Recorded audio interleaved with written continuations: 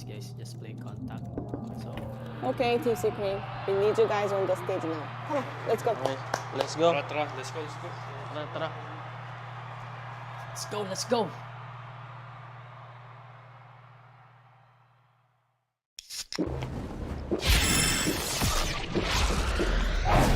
Red Bull gives you wings.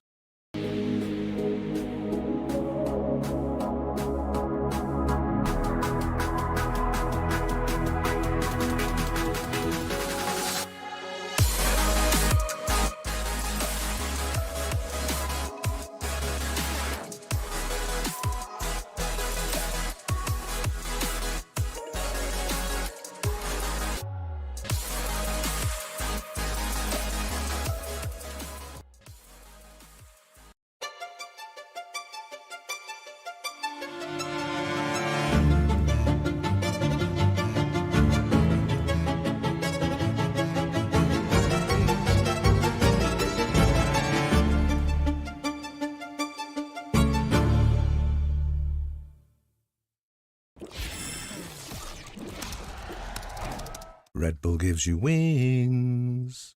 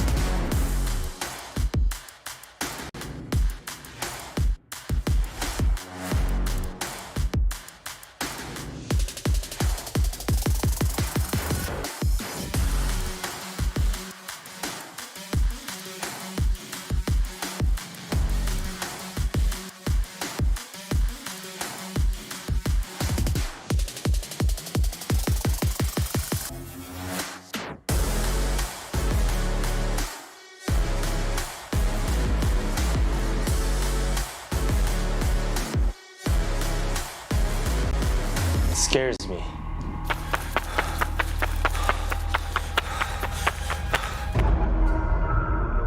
We don't talk about that thing. They are not here, right?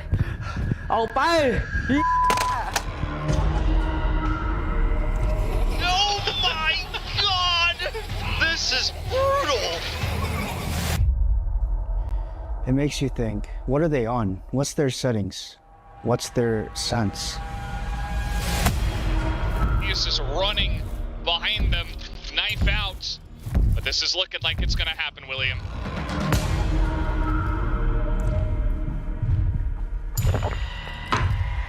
เราควรจัดการมัน ไม่งั้นพวกเราได้กลายเป็นคนที่ถูกจัดการแน่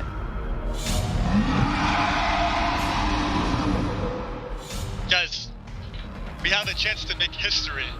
Let that be known. What the f you want me to say? Let's get 13-0'd, guys. Woohoo! I was out of it. Surf was gone. Jit was completely out of it. There was no escape. Dude, what the f are you doing in the dark? We're just filming content. Stage 2, bro. What's up? Stop f***ing around. Get your ass back to training. We're not gonna make champs like this, bro. No f***ing losing! Again?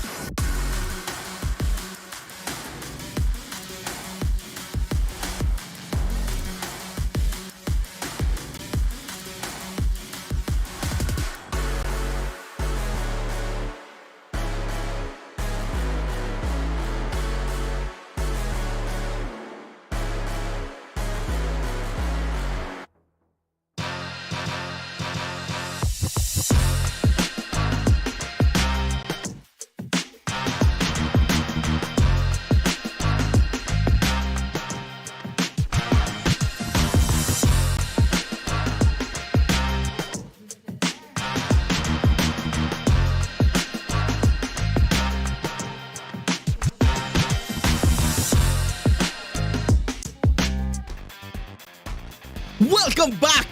At eto na nga yung araw kung saan tayo ay mag-Valorant. Ako nga pala si Juicy Brucey, kasama ko ngayon si Dash tsaka si Rockhart. Hi guys, kumusta? Happy Sunday and Happy Father's Day in advance.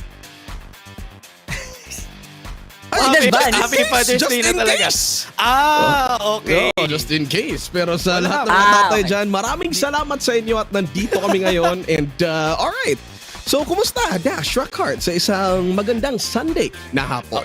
Okay naman, maaga-agang nagising, getting ready for the games today. Kasi masaya tong games natin for today eh. T1, GEN.G, Paper Rex at Talon Esports agad yung makikita natin for today.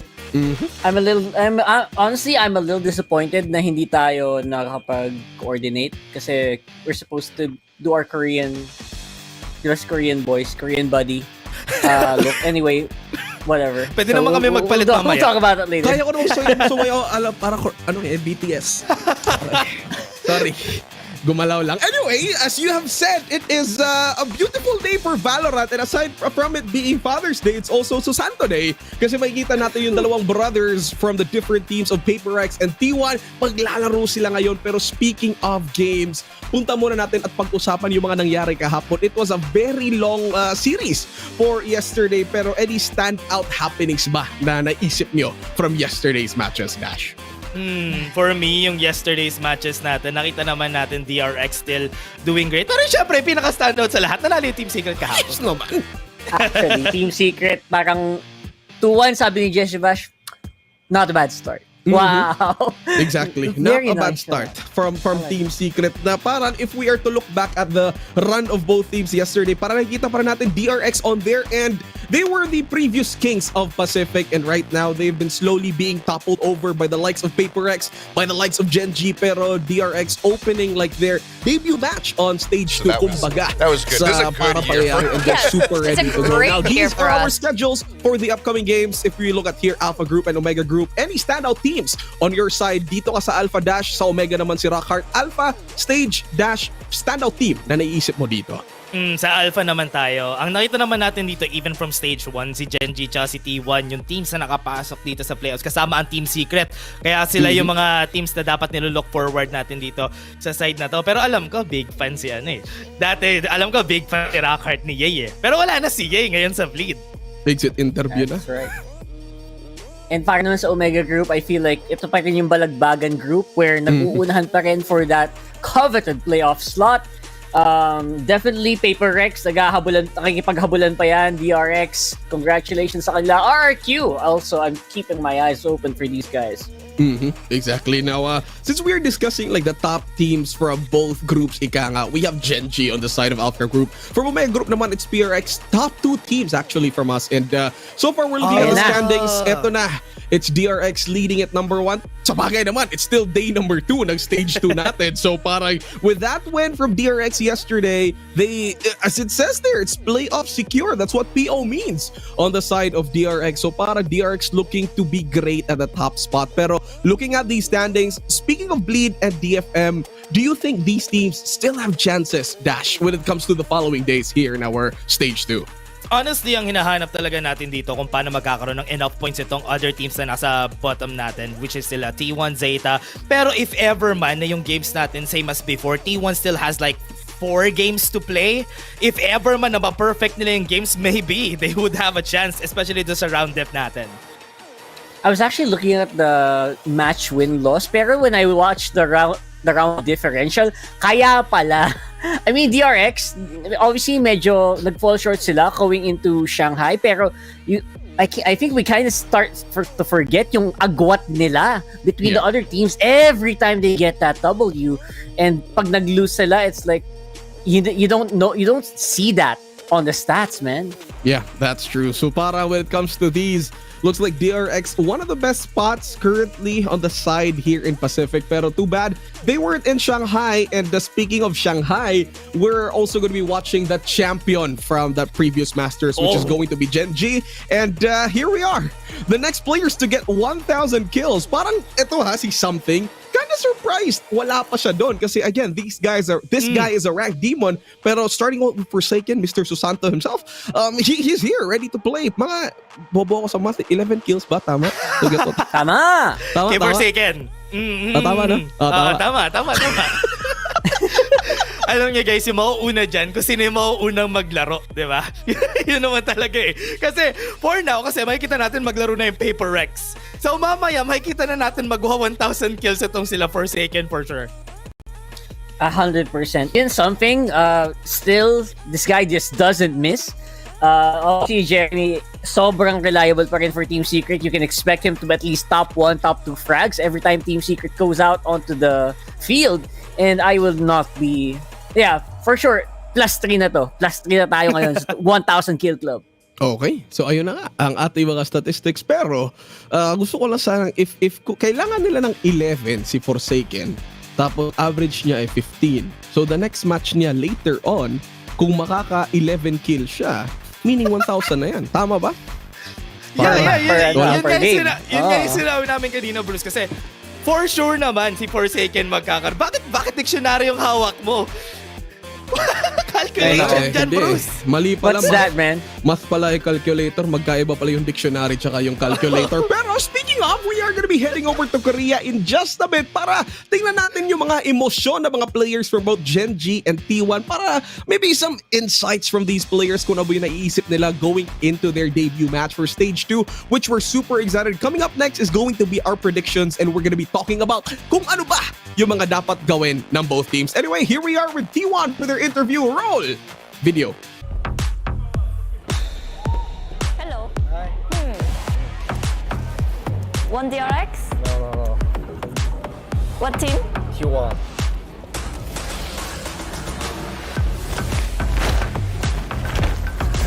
Thank you so much.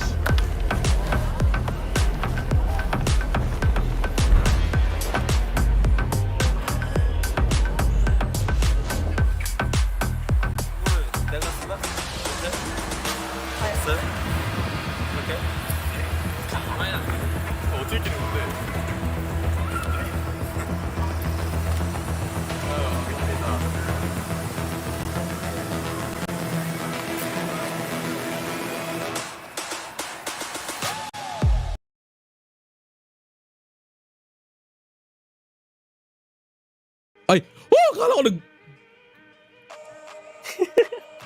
actually we're here. Oh, there it is. Mga ilang minuto na lang, 21 minutes left para mag-game na yung T1 versus Gen.G. We're looking at the live feed from Korea right now and look at this. Parang gusto ko tuloy maging player ngayon para bigyan ako ng mga crown siguro na players. And as you have seen from the lineup of T1 kanina, they are swapping out Carpe and Stax is going to play against T1. And again, Stax is a former player from DRX. And ano bang masasabi natin with Stax as a player so far in his run in his career in Valorant? Sino muna sa amin? Oh, sige, ikaw. I guess. Si T1 boy, ang dami ko masasabihin kanina, di ba? Sige, for me, ang ina-expect ko lang kay Stax dito, as eto yung team na pwede siyang maging, honestly, pwede siya maging monster dito sa team na to if ever na allowed siya na makapag-set up, if ever man na na-fix na nung T1 yung IGL problems nila kasi during the start of Pacific Stage 1, hindi nila alam iniikot-ikot nila yun If ever may ganong figure si Stax dito for team na to, I think Stax would have a good chance makapag-pop off dito sa team. Now, obviously, I think this is exactly the flavor na kinukulang right now sa T1. Maybe coming into this with all of the experience that he's had, with all the information that you have from DRX, with all the, maybe yung mga, alam mo yung mga training drills nila, maybe he can carry that over, make T1 even a better team than they were before. Yep, exactly. That's true. And if we are to flash back from DRX on their reign from the past few years, I've said kanina they were the kings of Pacific, slowly being toppled down. And I think from so far, from 2023, if we're looking back at the previous experiences of all the teams, Gen.G is the type of team who's been following DRX's footsteps. Now DRX, now on the back foot. Now I think with Stax's experience, as you have said nga, this could be a win from T1. And looking back at the previous games for both T1 and Gen.G, sa intro pa lang it's always T1 always winning against Gen.G. Doon na lang parang ata sa sa lower finals wherein nakabawi si Gen.G on a 0-3 win against T1. Para sa akin dito, the only reason why natalo yung Gen.G sa T1, sorry about this, pero the only reason why natalo yung Gen.G sa T1 is because Gen.G picked the only maps na alam laruin ng T1. Very specific yung map pool ng T1, and if ever man labanan mo sila doon, there is like a 50-50 coin flip every time. Pero if you pick maps like Bind, you pick maps like Split, na hindi talaga sila magaling on, you could definitely get an easy win against this team. And yun lang siguro yung parang misstep nung Gen.G, yung nilabanan nila T1 sa upper semifinals. Well, at the same time, you know what? It's been popping off, man. Yung mga pop-off moments talaga, I feel like those are the days where that happened, diba? It was, I don't know, maybe just T1, maybe just Gen.G trying to flex on him. But then again, consistency will always win out. And as you can see, I think Breeze obviously has been something that T1 has been trying to work on. Yep. I don't know if that's gonna appear here. But map. Definitely unlikely, right? Kasi T1 lost on that map, and Gen.G, I think their most recent performance in Shanghai, actually they won on that map. So probably won't see that map here today. Honestly, to add to that, sorry Bruce. One of the things that I was surprised about then, especially dun sa performance ng T1 sa Master Shanghai, is they lost Breeze. Breeze is one of their favorite maps. Yeah. They were 3-0 going to Master Shanghai dun sa Breeze. Pero when they got there, nilabanan nila yung dalawang America's team, and they lost sa Breeze. Yeah, I think the problem with T1 the problem with T1 kasi when it comes to like yung play style nila as a team is like just Pacific teams, kaya nilang mabasa eh. It's the international stage difference na pinapakita na mga different teams like Americas. They could easily run big maps wherein T1 shows kind of a black. Pero now we are looking at the map pools from both teams. Ano man tingin nyo dito? What map should T1 ban against Gen.G? What Gen.G should play against T1? Let's start with you, Rockhart. Anong mapa dapat laruin ng T1 against Gen.G? This 100% mapanlin lang yan, guys, kasi hindi counted yung recent performance nila dyan. Probably I feel like they can try to go for whatever Gen.G is weak against, and that might be Bind. I really looking forward to that happening, or maybe Split, kasi syempre mamiss natin yung Split pag nawala na yan. Now, always appreciate what you have while it's there. For me, yung okay, napasta pa kaunti. Nastan kayo Nastan na ko bigla ni Rockhart din. Pero sa akin, for T1 specifically, dahil nga sinabi ko kanina na very specific yung map pool nila, fight them on maps that they're not good at. Bind, Split, fight them at Icebox. You're good. You're golden. Wag lang other maps kasi at least they have experience on those maps. Pero if ever they fight them on maps that they're not really good at, it's an easy win for Gen.G. Ito yung masasabi ko if T1 hahayaan nila makalusot yung Lotus against Gen.G, magiging problema yan kasi Gen.G has been showing so much masterclass over at Lotus as a map in as a whole. Now T1, pinag-uusapan natin yung Breeze, they ban it against Gen.G. Surprisingly, a surprise pick coming from T1. Interesting. I was surprised na ito nga, binan nila yung Breeze, binan nila yung Icebox, good. I was surprised din na binan nila yung Icebox ng Gen.G against T1. That would be great. Kaya that would have been a great map for them. Pero ito, magandang chance to para i-pick nila yung Lotus for the side of Gen.G. Yeah, so Lotus, can we come to Lotus, and maybe as usual, Sunset Decider, no? The map where, anything goes, and literally any team, I don't know any team that prefers Sunset now. There you go with a Lotus pick. Seryoso ba to? T1, magiging mahirap yan. Pero if them choosing Split on game number 1 could be a good momentum decider on the end of T1. Again, Split is one of the weaker maps of Gen.G so far into their run this year. I mean, with a 50% win rate lang naman, yung T1 dito is still a 50-50 game for T1 on game number 1. Pero if we're heading over to Lotus, I think we might be going to a game 3 decider map. Ano pa niyo dito, Dash? Para sa akin, I am surprised na pinik rin ito ng T1. Honestly, I'm really surprised na Split. Kasi before, I've seen them play the maps. For example, Icebox, they've tried to play Split. Ito yung mga maps na they're working on. Pero right now, against Gen.G, kahit na 50% yon, I'm still afraid for T1. Although I would say that maybe, it's a bit surprising that they would pick maps like these. Maybe, hindi natin alam, diba? Like things that happened during the off-season, you know, after Shanghai, yung mga pahinga nila, their practices, I would not be surprised if they're trying to shore up their weaknesses para naman hindi sila known as a team na, oy, pang ano ka lang, pang breeze ka lang, di ba? Ganun. Maybe they're trying to shrug that off, and again, maybe with the help of Stacks, di ba? Oh God. Sunset defense. One of the weaker maps. T1, they play defensive. Kasi ito naman yung stronger positioning nila for T1 if they start to play with defense. Kontian lang yung gap, pero here we are with Split. Let's talk about agent selections this time. Since we have Stacks playing over at Split now, are we gonna see his signature Sage going into Split map or hindi? Should it be a good addition? Paningin mo dito, Dash. Para sa akin, best in slot pa rin kay Stocks ay gumamit ng Sky on this map. I think it's way better dahil ito rin yung what he's really good at. He's really good at using flashes for himself, for his team. Kaya gusto kong makita how he would change everything dito sa T1. I think that's the most predictable outcome or the most predictable na path that they will take here. Pero if you put yourself on the foot of T1, right? You're going in a map that 0% win rate right now, you haven't won on it. And maybe you want to try to surprise a caliber team like Gen.G, diba? Maybe that's the only way to take a map from them, especially on this one. So maybe go for the Sage if you're really, really trying to be unpredictable. Pero yes, most likely, natural order pa rin. Oh yeah, the thing about Split, the thing that I really like about this map is like double duelist compositions is really great. Pero we I don't know, maybe we try to go for double controllers as well on the side of the attacking sa first half. So ano ba yung dapat major hello. Ano ba yung major difference when it comes to make and breaking into this map? We've already talked about the Sages, we've talked about double duelists. What are ways to counter these plays ba over at Split? Let's start with you, Dash. Honestly, one of the things that naging problem ng maraming teams before during the start of Valorant, especially when it comes to Split, sobrang hirap umata. That's why we went into this direction na marami ng duelists on our side just to make it easier, just to make it smooth whenever we go into the site. Having an initiator and a no-man also helps just because it paves a lot of ways para dun sa mga avenues na ang hirap i-clear for Split.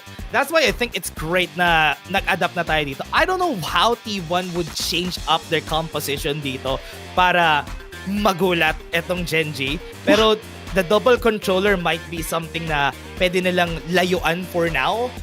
Not use the Viper kasi nerf rin naman si Viper recently. So maybe that's it. Yeah, although some teams would still pick up the Viper just because of the power, especially yung flexibility niya, being really good on attacking and defending. Pero yes, I completely agree. I feel like teams have, you know what, let's double duelist, let's try to make an easy attacker, at least pantay man lang, di ba? Pumantay man lang sa score 6-6 or 7-5 if you're really, really having a bad day, and then just make up for it with pure aim on defender. Alright, speaking of aim, let's compare T1 and Gen.G. When it comes to just raw firepower, let's minus out the strats. Sino bang mas may lamang with the current players that they have for T1 and Gen.G? Dash. On the spot. Gen.G for me. They have the man, the myth, the legend texture on their side. Kaya wala talaga masasabi. Gen.G for me. Alright, Gen.G. So sa pagduelo man lang, pagduelo no doubt Gen.G would have that, right? Pero coming into this one with the changes, with Stacks coming in to support X-Curate, I feel better. I feel at least 50-50 right now. Ang hirap sabihin Gen.G lang yung mananalo dito in terms of like pure firepower. Wala bang Saya player operator jet believers dito? Wala bang lumalabas dyan? Wala ba? Maybe sa chat natin baka meron. Maybe sa chat natin. Kung sino yung paningin nyo dito, ang mananalo for T1 versus Here's the thing. Gen.G. Ilabas nyo na sa comment section. 1 for Gen.G, 2 for T1. Diba, dapat 1 for T1, no? Well, anyway, we are gonna be talking to the coaches for both teams. Tingnan natin yung anong masasabi ng ating coaches. Let's go! From Shanghai, and you know, I think there might be a lot of pressure maybe going in. Like, how have you guys been trying to cope with that? I think we're feeling okay coming out of Shanghai. Definitely after the Leviathan loss, we went through a bit of turmoil within the team to try and figure out the direction, what went wrong. We talked about, but as far as coming in today, I think that it's going to be a pretty good match for us. I think it'll be the pressure that we need. I think this season, the split is going to be really tough for us because if we lose any games, we're practically out of playoffs. But then at the same time, part of the driving force for bringing Stacks in is you have to take risk. We took a lot of stage 1, taking a lot of risk that didn't work out in our favor. But going into stage 2, if you have incredibly low odds to be able to make playoffs, you might as well take the stage to kind of find the identity that the team needs for the next year, or at least to give you direction. I do want to ask, were you always looking for a roster addition, or is it more that Stacks became available, so you're like, hey, we're going to take that guy? I think it's the latter of the two. I would have to talk to my GM on that one, but I'm pretty sure it was we need change. We need an outside perspective for a player role, and we have one of the best perspectives you can get in the region. How has the integration with Stacks gone so far? Because from what we've kind of been hearing and what's been stated, it seems like it's going to be right now experimentation with a bit of a 6-man roster. But how quickly was he able to just kind of fall in with the rest of the guys and start getting up the pace with them? I would say it was relatively seamless. First scrim session went incredibly poorly, and then the second scrim session went incredibly well. There's no communication issues. Biggest concern for me to not know his English level, but it was practically seamless. And the one benefit that we did get from him is he can kind of put Rossi in his place. Someone could actually put him under control. Control him. Perfect. So you were talking about having that kind of style, right, moving forward for stage 2, maybe even to next year. With the addition for Stacks here, is it a completely different style from what we've been seeing from stage 1? Is it the same, or is it just like an upgrade? What do you kind of, if you can share your thoughts on that? I would say it's a bit of a mixture. I don't think that right now we have the best identity. If you look at a lot of our compositions and a lot of our play style, it isn't really the T1 from last year that made champions, and it's not really the T1 that we want to be this year. I think that Stacks coming in with a different perspective, he should help solidify a lot, but I think that right now, especially with a very small turnaround time between Shanghai, we're still running a lot of what we were running before as far as compositions. It's just our direction going into those compositions is going to change slightly. And then, of course, we're waiting for the patches to be live to be able to make the drastic changes that we want. If we could fast forward a bit, because it sounds like you're working towards something, what do you want T1 to be known for? What is the goal? What do you want everyone to be thinking when they think this is what T1 does? I think me personally, I want consistency. I think it's very easy to be a good team that's not consistent. That's a lot of rosters. Historically, I've always tried to work with rosters that I believe can build consistency long term, and I think that right now we're in a struggle position where typically this is the stage that rosters either do or die. That's been T1's slogan for the entire year for their socials branding for us, is do or die, and I genuinely think that this split is it is a do or die for this roster. But that's the nature of esports. So for me, it would be consistency. That's fair. I think consistency is a big thing, and just not seen often enough, like you just said. How do you feel against going Gen.G? They are, the Masters winner, and they came really close. Is there a certain way you're approaching this? Is there a certain mental that you're trying to, make sure that there's no block? I think we've played them numerous times, and I think that we can go in with the same practice and same mentality as we normally try to go in.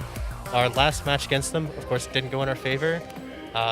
We had a lot of internal struggles, so a lot of our work has been to try and push out the mental blocks that we've been hitting, especially going up against Gen.G, where it can feel kind of coin flip. We either win pretty well or we lose pretty poorly.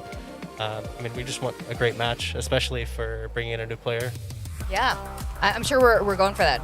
Yeah. Did you want to ask something really quick? Otherwise, we're going to pull up the audience questions. I think it's on most people's minds. Right. How much calling has Stacks been doing for you guys in your scrims? Is Excurate still, I assume he's still the primary caller? In fact, let's pull up that audience question, because it's exactly what they want to know, too. Oh, is it? Yeah. Well, there you go. Who's going to be the IGL? Who's making the calls? So right now, it is still Excurate. Okay. He's still calling, but we have seen a lot of Stacks and a lot of like Saya's input. I mean, everybody's bringing in their input, but it's still going to be the initiator and the duelist kind of pushing the direction that they want to be working in. So Stacks is primarily there, just rein in Rossi a little bit, and then Execute keeps doing the calling. I would love to see that interaction. Seems like a good system. Yeah. All right, well, thank you so much, Data. Do you have any quick message for the fans before you start this big matchup of today? I just want to thank everybody for the support, as always. I know that for viewers and fans especially, it can feel like you guys don't really have any control over the match results. But I really think that being able to go in and like beforehand and see the amount of support that we do get does impact the players' mentality, and they do really care about you guys. So thank you all for all of the support always. Oh man, that's great. Thank you so much, Coach Data, and all the best for today's match. Yep, of course. Best of luck. Thank you guys so much. Thank you, Coach. All right. Many thanks to our panel and to Coach Data from T1. And some things na na-clarify nga sa interview na yon. One of the IGLs pa rin on the side of T1 is still Excurate. And, we'll see actually kung ano yung mangyayari dito. Even with Stacks on the mix already, hindi pa rin yun yung parang main IGL nila. So Dash, so far with the performance of T1 and going into map number 1, which is Split, how is T1 looking up against GEN.G? Honestly, one of the chances dito ng T1 para manalo sila is yung basically off-season. Nung nag-master Shanghai yung GEN.G, kakabalik lang nila, pagod pa sila. Ngayon at pagod pa sila, pwede pa silang manalo dito sa games nila against GEN.G kasi they had a lot more preparation time compared sa GEN.G. Yeah, 100%. And I also think na they can capitalize on that, switching of IGLs. Like, they had a huge conversation about that. And I think a lot of fans, even us, were super curious about that. And maybe, relieving IGL from one player and kind of allowed that player to just focus on execution. Minsan, yung mga pagbabagong ganun, biglang nagbabago yung dynamic ng team, nagbabago yung performance, nagbago yung feels. Alright. Unless basang-basa ni Manshin yung previous teammates niya. Well, I think GEN.G. That's also a huge conversation. Pero again, going into this match, let's head it over to our predictions and kung bakit. Bigyan natin ng oras. Dalawa Dash, T1 versus GEN.G. Your prediction and going to it. Okay, so hindi pa pala tapos. GEN.G! GEN.G!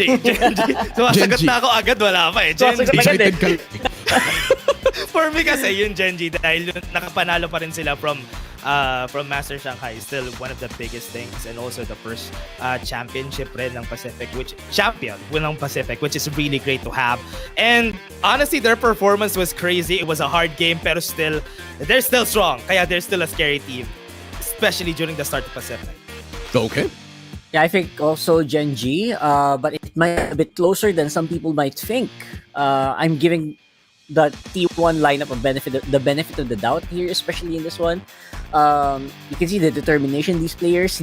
We all know hindi naman sila nagkukulang in terms of mechanics. I think a big question yung decision making nila, pero right now GEN.G is still the team to beat. Alright, Dash and Rockhart goes for GEN.G. On my end naman, yes, that's true. They are second placers on the end of kickoff, which is GEN.G. Pero iba na talaga yung growth on this team so far this year. Going to stage 2, I think this game is also going to GEN.G. Pero with that being said, 2-0, 2-1, paningin nyo. Since GEN.G naman, paningin nyo dito, Dash. 2-0 ba to in favor of GEN.G or 2-1 in favor of GEN.G? Paningin mo, Dash. 2-0 in favor of GEN.G. Big word. 2-1.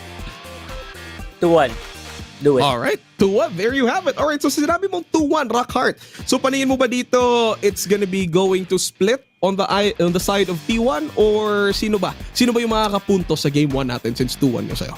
I think, possibly T1 on split. I feel like they brought some surprises here na hindi pa natin na-foresee.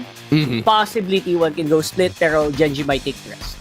Alright, so there you have it. Actually, ako super excited over the side of T1 actually putting Stacks into this mixture. And kung ano bang potions yung kinukongkak ng T1 dito. Let's see if they're gonna go up against GEN.G in a 2-1 fashion or baka ma-reverse sweep nila yung predictions natin. So speaking of predictions, ipipredict ko na yung casters natin ay papasok na, which is BNBNHG.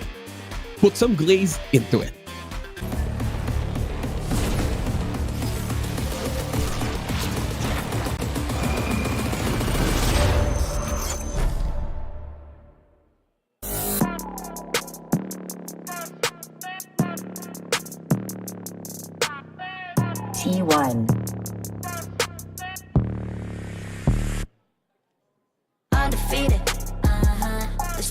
call me undisputed. I'm breaking up another season. I've been up on my stats. Now would you look at that? Undefeated, locked and loaded. We about to blow. Caught him with that left, I leave him tapped out on the floor. Sounding itchy, sticky, swishy. Watch me bank a score. Up in the boat, I'm in the zone. Yeah. Put you to fire the breath. King of the jungle and beat my chest. They say I'm posing a threat. Just like a pebble, I'm cutting the net. Ring on my finger, but yes. Like playing chess and I don't even sweat. That's what I call it finesse. That's what I call it finesse. Ain't no rivals, ain't no rivals. They can try, but they're never ever slowing me down. Unrivaled, this is my show. Crossing my heart, they know we are undefeated. That's why they call me undisputed. I'm ranking up another season. I've been up on my stats. Now would you look at that? I pop on with the jumper, then the adios. Gotta go. I'm the prima donna, make him do the most. Not enough, I'm just warming up. We up in the cut. Oh, I'm ready to hunt. Time to hit it up. Oh. 1, 2 step, look who's scared. Now you on the run. You gon' hear my soundtrack go dun dun dun dun. I'll be starting riots when I pull the stun. I got him shook, I'm on a road, check my stats. Ain't no rivals, ain't no rivals. They can try, but they're never ever slowing me down. On arrival, this is my show. Crossing my heart, they know we are undefeated. That's why they call me undisputed. I'm breaking up another season. I've been up on my stats. Now would you look at that? Undefeated, locked and loaded. We about to blow. Caught him with that left, I leave him tapped out on the floor. Sounding itchy, sticky, swishy. Watch me bank a score. Up in the boat, I'm in the zone. Yeah. Put you to fire the breath. King of the jungle and beat my chest. They say I'm posing a threat. Just like a pebble, I'm cutting the net. Ring on my finger, but yes. Like playing chess and I don't even sweat. That's what I call it.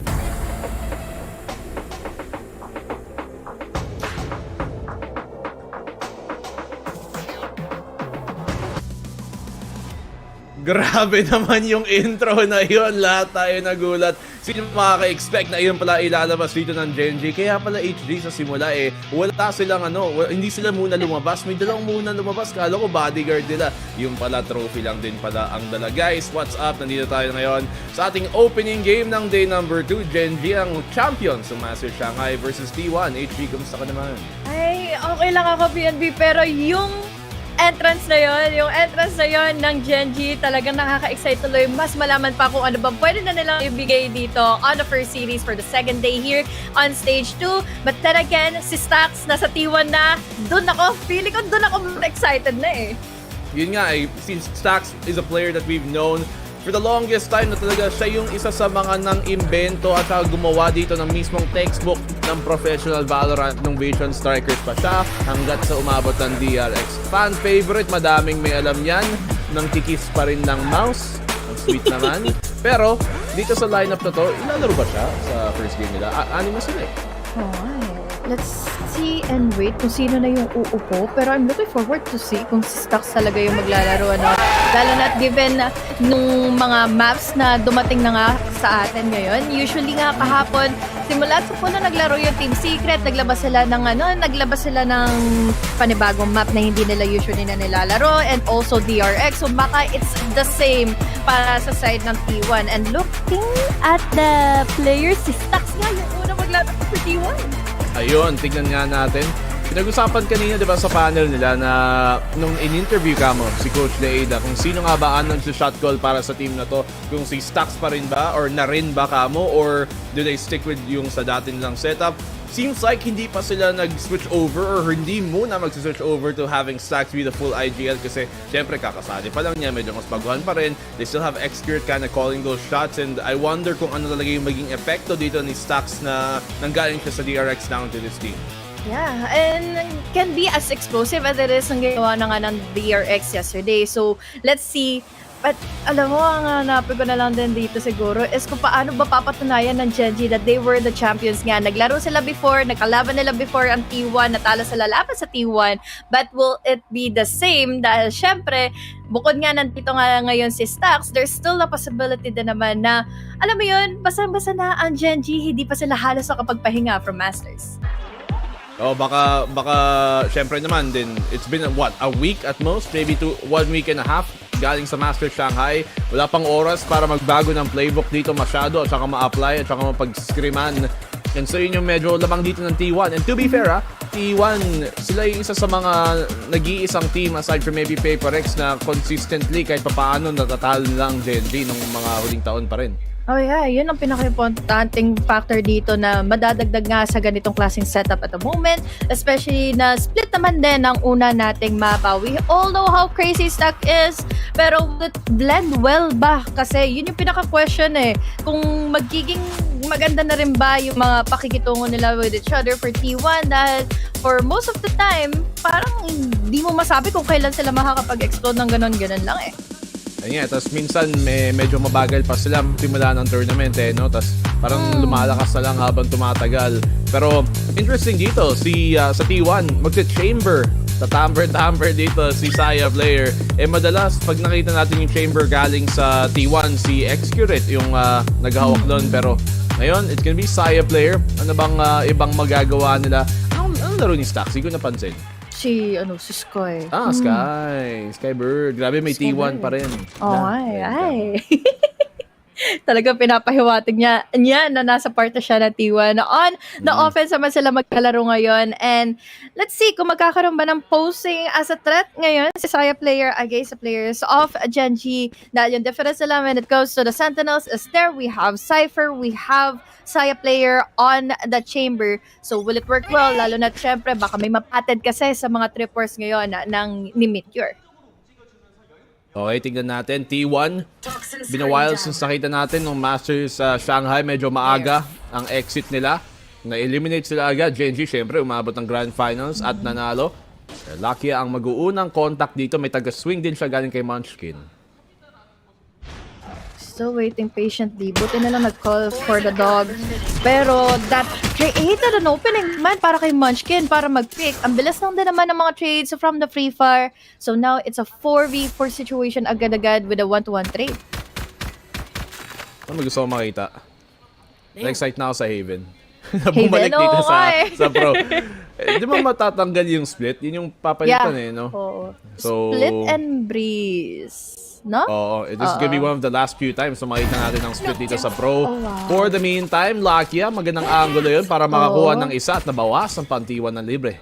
Ang bilis na ng ng pagre-reposition niya. He immediately uses the blind bird para maihanap nila o makahanap sila kaagad ng info na magagaling from garage in case na mag-split push nga ang players ng T1. But then T1 mukhang nag-escalate na sila going into A site. Maganda naman kahit papano kasi isa lang yung nagbabatay.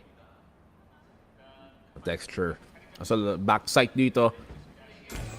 Kaso, T1 medyo mabusan ng oras. Alam ni Texture, nandito siya. Manalo ba siya? He needs to get the one. Ayun, tuloy na tradean din.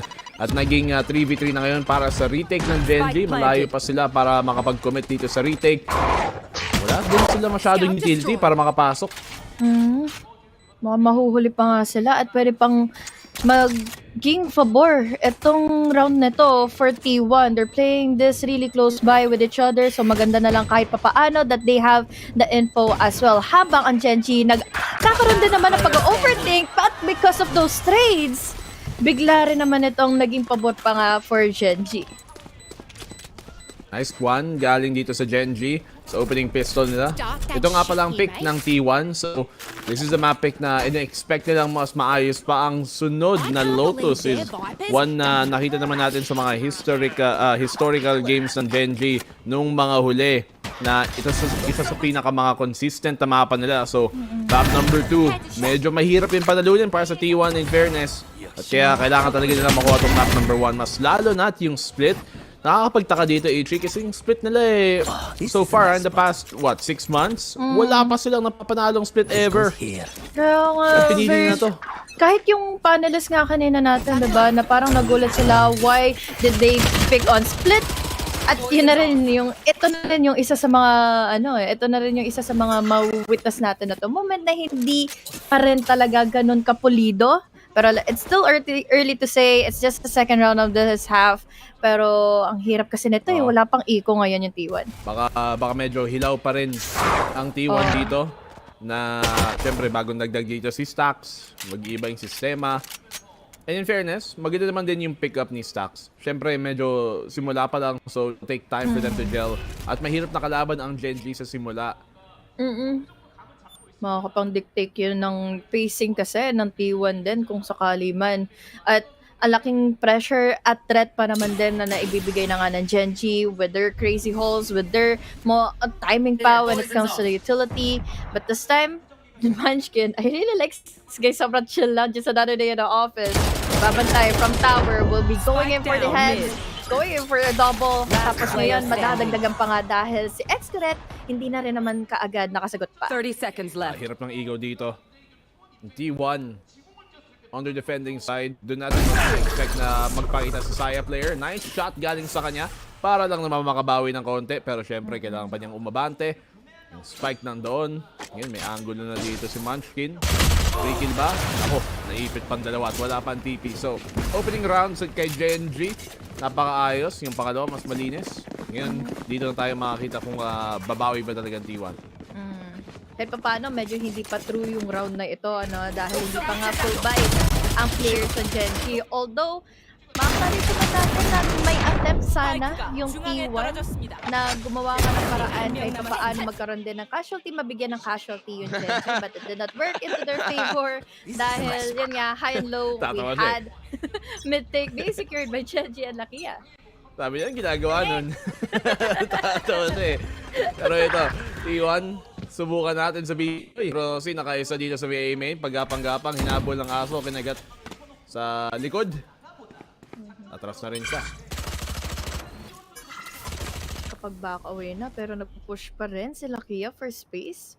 Going to vents, at mukhang pwede siyang mahulog sa bitag ngayon ni Rossi, but hindi naman siguro niya ito tatangkain pa. Ang problema, walang ka-idea si Rossi, so this gives them a vulnerable state. Tuloy kung sakali man na mapupunta na nga kaagad si Lakia doon sa parteng yun.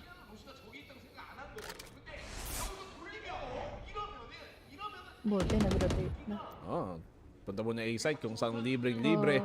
Naka-flank na si Lakia pero parang hindi pa ata niya makakuha yung timing na to. Gen.G, parang mali yung basa nila sa round na to. Here. Saya player pa, makakapag-TP. Although, a gift. Mukhang itutuloy rin naman si Saya player. He understands this is just a bonus round, so baka sakaling hindi pa enough yung eco ngayon ni Mr. 30 seconds and left. to get a lot of trip wars, pero nice reaction time from Saya player dahil he was well. Nice read sa kanya, tapos nakaisa pa dito. Dalawa na ang nahanap niya sa B. Libreng-libre yung A. Itong bonus na sayang para sa Gen.G kasi may timing na sana si Lakia. Mali lang yung dinaan.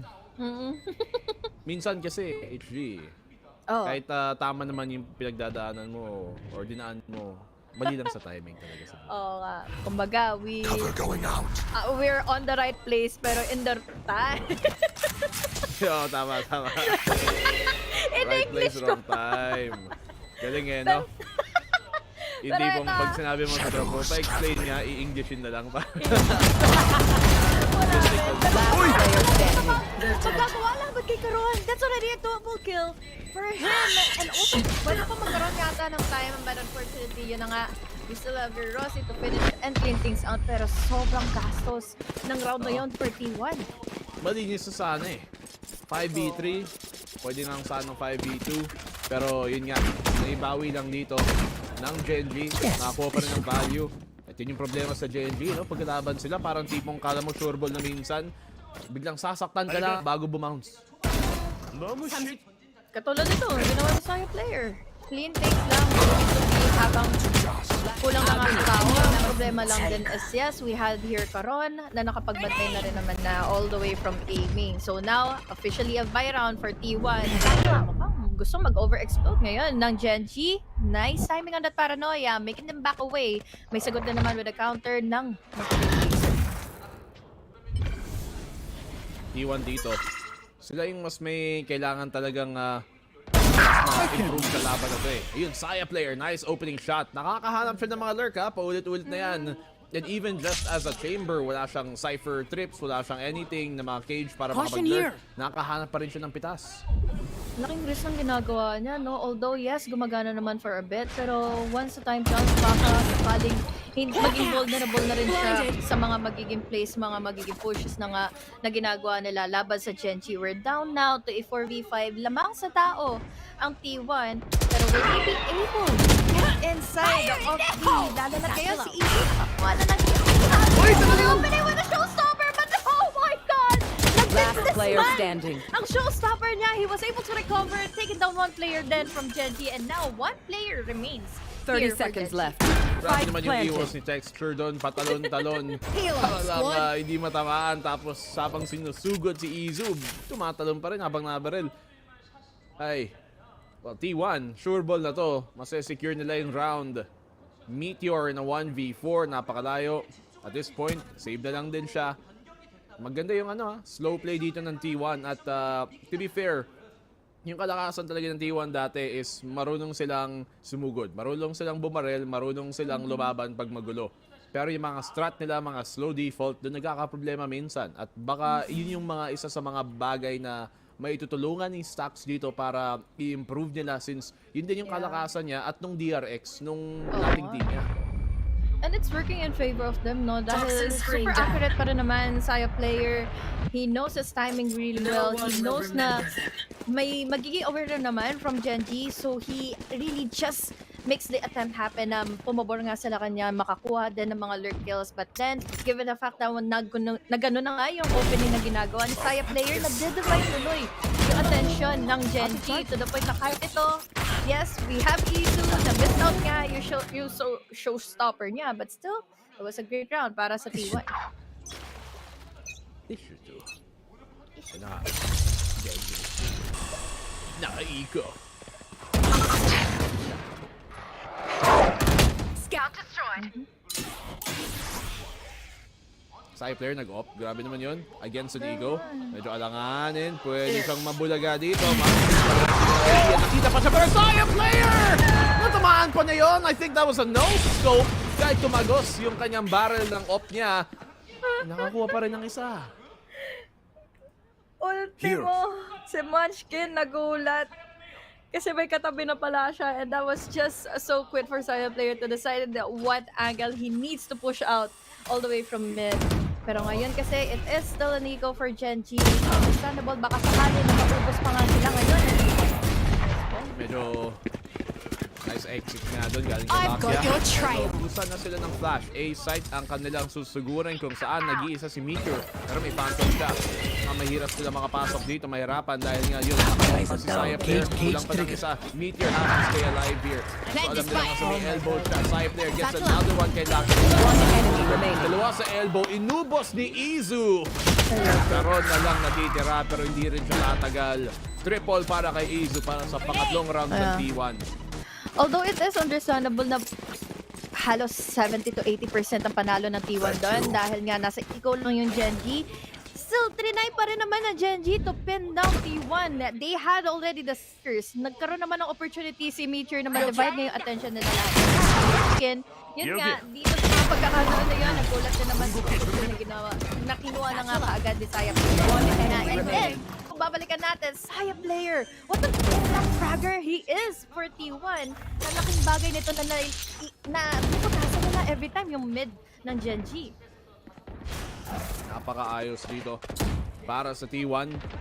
Especially in the attacking side sa split na minsan may ganit talaga makalamang. Gen.G so far, hindi makahanap ng paraang mapigilan yung slow play dito ng Gen.G. Yung pressure ng off na to, dahil na sa attacking side, mas dadagdag pa nga dito sa parang hesitation ng Gen.G. Understandable. It's another buy round for them after saving out another. Pero he needs to work around the picks and timings dahil ngayon kasi sa Saya player, he's just taking mid control over and over again. And sana hindi na magpakagat sa pain ngayon ang Gen.G. Gen.G are playing this smart. Hindi sila nagpapakita until may smoke. Pag may smoke, lang sila medyo sisilip ng onte. Check. If may tao nga, medyo sablay yung flash. Okay na yun.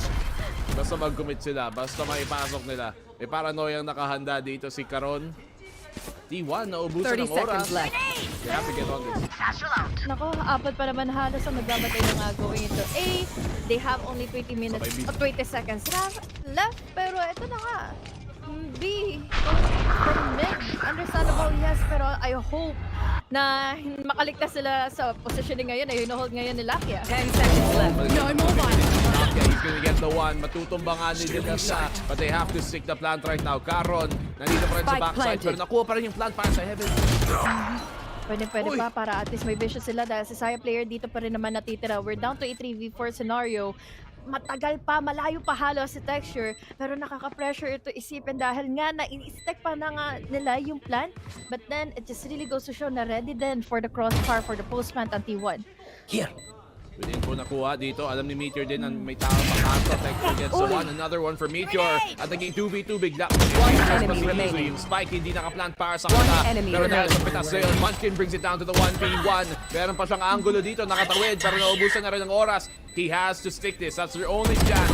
Stax is gonna swing wide. He's gonna get the kill. At T1, lalakas pa dito sa late round at tataas pa yung lamang. The latest run going into mid, yes. Nakakuha man ng isa sa lock. Although sobrang ano na yun, sobrang happy. Ito naman dahil nasa backside nga and they can on time. But what I love about that is he is just really composed to secure themselves the plant, secure themselves some space then around of the site. At apat na rounds, tuloy-tuloy na ay panalo na nga ng T1 ito. And I can say, dito pa lang na parang kryptonite na nga ng GEN.G itong team T1. Pero naman si Saya player. Bumili ng op na naman. Siyempre naka-eagle din ang kalaban pero it's very interesting na they force this op on the attacking side. Parang nandito nagre-revolve yung game plan nila eh. Pag makakuha ng operator si Saya player, yung tayo ng picks. But at some point, syempre mag-a-adjust din doon GEN.G. Kaya hindi na sila sumusugod kasi alam nilang may op sa kabila. Ngayon, nakapag-adjust naman sila earlier. Kaya nagpe-play in together na rin si Saya player. But it just really goes to show, patience is key na rin na ngayon na for GEN.G. And Saya player, feeling ko may impatient na lang siya ngayon dahil talaga binibigay ng GEN.G ang kahit anong input. Okay. Spam dito. Yung aso na naman. Ikaw, HB, hinabol ka ba ng aso ng bata ka? Manok ang humabol sa akin! Tinukay! Legit! Hinabol ako ng aso pero tinuka ako ng manok. Mas takot ako sa manok before kaysa sa aso. Is that etivac things? Grabe naman yung manok. In fairness, it happens more than you think.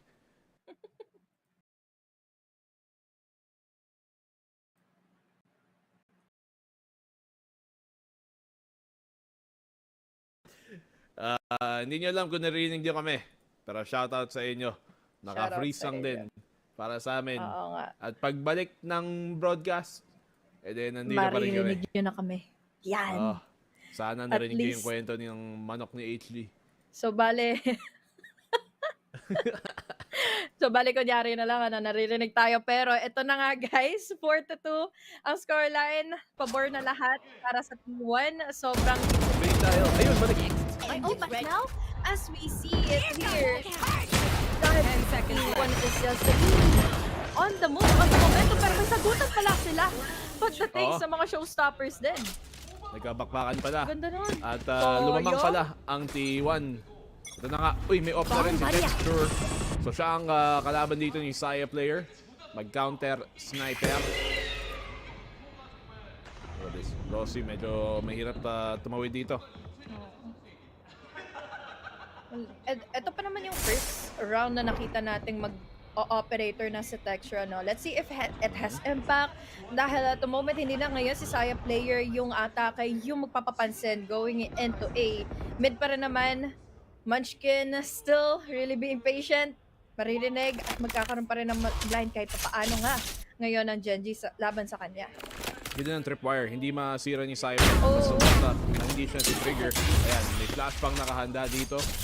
May trap setup kaya medyo mahirap para sa off dito. Pero dahil nga naka-off, ang laki ng threat. Still, nice spot kay Munchkin. I've got your trail. Tumbahin dalawang off. Oo. press ng operator, walang naging impact kahit paano. Pero it's time for Lakia to make everything shine for Gen.G. Holding his aim high. Naipit yung plates coming in from Isu. At least nakapagtago kahit papaano. Pero 30 problema kasi seconds left. na-trade off naman kaagad. Last player Gen.G. Tatlo standing. na lang natitira sa kanila. Pero look at this, Karon na lang ang buhay na hindi pa rin talaga makakakuha ng kahit isa from T1. Ang ganda ng mid-round lane right now ng T1. And one could wonder if ito talaga ang natural development nila or may talagang malaking tinulong si Stacks dito. Slow play nila. Right now, even though wala sila masyadong ginagamit na utility to take space, the nearest threat na may operator nga si Saya player, malaking bagay yun para sa default dito ng T1. Dahil may op nga na natatakot silang labanan, edi ibig sabihin nun, mas matatakot pang kumuha ng info yung Gen.G, mas matatakot silang ma-peak at mas gagana pa yung default ng T1. Na kumbaga, na-bait out lang din kahit papaano sa texture kanina eh. Narinig na nila, we had the shorty to tackle down onto that trip war all the way from mid. Yes, napatay nila si Saya player, pero it gave time or it gave the go signal tuloy for Texture to imagine or to overthink na wala sigurong Saya player dito, wala sigurong kahit anong nag-alert dito for T1. Since for the past 4 rounds or so for T1, laging magkakasama sila Rosa and the rest of the gang. Ay si Saya player lang yung bukod tanging nakahiwalay. Grabe din naman ang opening start dito ng T1. As we said, T1, isa sila sa mga team na dito sa Pacific League, aside from maybe PRX, regularly nakakatalo kay Gen.G. Sa totoo, parang 3-2 nga sila sa history nila. At lamang yung T1 doon sa score na yon. So, yan, Gen.G, eco na naman. Hindi na lang sila napapanish, no? Kumbaga, magre-reklamo na lang sila na kailan ba ako makakabili ng full armor, full on utility dahil laging gipit ang players ng Gen.G dahil lagi silang napaparusahan din ng T1. Still, mukhang ayaw na ng operator ngayon ni Saya player dahil meron naman siya kahit papano tour de force later on. But as we go in forward, wala talagang nagpapabigay ng info from Gen.G still. Saka puro half armor at no armor yung mga to Kaya okay lang kahit outlaw. Mas okay siya actually kasi may dalawang bala pwedeng gamitin. Oo. Tapos body shot na rin. Tagal nito. At is understandable yung slow play nila. Yun nga, walang makuha info yung Gen.G. Kahit papaano, discipline given info. Pero after that info is amplified naman to a kill pa. Casualty na mapupunta ngayon for T1. So may pivot dito sa may A site. Alam nilang ito na nga yung papasukan. And wala, ang ganda talaga. Ang ganda ng slow play ng T1 ngayon. Sobrang basa nila yung mapa. Tapos yung Gen.G syempre na nahuli lang din sa passive play nila. T1 looking very sharp dito sa ating nila. Oh my God, another one with the outlaw. Ngayon, hindi pa makakaligtas si Karon. It's all up to Lakia na parang alam pa. Nasisimot na ni Stacks kung saan siya manggagaling. So now well aware, at least players from T1, Isu, load HP, bakit lang niya. But at least, Saya player in every sniper and every gun, talagang meron siya man makukuhang pick off from the lurks. Puro snipe lang gamit nga niya sa buong laban na to. Ayun na naman. Ba't ayaw niyang gamitin yung op? Yung ulti niya. Siguro hinihintay niyang maubusan sila ng pera kung sakali. Pero you can use it to build up more economy by saving around, using the tour de force. Good job. Well, kung tutusin, mas mabilis kasi makapag-recover from the outlaw eh. Kesa kay tour de force. Bumili siya ng op. Ay! Oo nga no. Tibay. May ulti naman. Okay. Let's see. Save na lang daw para sa eco daw. Kasi kahit pa paano, wala ring halos ganong kalaking difference. Ang difference na siguro is yung may pro siya from using tour de force instead. Dahil may eco nga siyang katapat at lamang naman sila ng couple of rounds laban sa Gen.G. At saka, look at their economy. Hindi man sila magiging poor in the next 2-3 rounds. And if he uses his tour de force here, gets a kill, edi mas makakabuild siya ng ult ulit to save more money in the future. Pero tumatagal yung parang round 10 na, so he won't have another chance to build another ult. Actually. Grabe yung pagka-slow nila dito. Kasi wala talagang nagpapapain eh. Wala talagang nagpapabigay ng kahit anong eksena. Bukod na lang ngayon kay Rossi na mangunguha lang muna talaga ng atensyon, maninira ng isang trip war, yes, pero was he aware for the second trip war though? No, hindi niya kasi yun din, tinag out, we even have your still the 30 seeker, seconds so left. good possibility for Gen.G kahit paano kapag adjust pa fully into this round. Madaming konti lang yung oras dito at problema ng T1 is nandito ang buong depensa ng Gen.G. Hindi sila makakapunta ng B-side. Kailangan nila mag-commit dito sa A at naubusan na nga sila ng oras as Izu goes down. Kailangan nilang sumugod 10 dito papunta seconds sa A-Heaven. But there's no more time to go to B. This round is done at hawak na hawak nila dito ang depensa. Gen.G will take the round. Ang tagal kasi talaga nilang pumasok until napatid na nga using in the trip war. We even have the ability and the opportunity for Munchkin to use the Viper Spit. So wala na talaga silang nagawa pa halos. Yung round na yun, isa lang namatay tapos na lahat sila nag-save din na lang. Ng T1 respecting dito yung defense ng Gen.G. Pero yun yung problema talaga pag sobrang slow yung play, no? You get one chance to execute pag kailan 30 seconds na lang tapos wala na silang oras para pumunta ng B kung sakali. Ay, mali ni Rossi to, BNB, dahil kanina isa lang yung trip war na nasira niya and full on confidence naman ng flights in si Izu. So unfortunately, napatid, nahugot, nahuli kaagad with the free fire na ginawa ng nila mid-sure, but now finally taken down the map side player. Sagot naman din kaagad si Rossi pabalik. Siya pa nanalo nun sa laban na yun against the op. Good trades out galing dito sa T1 ha. Paulit-ulit na lang nila natitradean yung offer nila. At malaking bagay yun para mawala yung op sa depensa. Less of a pressure ha, pero kasi apat pa rin ito eh. 4v4, neural tap still available. Pwedeng either compromise nga yung position nila or mag-take time naman sila ng sobra-sobra going into B. They need to be confident right now. Pero unfortunately, they were not able to check the corner ng Kea. Going in wild with a double kill. Tapos madadagdagan pa nga with the going in for another. But 4K already for Rossi. He wasn't able to react on time laban kay Munchkin. So canceled yung ace niya and another round goes to Gen.G. Last round in the half. Muntigan pa yun pero at least nakakuha ng konting kills dito ang T1 at saka nakapagkuha na ng ult si Rossi. Ayun, bibili ng Vandal si Saya player tsaka last round na tapos may ulti pa siya. So Gen.G, one more round pa sana dito sa depensa, mas okay. Ilakit talaga, grabe yung positioning para lang magulat dito ang T1. Di rin nila in-anticipate kasi may You want to play? Let's play. So, yun na. Katulad ng mga nangyari kanina, baka sakaling maubusan sila ng oras, pero with that, inahuli tuloy ni Karon. Etong si Izu, texture naman, laban kay Saya player, and this time, this is already going in favor much more para sa Gen.G. Two opening picks dito para sa Gen.G. Yan, napakahirap na tuloy pumasok para sa T1. May ulti pang binato. At alam tuloy ang dalaw nila. Ako, kung maging 7-5 to, magiging alanganin pa yung T1 pagdating ng second half natin ngayon. Paranoia coming into play. We have here na TPN, pero kasi vulnerable silang tumawid naman si Rossi. Para sana iligtas yung tropa niya. Nakatakas pa! Paano siya naka-on? Ang lalim-lalim na niya. Ang daming nakapalibot sa kanya pero nakatakas pa rin. And Dexter with a triple kill to end off the half. Gen.G bumawi sa dulo. But I can't believe what Lucky has been doing ng past 2 rounds na to. Ang ganda ng position niya. Has just... Sabi mo? Uwo? Ha? Uwo? Oo, uwo. Ewan ko na lang din dahil grabe. Izu was also there pero wala eh. Mid-take after after nga talaga nung neural test na yun, na laking bagay na naipit na compromise na sila altogether. Hindi na naging divided yung attention ng paulit-ulit itong Gen.G. And they were able to deny Saya player pa in the early picks pa. Grabe. Gen.G, good read sa may dulo.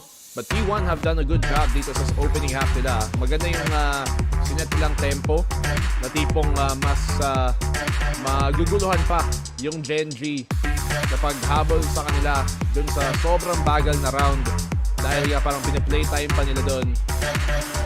Daming tao sa crowd Siyempre. Oo nga. Face it. Pilit kasi nila pumasok din after the poison cloud pa. So, yeah. Wala rin kasi talagang may tatakas pa si Xcoret. Speaking of Xcoret, feeling ko halos si Saya player na nakakagawa ng paraan nga to make an opening and an initial kill. And then, Xcoret cannot find any space given para sa T1. Let's see if this half is going to be his. Half arms. Armor. All the way para sa Gen.G. Tas classic lang. What is this? Bye kay Gen.G. Ito yung guys, tara magkunat tayo. Yun yung kunat strat. Let's see. Gen.G ang gagawin nila dito with all these classics. Pwede pa rin namang ma-one-tap sa ulo ng Headhunter. At least sabay-sabay sila magkakasama. Pero what? Oh. Tumawid lang sila ng ganon-ganon lang. Nung wala man lang nagawa si Saya player and now this opens. T1 vulnerable tuloy going into mid. Pero what? Sana nag-mid na lang sila.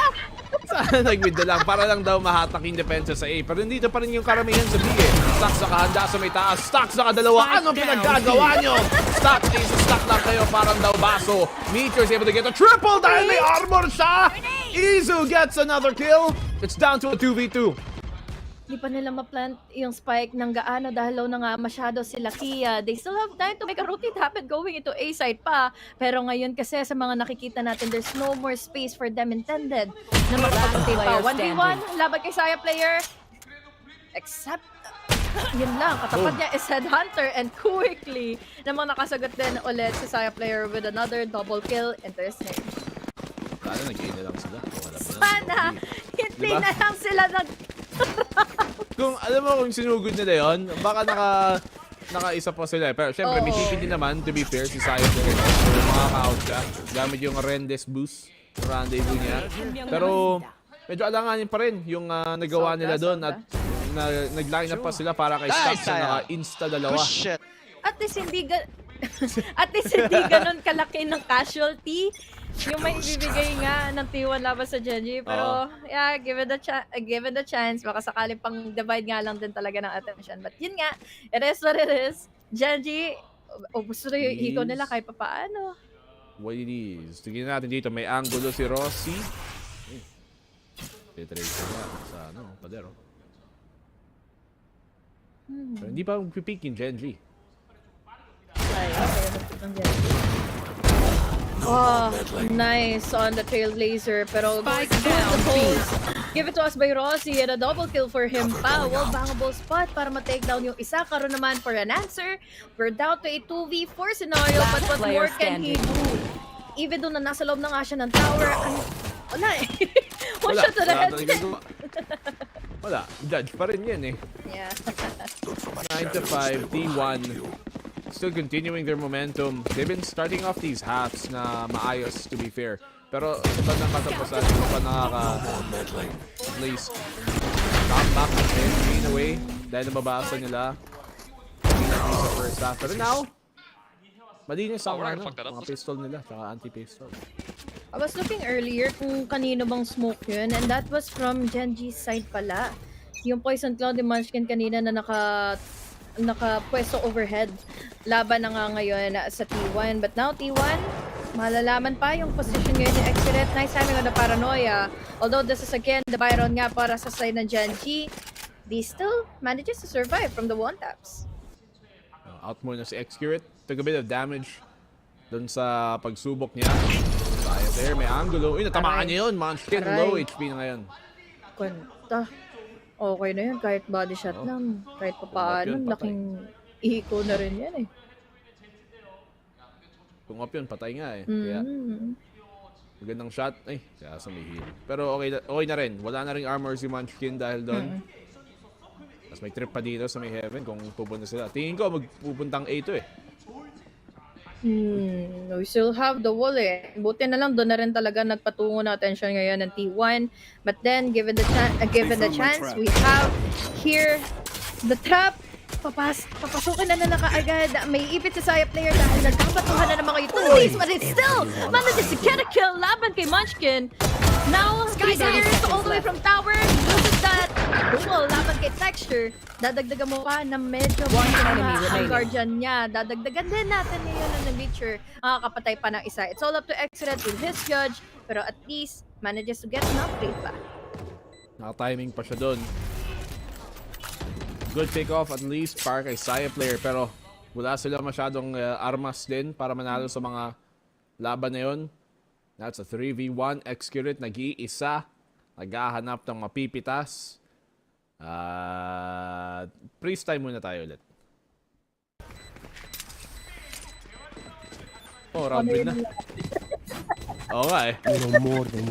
Hindi, nag-stop din ata para sa kanila. Okay lang guys. Magsama-saya tayong lahat dito.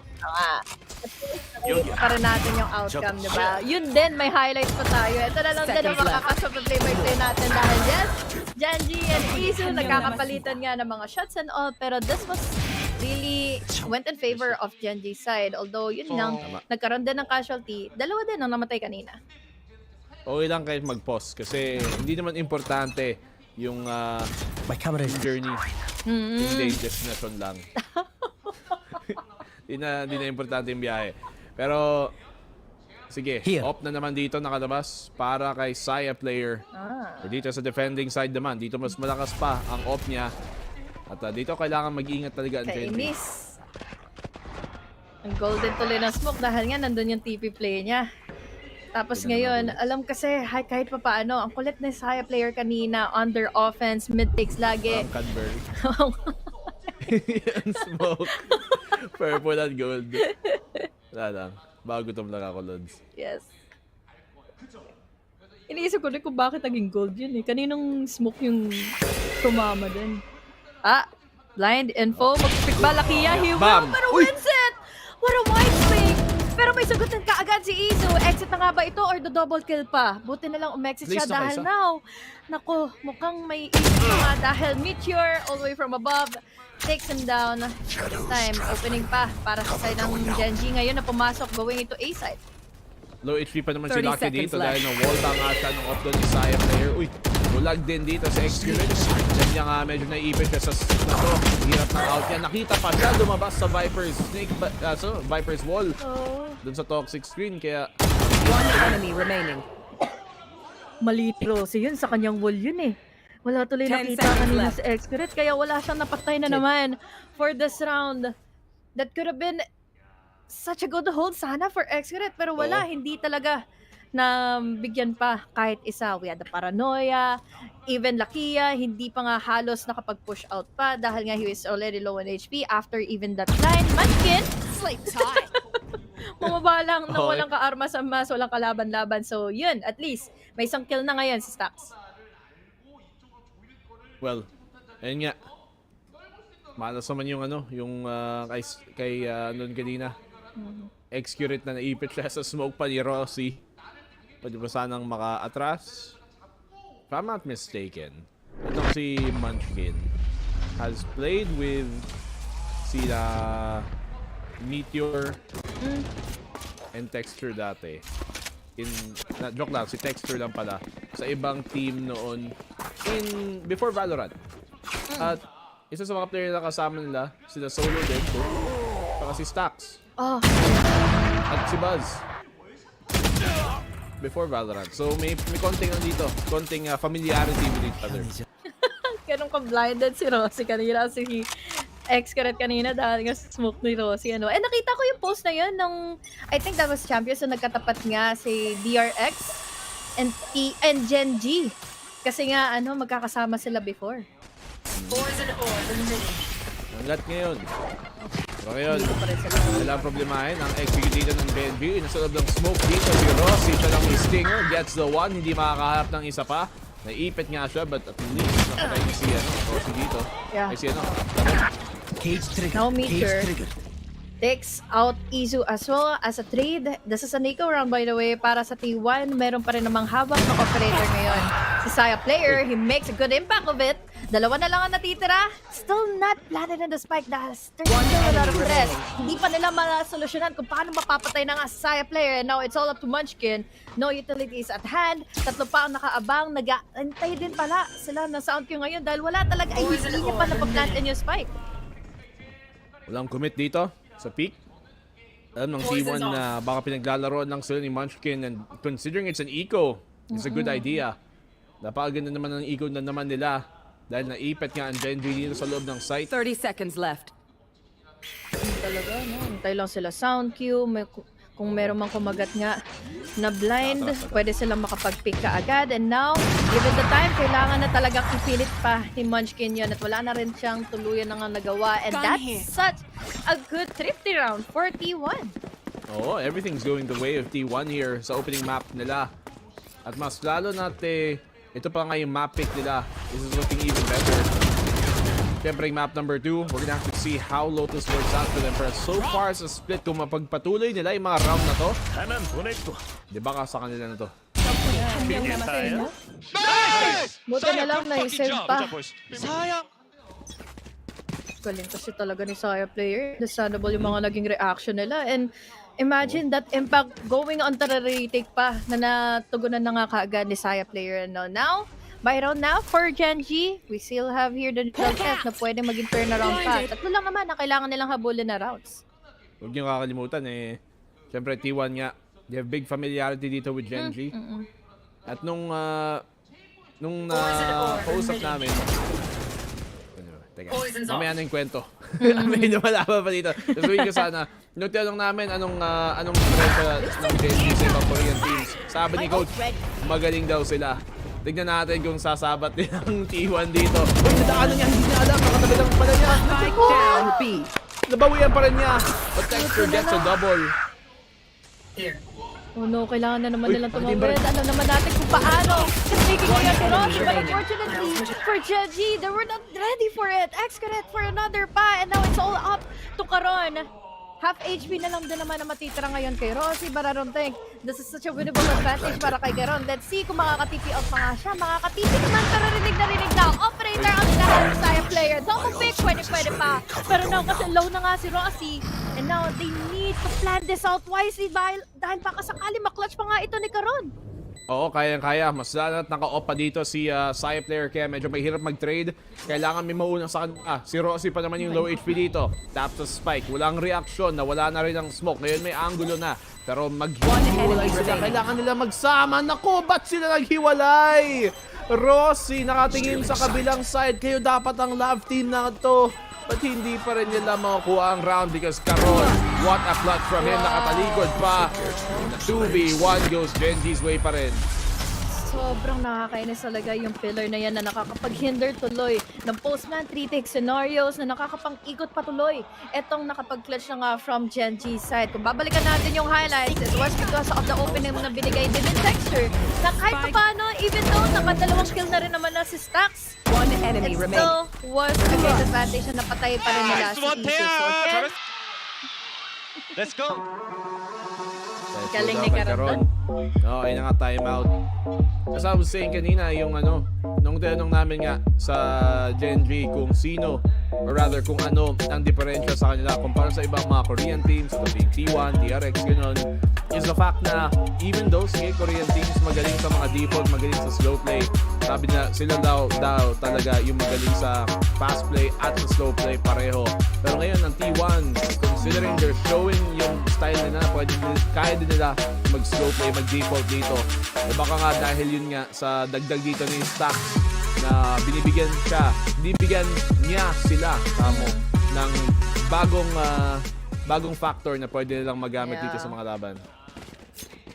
Saya player talaga. Hindi mo siya mamimiss out sa mga times na magkakaroon pa ng opening din eh. But then, Gen.G, 2 more rounds to go, equalizing in this round and this half.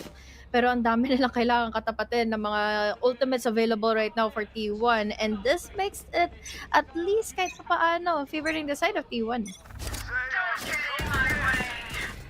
Ang tour de force dito, nilabas yung Saya player. Finally. Oo, finally. Tagal. At least, sige, nandito na. Viper's Pit. Nalabas nga sa may B main. Ngayon, T1. Mas inunti pa ang option dito ng GEN.G kung saan sila pwede magpunta. B site, may Viper's Pit, mid, Saya Tour de player. Force. Oo. Tas smokes pa ang nag-aabang na nga in A. So, with that being said, pwede rin kahit paano maging vulnerable yung B site nila dahil iisa lang naman yung nagbabantay. But now, it's all up to Saya player. Tour de Force, pwede mag-collateral damage. Timing is not there. Hindi tama yung angulo na sinecure niya. Pero look at the TP out all the way from tower. Dahil kahit paano, there's the idea na baka sakali ito rin pa rin ang ituloy na nga ng GEN.G. Sayang yung timing doon nila. Pero mo yung GEN.G, pupunta naman dito ng A-side. Kaso si Meteor mahahap ni Izu gamit yung showstopper nga na yun. Kahit may neural theft, kahit alam nila kung nasaan nga sila, nakakapasok pa din. At Saya player is able to get the one. 30 seconds left. An amazing showing coming in from Saya player pero sinagutan din kaagad siya ni Munchkin. It's now to a 3v3. We still have really healthy players from GEN.G. Nakakadali pa nga ng isang opening dito kaya si Izu, and that is such a good timing for him indeed. That caught off guard ang GEN.G to try and plant in the spike pero ngayon na si Munchkin na lang matitira. Makaklatch nga ba na ito? Mukhang hindi na dahil ang bilis sa sagot din ni Rosie sa kanya. Parang hindi pa niya alam. Hindi ako sure kung alam niya nandun sa backside si Izu, hindi. Pero you can see that Izu's patience dito. Ina-expect niya siguro baka fake nga yung tap doon ni Caron sa spike. Kinumit yung plant at nakuha pa niya tuloy yung round. Isa na lang match points. Ang ganda ng hanap ni Izu dito kahit na may neural theft na nalabas. Spike planted. One enemy Tapos remaining. inunahan niya talaga yung nag-pick from heaven nang hindi din ina-anticipate kung saan siya magtatago. Dahil usually, after that showstopper, immediately silang magre-reset as a team for the retake. But yeah, nahuli sila. GEN.G, nako. Lumaki pa tuloy. Nagkaroon pa ng gap. Itong kailangan nilang habulin. And now, they are down to just an ego. Scout destroyed. Dexter lang ang may dalang Vandal dito. Kahit anong mas maayos na armas. Puro Sheriff na lang kapit dito ng GEN.G. And once again, T1. Dahil nga ngayon na nasa defense na si Saya player, ang dami niyang pwedeng gawing mga risky plays na hindi makapressure talaga sa GEN.G. Kung laging pabor sa kanya yung attacking side kanina, ngayon parang hindi. But this time, Rosie, nakadali ng isa, hindi na nakapangalawa pa. Stocks naman ngayon, medyo nagdedelikado na nga sa position niya sa mga naririnig-rinig na TP plays coming in from Caron. Half HP naman, again, this is just an eco, pero kasi let's still respect the capabilities of GEN.G to clutch out of this round dahil ito na nga, ginagawang showing ni Meteor. May angulo dito para kay Izu, nakadouble pa. Huling-huli si Caron, but Munchkin! Okay, ang talas naman ng mata nun. Nakita niya pareho at napatay pa niya. 30 seconds left. Saya player brings it down to the 1v1. Low HP na rin dito si Meteor. Meron siyang at least Vandal, pero syempre yung oras wala para sa kanya. Yung spike wala para sa kanya. Yung HP wala pa rin para sa kanya. Ganda pa ng pwedeng ikutan ni Saya player, ano? Dahil wala rin talagang idea ngayon si Meteor kung saan nga ba dapat siyang pumunta, ano ang dapat niyang i-pick, saan niya ilagay itong trip war niya. At yun na nga, given the chance, we have here an opening for Saya player to go upstairs all the way from above, all the way from tower. Pero buti na lang may kampa nga ngayon na meron pa for Meteor. At least may camera nga. Hindi nga niya kailangan na bawian to. Ayun na nga. Nakita at least yung informasyon. Kaya mag-re-adjust siya. Maganda yung angle niya dito. Oh! Huli pa rin ni Saya player. What a flick para sa kanya. Okay na sana yung reposition kung nagtago na lang siya sana doon eh. Baka makatimingan pa nga, but in the end, T1 match point. Wow, I get that away with these escalated so quickly in favor of T1. Even though na, yes, Match na, point. buti na lang You're na-respect nila yung capabilities ng GEN.G on an eco on just the Sheriff. And there was just an also good initial kill na ginawa din naman ni Rosie. And now, from this part onwards ng round na ito, sobrang naging viable tuloy yung naging picks na dalawa from Izu, and that gave them the opportunity, the start for the match point na para sa game na to. Match point for T1. GEN.G, madami pang kailangan gawin para makabawi dito. 4 rounds just to get match point as well for their favor. Yun, ito nga ang commit. Meron pang Seekers na ibinato dito, kaya kailangan mag-ingat dito sa may kanto. Si Izu, he gets the one. Matrade din naman agad, pero yung mga frags, yung mas mapupunta naman dito sa GEN.G. Yung site makukuha nila. At T1 mag-retake. Match point. Humihinga na malalim ngayon ng GEN.G dahil nga ito lang ang kaya nilang i-execute quickly. The rushes still went in favor of them. They have here the postman already, pero kasi this is still stacks. This is still the utility play na pwede niya ngang magkaroon ng opening din. But given the time, mukhang mahirap na rin ito dahil dadalawa lang sila nearby going in A site eh. Save na lang mo. Oh, save na lang din. Siyempre, T1 knows they can't afford na maubusan pa sila ng armas, get into an eco, tas baka maging 10-12 pa. Yep. Save na lang din, at least para may dadala for the next rounds. Stacks can drop dito para kay X-Curate. Baka pwede lang i-force pa si Izu to buy up. From that point on, T1, sige, kapit muna. These guns we use are okay, but I will also bring my own. Looking to continue. Malaki pa tuloy ang possibility ngayon for GEN.G na ma-turn around pa itong game na ito. Looking back, there's still the momentum coming in from Lakia. Naka-caught off guard nila parati kung saan ba nagbabantay si Rossi. So now, that's 3 more rounds to go and we are welcoming you to an overtime. Pero let's hope for the best for T1 dahil nga meron tayong dadalawang judge na hawak-hawak ngayon ng T1.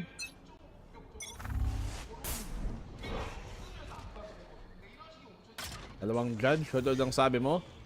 Just to play yung mga close angle nga na yun. May showstopper pa nga si Izu dito eh. Na pwede niyang gamitin pag sakaling pagdating sa retake situation. GEN.G so far, alam nilang may op pa sa kabila. So, medyo hinahanap pa nila kung nasaan yun. Either they bait it out using the utility, pero kasi ang sky natin nasa mid pa. So at least, yun din naman yung gusto nila maging idea. But then again, mali siguro yung read nila na akala nila magme-mid na naman si Saya player. But no pick still intended para sa T1 or para, well, for GEN.G especially. Dahil kailangan nila mag-ingat, lalo na to the moment. They went into the cyber cage. They went in with an opening, using in with with Izu, or rather, si Texture. Pero, papak away pa rin GEN.G. Okay. Angulo dito para kay Rossi, pero na-flush out siya doon flash na yon. GEN.G executing here towards the B side. 9-12. Good picks here being found by Caron. Try and trade out, pero yung showstopper, nasa napunta yun? Umabot sa langit, pero hindi umabot sa kanyang target. Stacks gets another. Oh my god.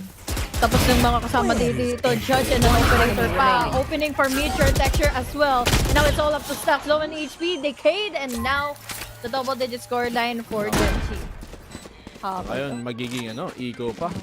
Tapos 11-12. Tapos pag ganun, edi match point na yung sunod. Pwede pang maging OT. GEN.G.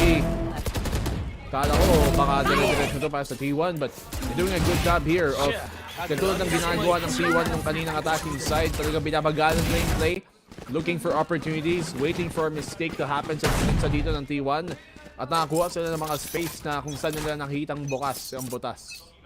Ang laking impact din kasi talaga ng ginagawa nilang hindi nila binibigyan pa ng kahit anong space sa Saya player eh. Imagine it was just Texture from A main na gumamit pa ng cyber cage, sa boom bot already, and now wala tuloy nagawang impact pa halos si Saya player. And speaking of this guy, ang lalim na ng pinupush niya here on Ramen. Walang idea siguro, well, naamoy na giging aware naman ng GEN.G kahit paano given the time. But still, he needs to be worried about the push na gagawin din ni Meteor. But now, oh my god, the paranoia, the blind, and lahat ng isa pa, lahat na ay sumasabog na para sa kanila, pero at least nakakasagot din pabalik ang T1. Grabe naman yung util combo na yun nga, diba? Flash para sa harap, paranoia para sa pag-atras. At lahat na lang nagawa dito para makakuha ng side T1, making sure na makahasil ng frags din. Caron, good hold. At ngayon, natitira na lang si Saya player, nag-iisang may Vandal ngayon. Tignan natin, may chance pa. If he can find one pick, mas lalat kung si Munchkin pa mapatumba niya. Dahil kayang-kaya pa tong clutch. Hirap eh, kasi si Munchkin may dalawang bodyguard na rin na nakaabang. One from Ali, one for a crossfire. at the very least, Saya player can hope for the best na may kukulit nga at maghahanap nga ng info. But then, karon, yun na nga, triple kill already for him. Nice one din galing sa kanila. 11 to 12. Bawi na rin ngayon dito ang Gen.G, and what they've been doing here sa slow play nila has been continuously punishing itong T1 sa mga aggression na gusto lang ipakita, creating these openings. Itong kalakasan ng Gen.G hindi sila yung naghihintay lang ng oportunidad, kundi gumagawa silang oportunidad nila mismo. I love the counterplays that they have been doing to tackle down Saya player na hindi na rin maging viable yung operator angles niya, lahat-lahat. And then, it comes into play talaga yung nagiging aggression na meron tayo for Gen.G once they completely get inside of the site. Sabi mo nga, yung combo when it comes to the blinds, alam nila na ilang beses na sila nasasali si Handy Rossi tackling down a very cheeky angle na hindi usually na-check, hindi usually. Well, the idea of it talaga is manggulat na lang din from everyone na dedere-derecho na lang din sa site. So, with that being said, there was a plan B already for Gen.G at mukhang they are really wanna push it in for a overtime dito sa game na to. Here. Sobrang bagal ng game ito actually. It's been going very, very slow so far. Walang masyadong mga big hype round moments. It's just been clean Valorant play back-to-back galing sa parehong teams. At kaya, it's also been a case of really a good way to see kung gaano nga ipagana ang slow play dito. How to play that default well. Gen.G, T1 both showing a masterclass kung paano nga gawitin yun. Ngayon, Gen.G making presence dito sa may A main. Tatlong nakabantay sa T1 sa may side. T1 with the crossbar, will they be ready? Showstopper, kakagat naman sa kanya yung paranoia. Stacks, however, manages to get in a kill. Texture as well for a chain and a double power, making a triple. Now, this is winding up the gap. Ulit, laban si Gen.G and T1. Grabe si Texture ha. Naparanoia na siya doon. A 4K for Texture. And looking for the ace. Ibigay nyo na rin, Lods. Meron na namang heal para makapag-high HP siya. Ay, joke lang. Naubusan na pala yung regrowth ni Lakia dito. Hanggang 37 na lang. But he has done an incredible job at mukhang mag-overtime pa tayo, HD. Talaga, kasi operator sa mga kamay ni Saya player, yes, he can still pick up a gun. Pero syempre, mapaprop up nito is yung info and also the pushes from Lakia and Munchkin. Good picks from Saya player and Texture, pero this time, dalawang makakatapat na Texture and Lakia will be finishing it. Yes, we are with you guys, so an overtime. Parang ito yung pinaka-chill na overtime. Nakita natin na laban na mawat ng overtime. Yun so far, that's one of the only big round moments na nakita natin from any team so far na individually may gumawa ng isang malupit. Eh no, naparanoia na nga, he still gets a kill off the pre-fire. Double kay Stacks, pangatlo doon kay Izo sa itaas. And Texture just absolutely decimating kung sino mang mag-pick sa kanya, kung sino mang kumalaban sa kanya, kung sino mang may balak pumatay sa kanya, uunahan na niya. Well, he knew already the fact na, syempre, yung weakness sa paranoia is may POV ka pa rin naman, may makikita ka pa rin naman, and just a really close off an angle. So, pinush niya na yon all the way from elbow at inunahan niya na nga kaagad itong controller nila from T1 side. Pero again, and again, great showing for continuous rounds for T1 para mapigilan nila itong match point na nga from T1. 12 to 12. That's what it says. Overtime ang ibig sabihin nun, mga kaibigan. And this game, sa simula, parang okay yung nilalabas dito ng T1, but it's been a comeback performance galing kay Gen.G. Si Coach HMSK at si Solo dun sa Gen.G na ternong-terno pang jacket, syempre. Pero kailangan nilang magkatugma dito sa mga idea na pwede nilang gawin sa depensa dahil sa attacking side, dun pa natin nakitang mas nakalamang pa ang T1 kaninang first half. Will it be the same though dahil nga na-tackle down na nga kaagad yung mga lurks coming in from Saya player. Now he's playing in together. Will this be a really big of a change dahil again, the momentum from Caron, we even have your Lakia who has been popping off. Si Texture na lagi na yung movement niya. Dalawang naka-opo, no armor. But then si Saya player and Texture, nako. Sugod na siya dito, kailangan niyang tumakbo. Naku, baka mahuli pa si Munchkin kaagad dahil bababa na nga kaagad yung wall, pero at least he was able to save himself from heaven. But now, slowly closing by naman din kaagad. Slowly exiting rather ang T1 dahil alam nila may operator sa mga kamay ng Gen.G. Kapit dito sa may angulo. Saya player. Siyempre, on the attacking side, parehas na naka-off, parehas lang magkakakitaan. Dexter is taking the aggressive angle dito. Saya player, medyo mas passive yung angulo niya. At mag-rotate ang T1 punta ang B-site. Ganda nito. Dahil kung sakali man, mabubulaga din sila ng mga blinds from Lakia. But, yun na nga. Blind, makukuha ng info. Magro-rotate na ngayon, Gen.G. However, this creates an opening tuloy all the way from mid para makapag-lurk pa si Saya player. But still, makakapasok nga ba talaga ang T1 sa loob ng B? Ganda ng spam dito ni Lakia. Gets to one. Dexter din. Magbawi para sa pangalawa. Dito ni Lakia. 3 frags ang pupunta sa Gen.G na walang maisagot-sagot ang T1. Ang A-site. Libre sana pero nandun si Meteor. Narinig pa niya si Saya player na sa may heaven. Kaya tuloy, maabangan nila dito. Pero still nahuli pa rin si Munchkin. Kailangan nila mabuksan yung A-site na to. Onti na lang yung oras. Meteor, libreng pitas para sa kanya. And that's gonna win them the round. Nakatingin pa nga si Stax kung kailan tapos na ang labanan. At si Lakia makakapangatlo. Gen.G lalamang pa sa laban na to. One of the biggest problems of T1 is just they're taking too much of their sweet time. Makapag-decide, makapag-commit sana sa loob ng side. Well, understandable, they try to commit, but then, look at what happened! Ang daming tumapad sa kanila, and I hate that as may Rossi dahil look at this. Yes, mako-cover up nyo yung mga sarili nyo para tumawid kayo sa kabilang angle ng mga from the pillar. But, yun nga, hindi mo naman mapapansin kaagad yung trip war na to. So, good placements altogether for Gen.G. Pigil tuloy yung attacking side na opportunity lagi, pabor lagi sa T1 kanina. Maganda pa yung spam dito ni ni Caron kanina dun sa may site. Nakalibreng isa. So, wala tuloy na isagot dito ang T1 dahil na smoke off nga sila. Ngayon, they're playing the comeback here. Na kanina sila yung lamang na lamang. Sakit naman yung kung dito pa sila matalo. Map-pick nila kung kailan ang ganda ng performance sila kanina. Yaman na comeback.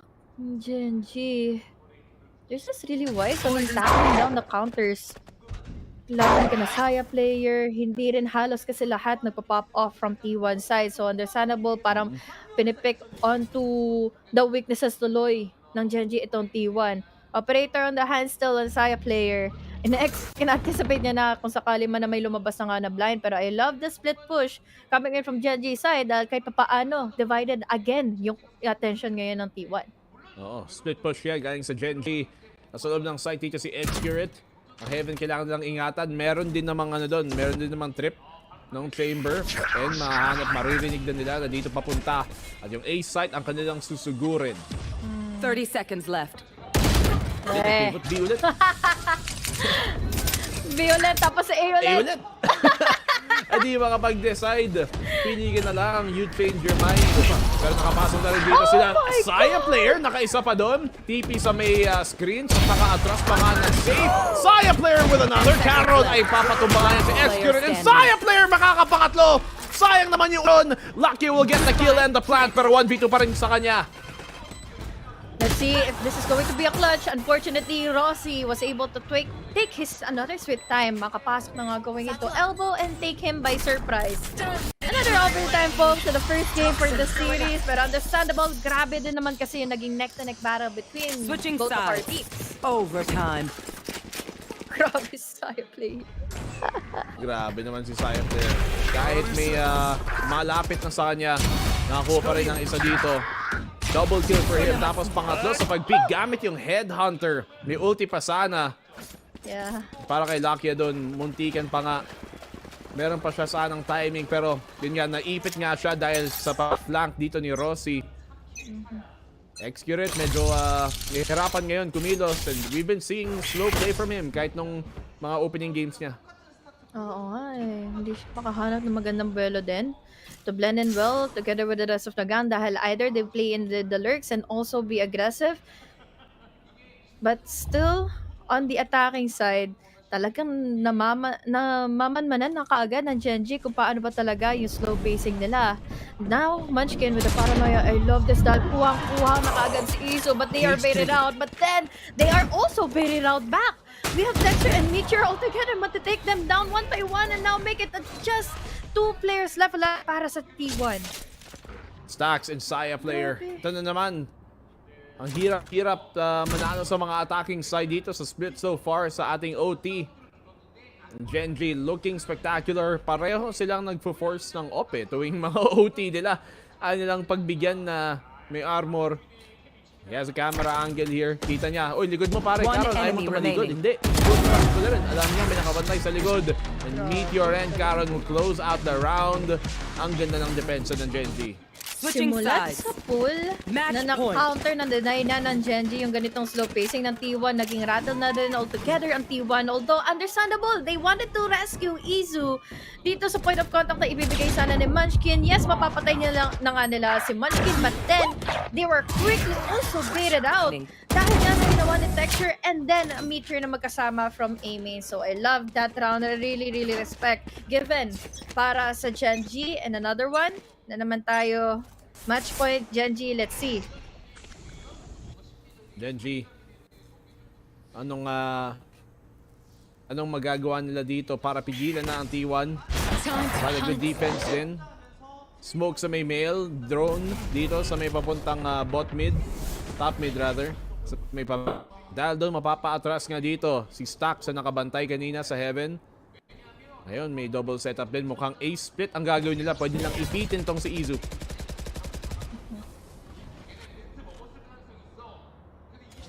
Hirap na naman ito for T1 dahil baka sakali ma-overwhelm sila dahil wala na nga nagbabantay all the way from A tower. Now Izu left out in the open. This creates an opening for Gen.G to secure and fully A site. Now si Stacks malalaman pa kung saan siya nakapwesto na nga at wala pang nagawa. Kahit pa paano nga sila key. Si Stacks, he manages to get in the kill again. 3v3 at the moment and now Excret, what more can he do lalo na nasa loob na naman siya ng site. Nice angle doon para kay Munchkin para maka-angulo. 2v3. Sayang naman yung hold doon ng T1. If honest, nagkamali din to be fair ang Gen.G doon sa pagpasok nila.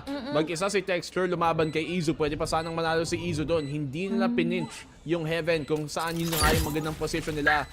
At somehow at least nakabawi pa rin ang Gen.G nakalamang pero muntikan pang magkamali. Kasi yung T1 nananalo sila sa mga labanan kanina. Wow, stopper na nga pala. Texture, makakahuli pa nga ng isa na lang din kaagad ang natitira. Operator pa sa mga kamay niya, walang armor na kahit ano pa. Tapos ngayon si Caron, all the way from above and now they're just taking their sweet time. Still nahuli niya pa rin naman yun using the headhunter, pero Caron, what a disgusting thing of hiding onto the spot. And Saya player, wala siya magagawa na kahit ano. Oo, nagano lang siya. Nakita mo na parang binitawan na lang niya sa dulo. Alam niyang, ay, hindi ito mag-pick. Gen.G, inagaw pa yung round na yun. Si Saya player, ang dami na niyang ginagawa sa laban na yun. Dami niyang ginawa kamo sa laban na yun. And still, they're not able to come out with a win when they were looking so good ng first half. Second half, okay na rin. Pero, grabe yung Gen.G bumawi talaga. But not bad though. Ang ganda ng ginawa, ang ganda ng showing nila. Saya player, yun lang, na-counter lang talaga siya ng buong second half nila. If it was any other team, baka nanalo pa dito ang T1. But for now, ang panel muna natin ay magsasalita dahil pause na kami.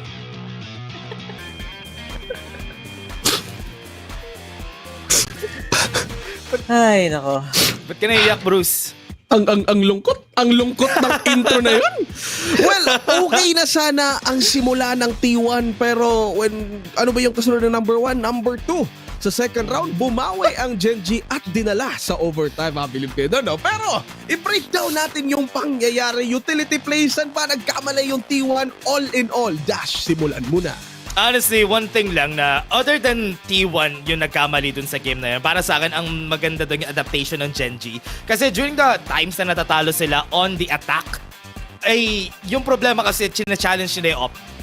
Nung hindi na nila challenge si Saya player, inaalam na muna nila kung nasan siya, dun sila nagsimulang manalo kasi nagsaslow play sila, yung sila Saya player na force mag-rotate, nawawala yung value ng operator holding one site, one place. And hindi na nangyari yon during yung mga huling game natin. I actually completely have to agree. I think yung last picture na nakita natin where Saya player was basically left helpless, that's exactly the adjustment na ginawa nila, Dash. Although, I still really have to commend T1, man.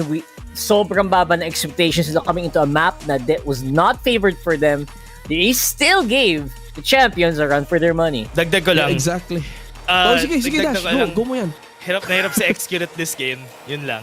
Oh yeah, that's true. I mean, it's weird nga eh. Kasi like if we're saying like a chamber, we mostly see executed on it. It was Saya player going into that play. Pero kakaiba nga yung operator plays niya. Pero yeah, like you said, the moment hindi na challenge ng Gen.G, it was a different story. Pero if we're talking about challenging, iba rin yung pinakita ni Texture with his Raze operator. Like, you know, denying all the entries on the side of T1. Medyo nahirapan nga sila. Although to be given, 7-5 naman yung halfway point natin. They didn't really capitalize on T1 when it comes to leads. Pero eto lang yung tanong ko. Round 13, natatandaan nyo ba yung ginawa ng Gen.G na pumunta sila ng B, nag-mid sila, tapos dumaan sila sa screen, pumunta sila ng A, tapos bumalik sila.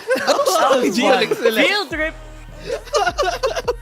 Pero doon natin makikita, no? Yung parang klaseng team ni si Gen.G na parang handa sila to experiment or maybe try out some plays na kung binulaga sila ng split play ng T1, meron din naman silang mga kakaibang libro sa lingwahe nila. Wow, kakaiba yun. Ang maganda kasi dun sa ginawa nila, parang yung mid-rounding nila, hindi sila makapag-decide ng round kasi na yun. Parang, meron tayo nakita dito, may nakita tayo dito, lipat nga tayo. Tapos, parang at that point, hindi siya more on the chaotic side of things, pero maganda kasi yung mga performance na nakita rin natin from T1 today.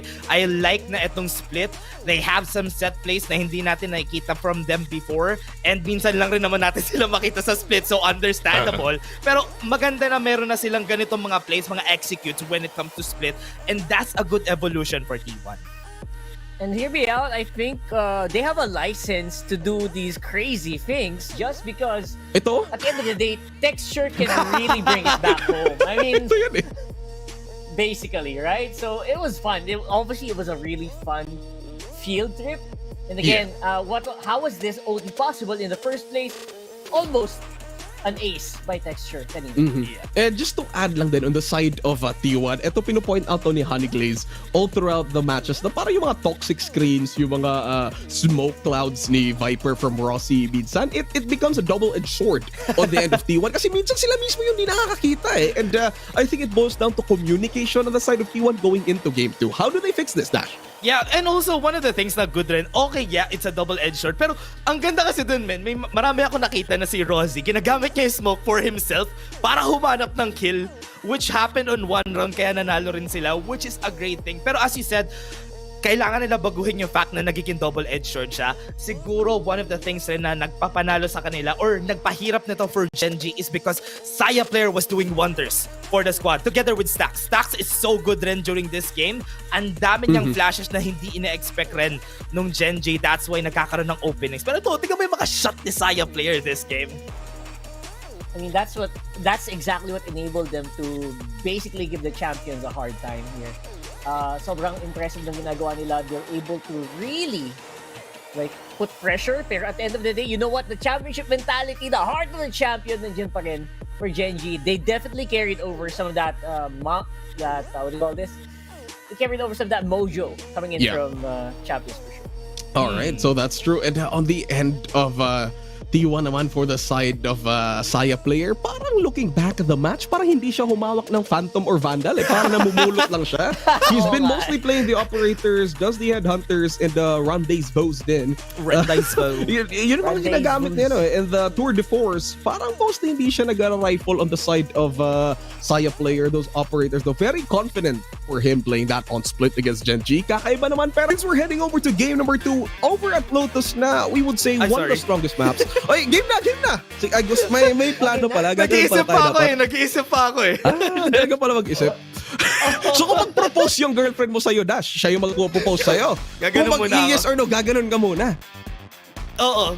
Parang, Pogi mo naman, tropa. Pero, speaking of pogi, eto ang magiging magandang game 2 for us kasi it's going to be the map pick of Gen.G. It's Lotus. And this is one of their best maps na ginagamit nila all throughout their run. So, how is it looking for T1? I mean, so far, meron naman silang game. If I'm not mistaken, that was playoffs up around 1 on Pacific League. 2023 pa to, sobrang layo on the side of T1. Nanalo sila with Gen.G against Lotus. Pero going into now, how is T1 looking at Gen.G on Lotus? Sino muna? Ikaw, Dash. Ikaw eh. Akala ko may ordering tayo. Sorry, my bad. Sige, Okay. Dash, ano na una? D or R? D. Tama. Alphabetical. Okay, so, ngayon, balik tayo dun sa point natin. Ever since nung last na naglaban sila from 2023 pa yung sinabi ni Bruce kanina, I think Gen.G right now has a great grasp sa Lotus. Honestly, yung Lotus game nila is actually crazy na, especially learning from the other teams, from EMEA teams, kumukuha sila ng mga setups, even from Team Heretics. And ngayon, nadadalin nila to dito sa game na to. I'm kind of scared for T1 kasi hindi rin nila tumatek. That's right. I actually have a lot of memories where Gen.G maglalaro yan ng medyo aggressive type defender yan. Literally, fight on the rubble as much as they can. You'll see Karon, lagi mo abad sa akin yung Karon Omen TP straight into 4K. I feel like it is such a comfortable map for Gen.G na that's why before the game even started, sabi ko, game 2, definitely it's a Gen.G map. It's a Gen.G game. And paano ba? You spoke about Karon kanina. My God, MVP of the year? Rookie of the year? Kakaiba to si Tropa. Parang, if titingnan nyo yung history niya sa Valorant, nakalaro niya lang yung stuff sa Gen.G sa rank match, tapos pinatry out si Tropa, and look at him now, a champion, and we'll be seeing kung ano ba yung gagawin ng tawag dito ng Gen.G over this match. But before anything else, we have to thank our sponsor, Grab Score, Grab's lowest prices ever with up to 15% cheaper fares on Grab Car Saver, delivery fees as low as 15 pesos with Grab Food Saver delivery, and thousands of budget-friendly meals as low as 99 pesos with Grab Food Saver meals. And use promo code GRABFOOD60 and get up to 60 pesos off your order with a minimum spend of 550 pesos. Promo runs from 11 a.m. onward. So guys, meron yan. So gamitin nyo yung GRABFOOD60. Activated! I like the schedule. It really enables GRABFOOD60. Yeah, all the time. Oo, totoo. Kasi sakto rin, pa-lunch break ka na. So mag-o-order ka na lang. Yun na lang yung gagawin mo. And with that, iba yung pangyayari sa larong to eh. So with Lotus coming up, super excited kung paano ba at ano ba yung gagawin ng T1 against Lotus going into this match. Parang, I don't know, are you expecting like a neon play coming from Lotus dito, Nash? Parang hindi dapat. Parang hindi dapat. Not yet. Next patch. Next patch na lang. Ngayon, wag muna. Mas maganda itong setup nila na to. And I hope lang na itong setup nila na to, na si Xcuret, yung talagang yung adjustment ni Xcuret from the team. Sana hindi to detrimental for the team kasi nakita natin yung struggles niya kanina nung last game. That's actually a very good observation. I don't know what's happening with our boy, man. So far, I mean, everyone's excited about the Santo brothers when we started the day rather. But man, oh man, the one brother is not having a good day so far. Hindi pa. Kasi, I mean, not yet. Game 1. Not yet. Okay naman yung laro niya kanina din. I mean, the smokes were on point. Pero, if they really want to survive the series, I think for the end of T1, dapat paghandaan nila to against Gen.G. And eto na, parang ready na rin yung mga casters natin. Maraming salamat, Dash and Rockheart. Okay, Honey Glaze and BNB. Kayo na.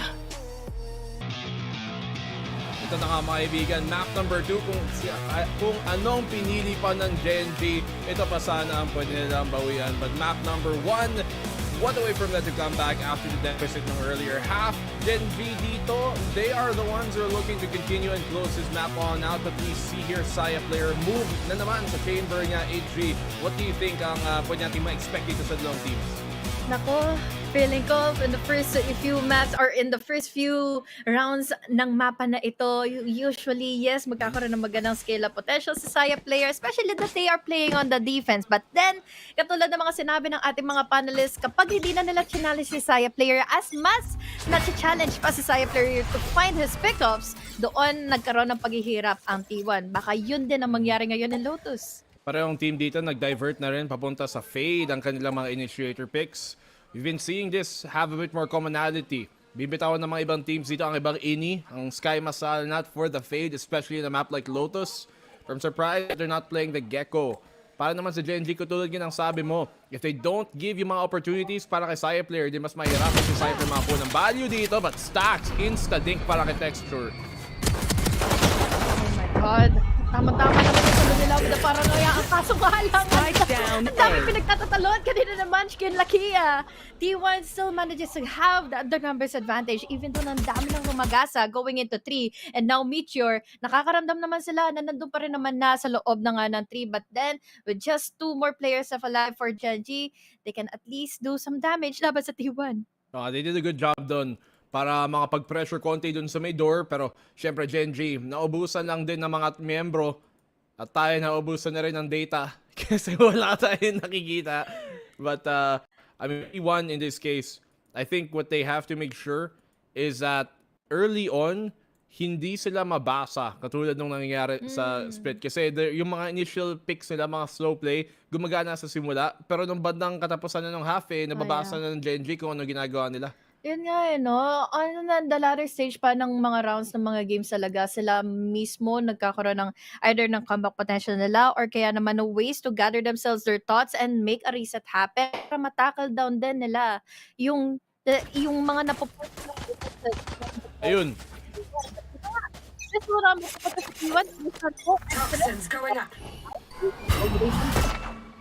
Okay, at least bumalik tayo. Ang endpoint guys is at T1 nanalo ng round 1. Kung paano, nasa Diyos na yun.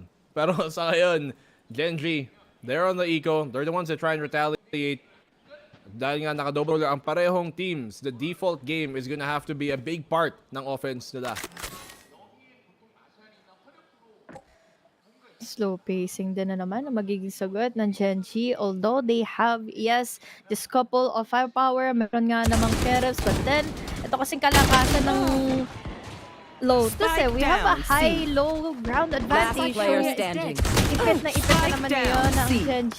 Just like what happened kanina in Split, it's all up to Meteor, tapos half, or really low, na-issue na rin siya. Oh, patay. Aray. No way he gets out of that one. Especially for free. And Gen.G, Hyper, you gotta let loose. hindi pa rin nakakuha ng rounds dito. But we do wanna see moving on forward is paano nga nila gagamitin tong double controller nila. Ang problem is they haven't been aggressive sa opening rounds nila. And a lot of times to establish and to para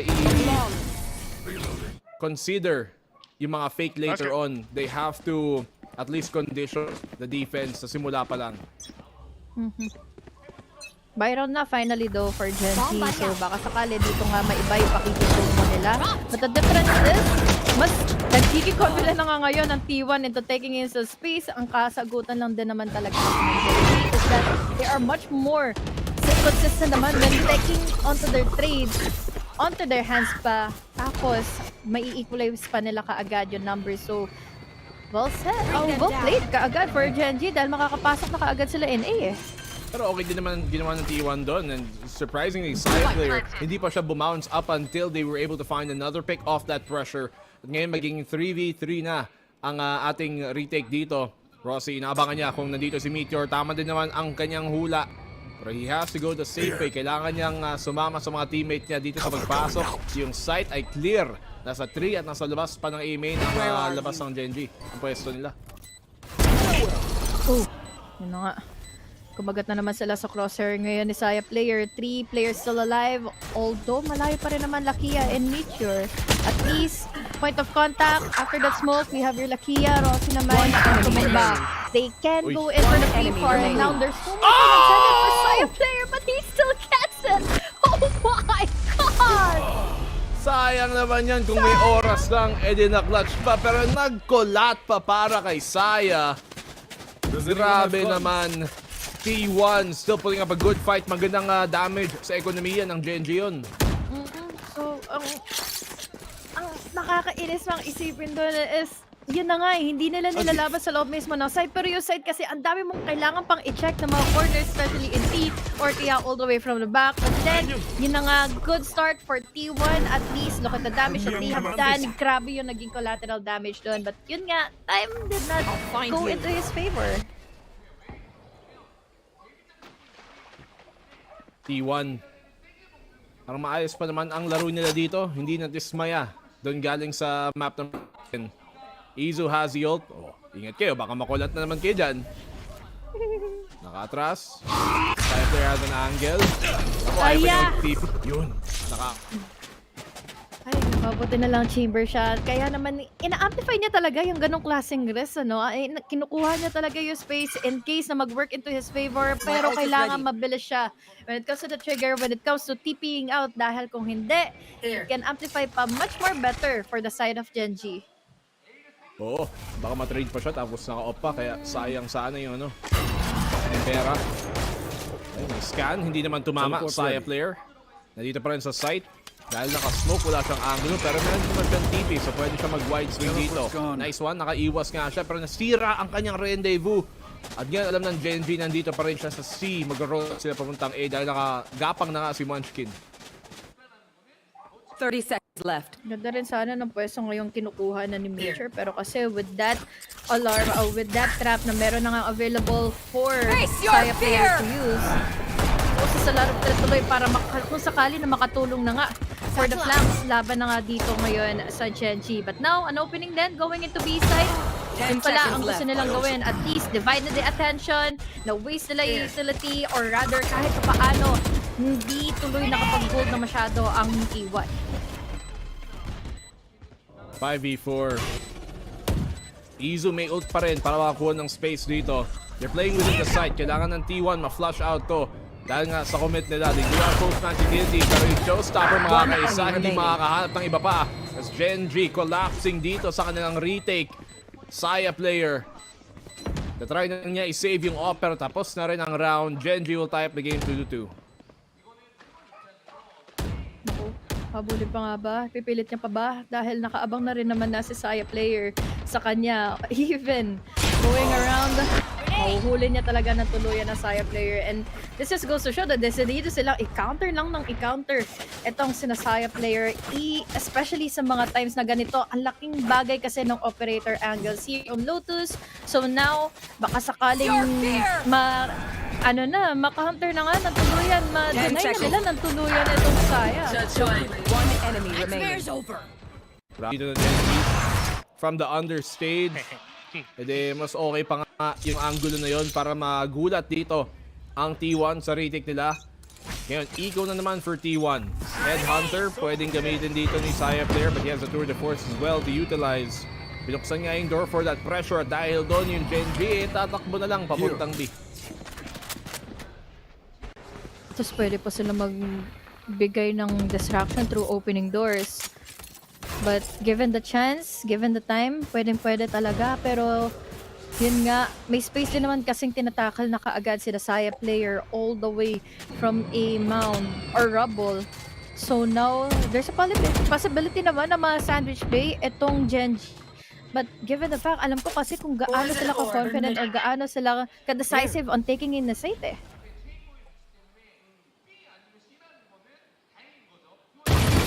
Texture. Uy, sayang yun. Sana. Pick sana kay Stacks. Pero Stacks, nga, nakaligtas pa. Bounce muna. C-site ang kanilang susugurin kung saan ang dalawang control dito ng T1. Wala lang paranoia si X-Spirit parang gamitin. Wala na rin snake bite dito si Rosie at ginamit na niya. Deleted momentarily pero paano kaya yung push? 30 seconds Hindi naman malayo ng sobra kasi yung B-side. Kaya naman talaga tinitake time nila kung sakali na may mahuhuli sila in C and now may mahuhuli pa sila going into B. Now that's a double already in favor of T or Gen.G. But then, may sagot na naman Saya player and Iso with the nagtumumbang pa kaagad sila Kia and Meteor. Ang susunod na tumumbang karoon naman sasama sa hukay niya. It's a lead for T1. Pero grabe din naman yung naging thrifty round na yun for T1 again. Next round for T1. Pangalawang eco na yan in the series na napanalo nila ng ganun. They've been constantly being able to shake up itong attacking side ng Gen.G pag naka-eagle sila. Talagang ginagamitan nila ng lahat na lang ng plays sa kanilang libro para lang ma-off dito ang Gen.G. Kasi pa namang ulti, tour de force ni Saya player, malaki ang impact. Tagal-tagal na nating hinahanap kung saan, kung kailan niya ilalabas yun ng tamang oras. And now here comes a push. Gen.G naman yung papayagom. Fast-paced being taken. Texture makakaisa pero maiipit na rin siya dito ni Izu na makakadalawa na rin. At naiipit na rin ang Gen.G sa pagpasok dito sa may main. Natitira na lang si Meteor na may garden. Pero garden na lang ang kapit niya. Nako. Compromise pa nga yung position ng Spike ngayon, and what more can he do? Isisave niya ba itong Guardian na ito? Pero mukhang hindi na rin naman na magiging sapat pa yung space na ginagather niya, at dahil ang dami na rin naman na ng pinag-overthink niya at the moment, dahil hindi siya sigurado kung tama bang numbers or tama bang mga tao yung nakita niya na nga going into rubble. But now, at least, he can turn around everything. Halos aware lang naman din kahit papaano si Rossi na pwede siyang manggaling all the way from secret door. But yun nga, given the time, that's still 1 minute left. Pwede pa siyang umikot going into stairs eh. Isa dito si Meteor. May nakaabang pa sa Saya player. Ang hirap makaligtas nito. But Meteor will be going down. So T1, 4-2. Lamang na lamang. And this is what they need to do here on the defending side. This map is attacker-sided. And this is what Gen.G want to bank on. Gusto sana nilang makuha ng mga attacking rounds para sa second half. Close out na lang ang kanilang iisipin para sa series na to. But T1 have been doing a good job. Especially na nagsimula pa lang naman sila dito sa depensa. Mas nabigyan patuloy ng mga oportunidad si Saya player. Gumawa ng mga kanyang plays na gusto niyang ipakita. T1, another round for them to play. Laksan na naman dito yung pader. Na-scan na naman dito si Munchkin. And that's gonna force the offense ng Gen.G para mag-release dito sa free side. Execute it. Nakaabang doon kasama si Rossi. But the fight here kay Munchkin na ipit tumalon at siyang tutumba. Saya player, good find from them. And that leaves now Gen.G na 4v5. C-site ang kanilang i-commit. May snake bite dito pwede pang gamitin. But they're looking to pivot. Maybe go towards B. Depende nga sa fake. Binuksan nila yung door para lang din naman ma-fake ang depensa ng T1. But where will Gen.G commit?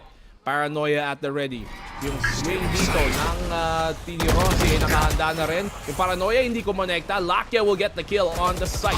Equalizing 4-4. Rossi sa may backside na rin dito. Ay siya'y aatras para na magsama-sama sa Saritik. But the nade ng parehong side, parehong teams, makakaisa't isa gamit yung mga paint trails ngayon. 3v3. Showstopper available for both sides. Kaso mahirap mag-retake pag naka-operator. Ito problema ni Saya player ngayon. Out muna si Caron. Dito sa labas. I think nakita niya yung ulo. Texture gets one straight out immediately. Si Saya player mahahap si Caron na nakatalikod. Meteor has his own as well to play here. But can he clutch this one out? 1v2. Meron siyang alarm bat lang. Pero mahanap na naman siya ni Saya player who has been going crucial dito para sa T1. And T1 take a 5th round on the board where Gen.G have been struggling para manalo dito sa mga post-plant nila. And be surprised the fact that T1 are retaking so well on this defending side with an operator has been very, very impressive. They've been constantly finding the opening picks dahil nga sa off dito ni Saya player na nakaka-atras nang walang kumakontra sa kanya. And once more, Gen.G, they are looking problematic dito sa simula. Hindi pa nila mabasa-basa ang depensa ng T1. Yeah, kumbaga kasi kapag nakahawak na talaga ng comfortability ulit, together in sa space sa player, ang laking bagay ng paulit-ulit na nakukuha niya yung momentum to tackle down Gen.G. Bumagal na naman tuloy ang pakikitungo ng Gen.G, although he was countered out back in game number 1. This time, there's a lot of sides to think about it kasi para sa Gen.G kung sakali man. But now, tama ba na pupunta na nga kaagad sila going into C dahil kahit papaano sinesecure nila yung idea na baka sakaling may kumulit na naman, for example ng ginawa din ni Saya player back and rubble. 5-2. Now Gen.G still looking for that space to be taken. Okay, magagawa pa ba sila dito? Try and get this and stop this rather from being equalized. At mga 6 runs ng T1 at worst, pwede sila makuha ang advantageous after Meteor. Na-shutdown agad dito si Izu sa pag-ulti niya. Kala niya may timing na rin. Pero kahit nalipad siya na-headshot pa rin. The lockdown creates such a good amount of space ulit. Ngayon, finally for Gen.G, i-secure na nila fully going to the site. May nahuli pa nga sila kaagad. And now, Meteor, what was he doing in front of Saya player? Karoon naman for an answer. Texture, well, call up the stacks. Pero meron naman din kaagad na naka-double pick sa kanya. 2 more rounds to go for Gen.G. And it's such a great start para matackle down nila yung lead ng T1. 5-3. T1 here, constantly looking for these opportunities, pero grabe yung pag-shutdown dito ng GEN.G, especially doon kay Meteor na nakahabsin ng angulo. Ang ganda ng scan pa naman doon na nagamit nila. Kung saan man binato ni Stax yun, pati yung T1 hindi nila masira. Di ko rin nakakita din kung saan nila binato yung hunt kanina, pero well-timed, well-positioned. Now, Saya player, again with aggressive angle. May one-way smoke para makapag-hesitate nga kahit papaano ang GEN.G. But still, pwede pa nilang kulitin ito dahil nakaisa na sila laban kay Xcoret at may sagot na naman kaagad with a quick trigger naman ngayon si Saya player. Gandang shot doon para kay Saya player. Right on time as well. The equalizing out 4-4. Nakapasok na rin tuloy dito si Lakia dahil nakatawid na rin siya. Saya player has to pull back. Sharon gives himself way, but even dropping Saya player. Napakabilis naman ng rotation na yun. Napakabilis naman ng reaction time niya. Saya player with a triple. Inuubos na lang niya. Sinasolo na lang niya sa site. GEN.G 1 by 1 tutumba. Meteor na lang natitira. 1v2. Pwede pa kahit papaano dahil may idea na rin naman siya kung saan na nga manggagaling si Rossi. Still has the Odin at hand, buti. At nakatakas pa si Rossi kahit papaano dahil nga yung Odin na ito ay laking bagay din naman talaga para hindi na makapag-react pa si Meteor sa kanya. Still a lead for T1 and that is because of the great holds from Saya player and his crazy reaction. Oo. T1 take the equal half at least with that. Getting 6 rounds dito sa first half. Saya player, grabe talaga siya mag-opt today. He's been finding so many impressive kills na malapitan. Almost gets a fourth there with the headhunter kay Meteor. GEN.G at one point, will they call a timeout? Ayaw eh. Ayaw talaga. Viper spit on C. That gives off a lot of attention sana going into A. Pero huling-huli sa banga ngayon, Saya player immediately taken down. May sagot naman then kaagad si Stax for a well-bangable spot on that Odin. But now na alam nilang mas madami na yung attention going into A, this is a good chance for them to tackle down onto C. Pero hindi nila makita kung saan na nga ba dito ngayon nakabantay si Rossi. Nasa lisyan pa nga sila kaagad. Make it almost a 2-kill defense na ginawa na nga kaagad ni Rossi. Munti ka pa nga makadalawa doon si Rossi eh. Okay na sana pero they've done a good job of getting damage done here sa kanilang depensa. GEN.G here on the hold. Post plant. Ang retake ng T1 dito. May nightfall pa. Mas mahirap pa ito para sa T1. Scan. Nahuli pa si Lakia doon dahil doon si Texture still goes down. Kala ko may advantage pa rin siya doon.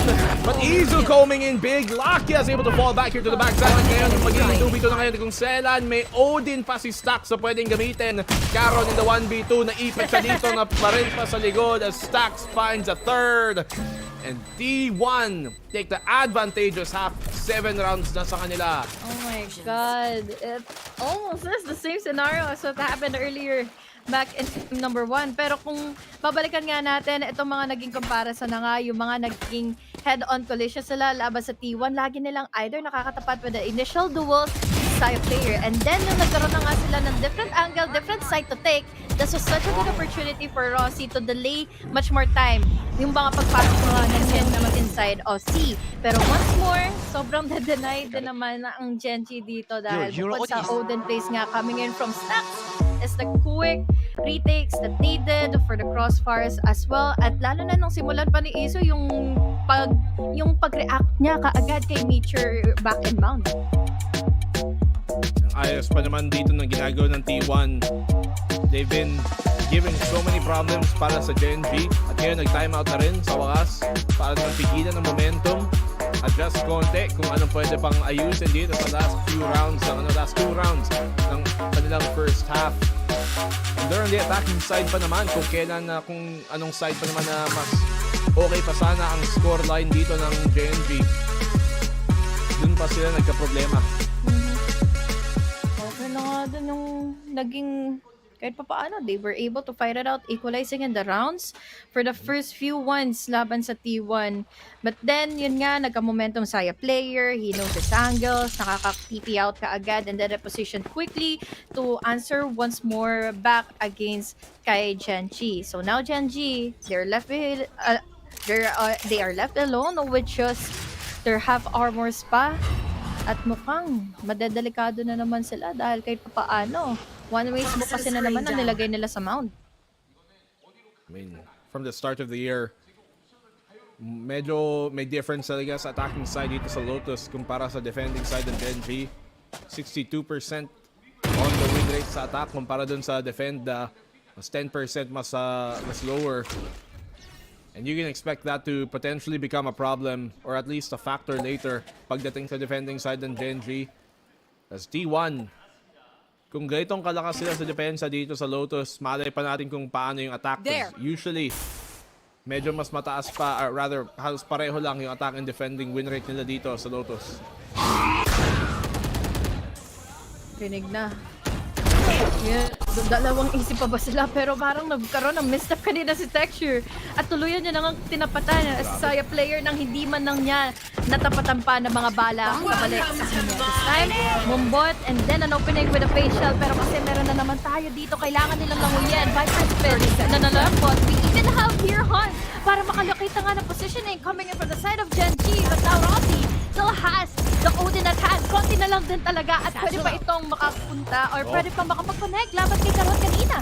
Ang lakas ng Odin para i-deny yung buong space na sa may kanan. Tapos na-deny pa nila yung flat. Grabe naman sumawsaw dito yung depensa! Inubos silang lahat. Si Meteor na lang natitira. He's not gonna hold on for too long as T1 take an 8th round. GEN.G hindi pa makakuha ng momentum kahit pagkatapos ng timeout. Oh my God! Kahit na may Viper split na sila lahat-lahat, that should have been a most favorable moment for GEN.G.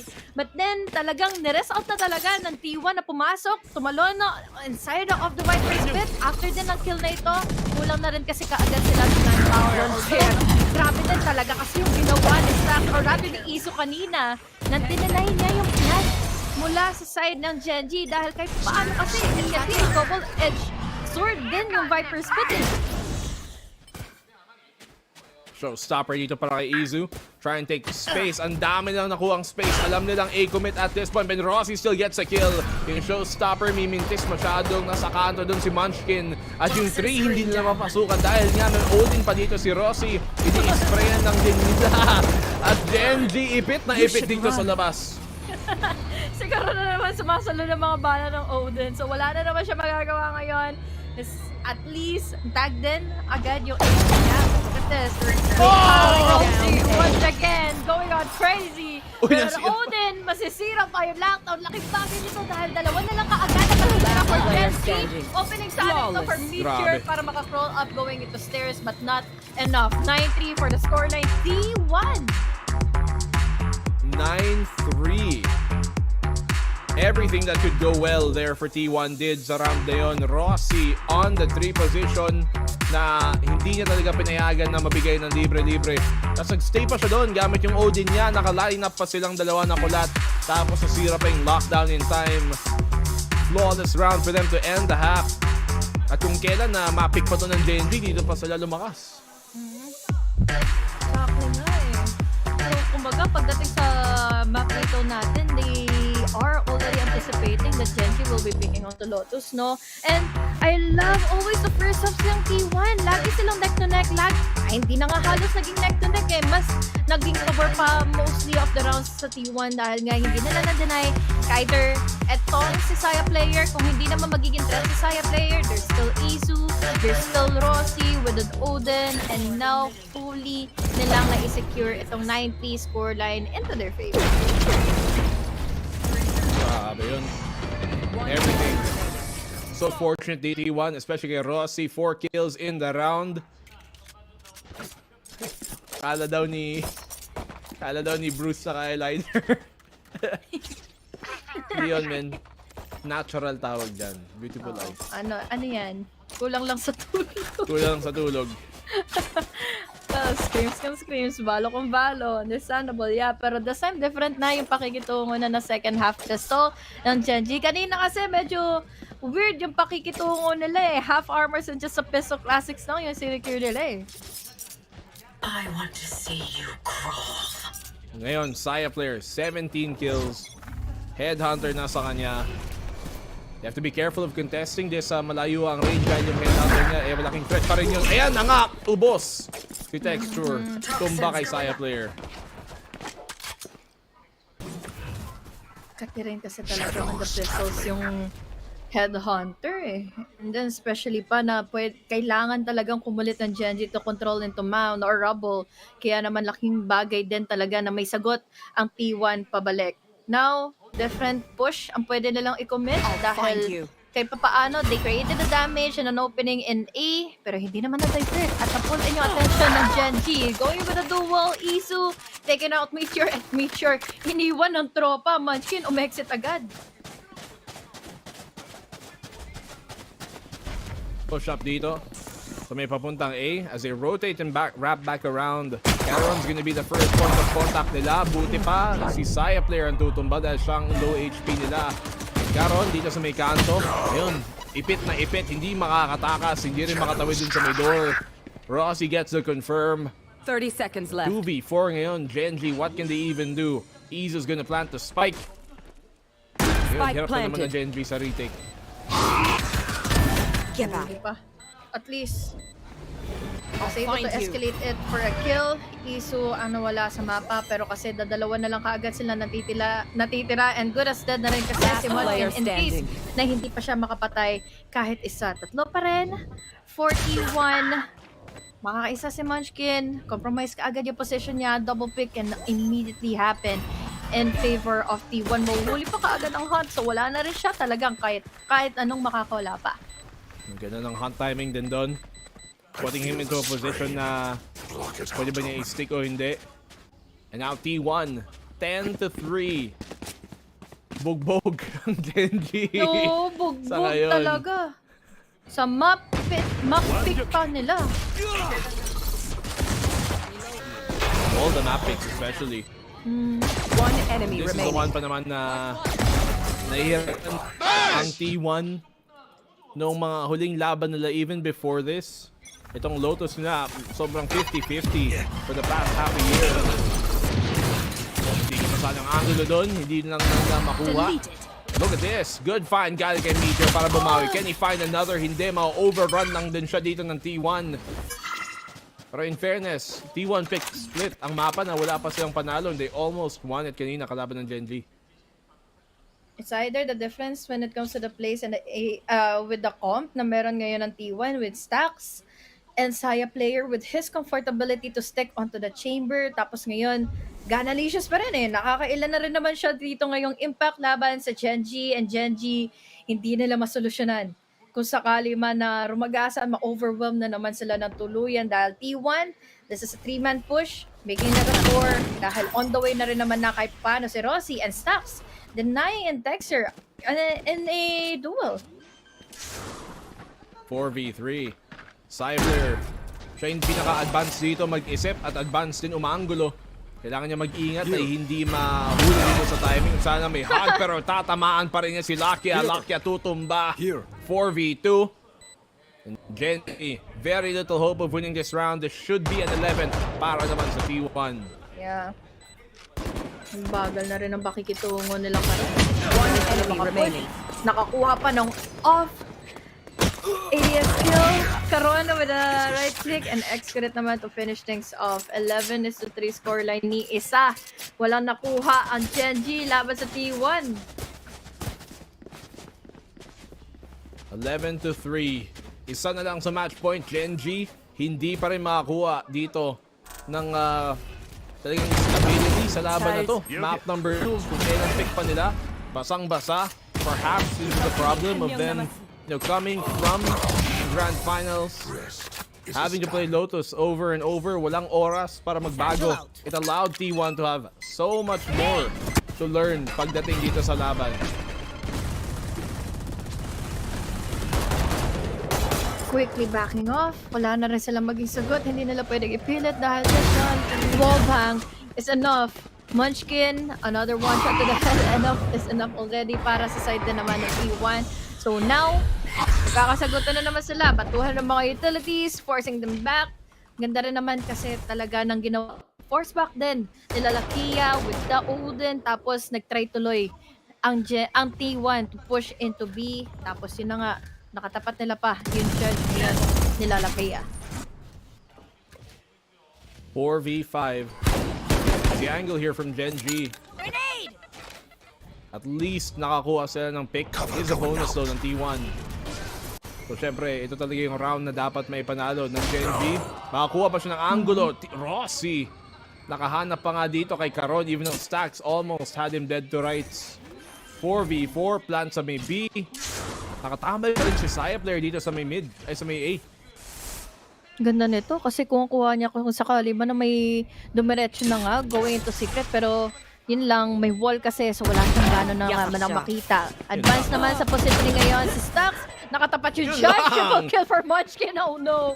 Numbers is now in favor of Gen.G. And now Rossi pa is low on HP. They need to react quickly dahil isa-isa na kaagad sila matutumba. And Rossi makakatapat pa mga bala ni Texture. Sayang! May lead na sila. Nakakuha pa sila kaagad ng momento to get inside of the site and tackle down onto Caron. Pero yun lang talaga. Nagkapalitan dahil si Munchkin may judge sa kanilang muka. Sasabihin ko pa naman sana na ang hirap mag-retake gamit ng Judge at saka Odin. Pero lumapit sila dito sa may sa may A upper, B upper rather. And allowed Munchkin to find favorable fight after favorable fight. At dun pa nga nadali tuloy ang T1. Sayang, okay naman yung bonus, yes. Pero muntikin pa lang may panalo. Kahit pa paano, may eco pa rin naman for T1 for this round. Pero ang problema kasi baka magulat sila sa kung ano lang pwedeng i-execute ng T1 sa kanya. Pero nun pa rin naman ang magiging eksena. Saya player taking down Texture sa pag-flight niya, pag-satchel niya, going into rubble, huling-huli. Now, we have Lakia makipagsagtod na lang ng Odin and a wall-bangable spot with Rossi. And 5 still remain for T1 as they found an opening pick. Kalaban ng Texture, kalaban si Texture dun sa may A. The problem is now, because of the default, hindi tuloy alam ng Gen.G kung saan ba talaga magko-commit dito ang T1. And especially na napitasan pa sila. It's gonna split the defense even more. To allow T1 more space para makakilos dito sa side. Where are you? Tagal na naman ng T1 ha. Baka mangyari na naman yung mga naganap kanina na nga. In split.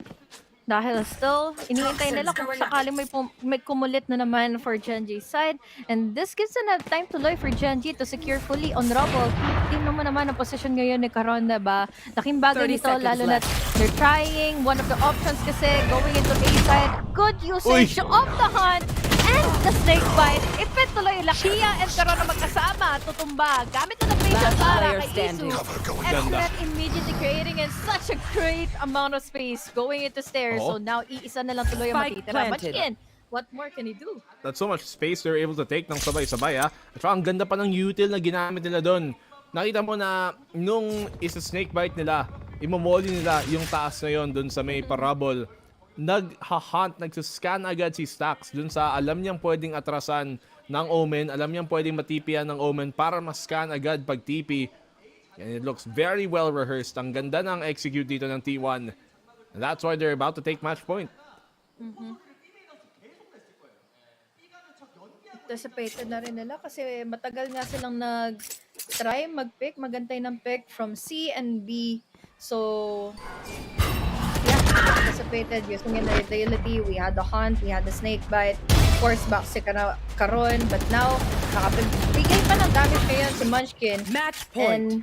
And pwede pang makahabol ang Gen.G, pero this is looking really well going in favor of T1 para magkaroon ng game number 3.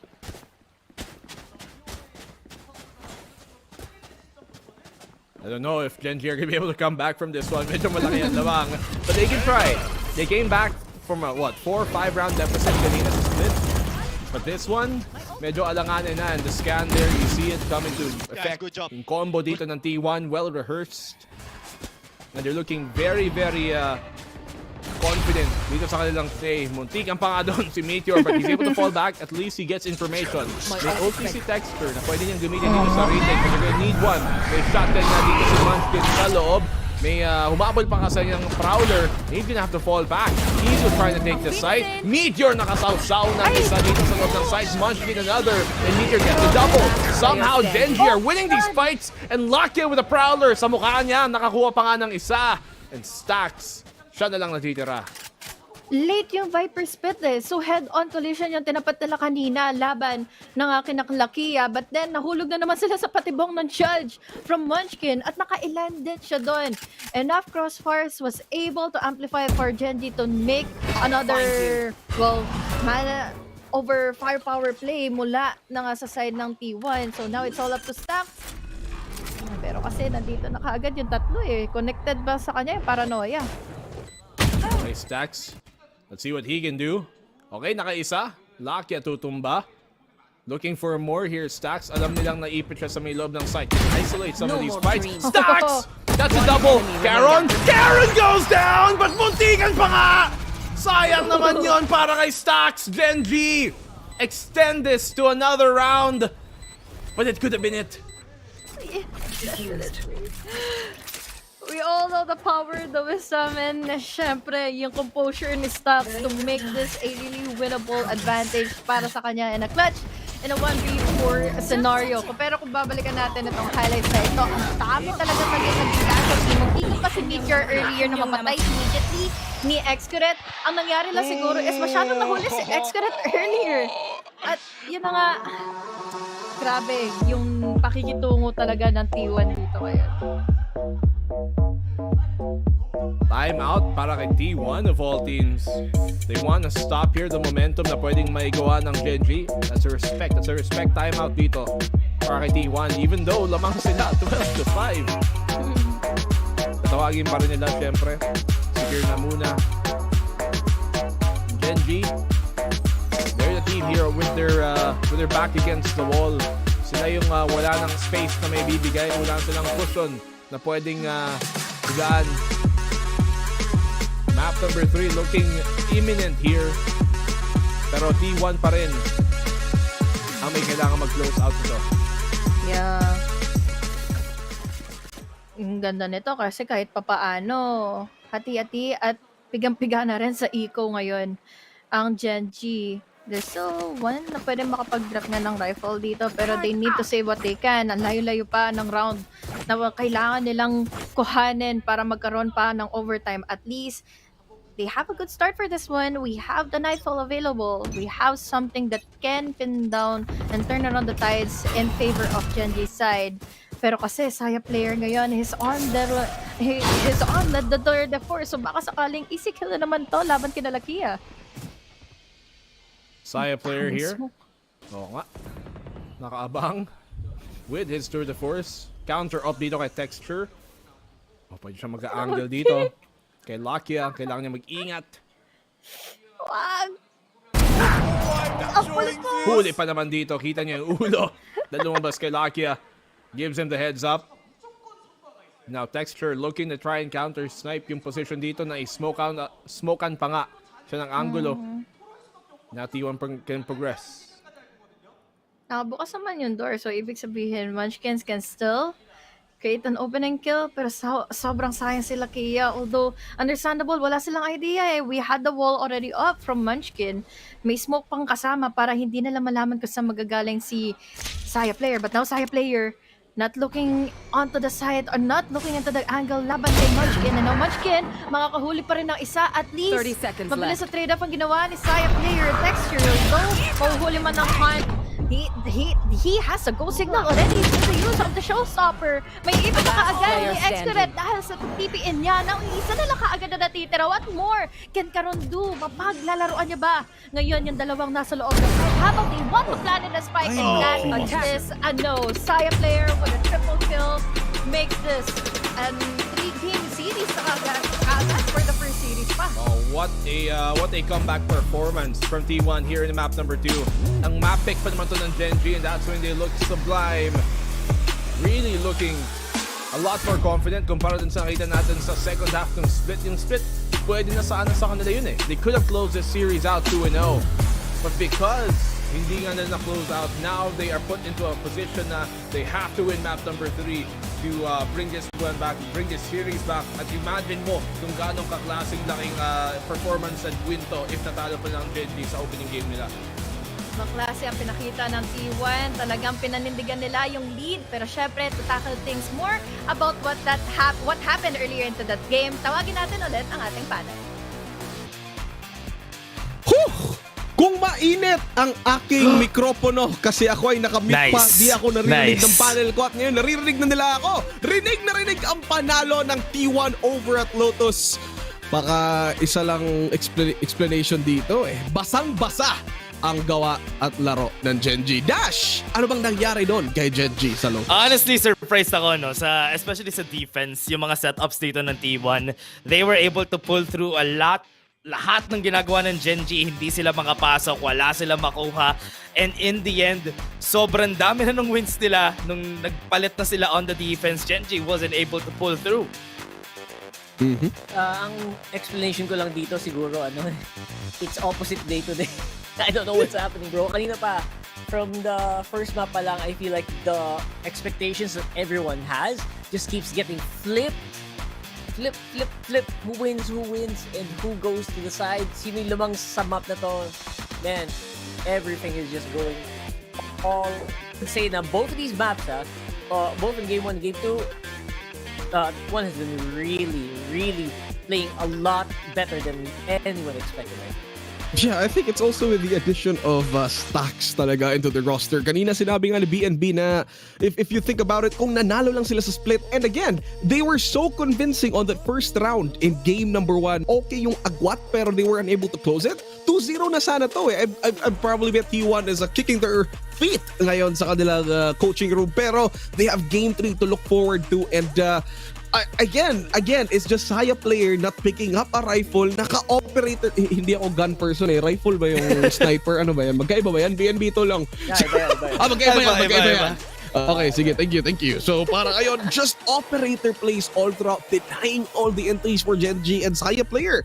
And kanina nga Rakard, sinabi mo, Mr. Excurate hindi pagising. Well, he's done it again. Dito sa Lotus, really convincing performance from T1. Pero going into Game 3, what does Gen.G have to do to bring this into their win, into their favor? Dash, simulan natin sa'yo.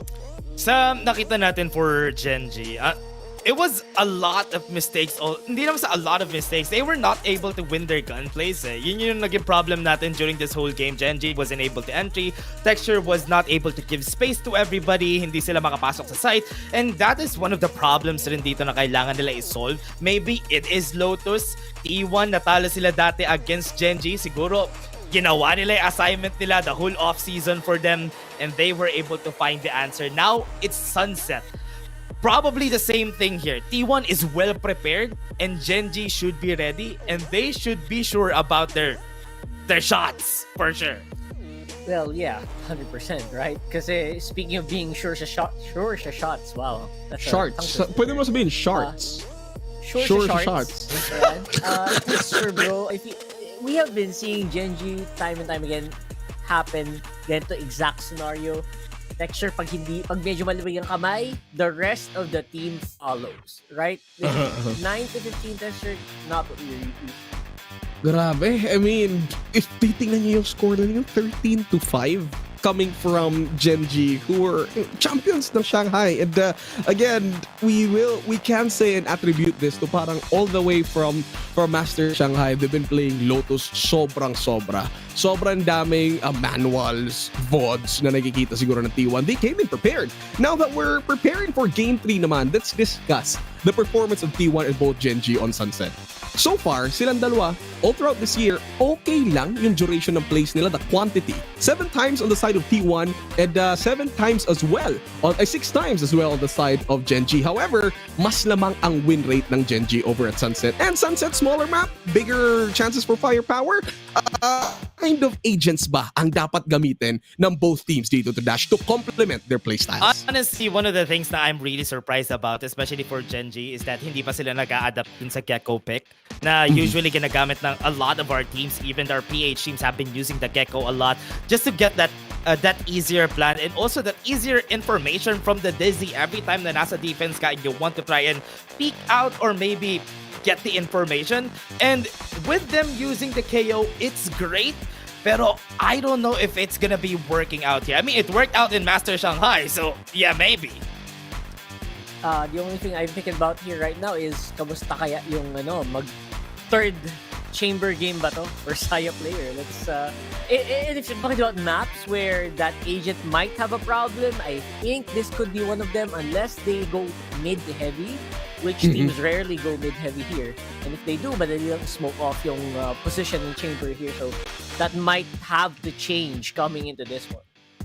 Alright. So, we did say T1 unable to adapt to the Gecko style yet. So, tama ba? T1 Gen.G. Yeah, so, if ever they're gonna be doing that, it will be a surprise to us. On the side naman ng T1, they do play a lot of Geckos over at Sunrise. Pero when it comes to Gen.G, they prefer the Jet Cypher combination. And so far, Sunrise, Cypher always works out great. So, ano ba? Paningin nyo yung Cypher gonna come out for Gen.G? Dash? Yeah, I think Gen.G would be using the Cypher here. Pero hindi ko alam kung magkaka-sunrise ngayon ang Gen.G dito sa Sunset. Baka mas maliwanag kasi. Sunset pala. Sunrise ba sinabi ko? Kailangan ko sinang extra rice Grab food, thank you. Pero yung isang point ko rin kasi, T1 has been using a lot of chambers. Hindi ko alam if this is one of the maps that they can get away with a chamber again if ever. Kasi if ever na hindi sila mag-chamber, Saya player would be back to his old roles. And if ever, magsa-cypher na sila for the side of T1, which is not what they're doing right now. I'm kind of liking the changes that they've done na meron silang chamber on their side. So I don't know if they're gonna adapt to the chamber this time around. Yeah, for sure. Kasi Xcrit has also been more comfortable on that Cypher, I think. So probably that's the way that they're gonna go. But right now, still the KO, still really, really strong on this one. No surprise there. And the Omen for both of these teams. Okay, so there you have it. Kung titingnan natin ang win rate sa Gen.G, medyo lamang sila against T1. Again, T1 starting out as defenders. They chose to be defenders going into game number 3. As defenders for T1, is it gonna give them an advantage on the first half? Paningin mo, Dash? Dahil may momentum na sila from game 1 at game 2, I think T1 could definitely take the first half parang same momentum like game 1 and game 2. Yeah, actually, I think I can add more to that. I feel like T1, even on the sides na you expect, they're probably gonna lose out some rounds here. They are beating all expectations. So if T1 just keeps doing that, they can become the team that really does defy the odds. And I like that look. I like this look for T1. Yeah, and to add to that, honestly, during the start of stage 1, we all thought na powerhouse itong T1 just with their players, just with their roster talaga. I thought it was a big powerhouse team. Hindi natin nakita yun during stage 1, and right now nakikita natin siya ngayon in stage 2, and I like what I'm seeing from T1. Kanina doubter ako. Unti-unti ako nagiging believer ng T1 during the series. Nanalo lang sila sa Lotus, nagbago ka na Yung overtime na munti ka na sila manalo ng first game. Yeah, that was super close. Pero I think we would attribute that to Gen.G just mental-wise. And then like parang yung, ano ba yung tawag dun sa parang with endurance run, kumbaga, ng isang champion difference from Gen.G. Even if you give them like 7 overtimes, they would still come out on top. So ngayon makikita natin, now that we're approaching game number 3 at mga closeout, is it gonna be an upset from T1 or will Gen.G just take it back like on game number 1? Ano sa paningin nyo ang magiging final scoreline na game 3 natin? Just, final scoreline. Yeah, scoreline. 13-0, 13-10. 13-10. For me, for T1. Wow. Oh, wait. T1 ka na ngayon? Hindi, wait. Tinitignan ko yung ano nila, yung roster nila. Saya Player Sage! Teka lang. Tol, Saya Player Sage! Guys, Gen.G to. Mananalo Gen.G dito. Okay, rank card. 13-10 daw, Gen.G. Ikaw rank card. T1 to, boy. T1 to. T1 ano score? 13-5. 13-5, T1. Okay, sa akin naman ay 17-15 in favor of Gen.G. Wow, overtime. Dito tayo sa overtime para sulit na sulit ang boses ni HG tsaka ni BNB. Speaking of that, magsa-sunset na. Pero gusto ko na ng sunrise kasi yun yung sinabi ko kanina. BNB and HG, wake up. Siyempre, mapapa-wake up tayo dahil kanina pa tayo pinapapunta ni Bruce to Sunrise. Pero, pa-sunset tayo ngayon in the third game for the series. Yes, ang laki na possibility na pwedeng ma-turn around ito ng Gen.G. But looking back, kahit pa paano, Saya player, convincing naman kaya dun sa stage niya eh. Oo. And I mean, low-key, to be fair, pinag-usapan nga nila kanina yung possibility of that chamber coming out. I think pwede pa rin gawin dito ng T1, especially yung Saya player. We did see, early on, paglabas ng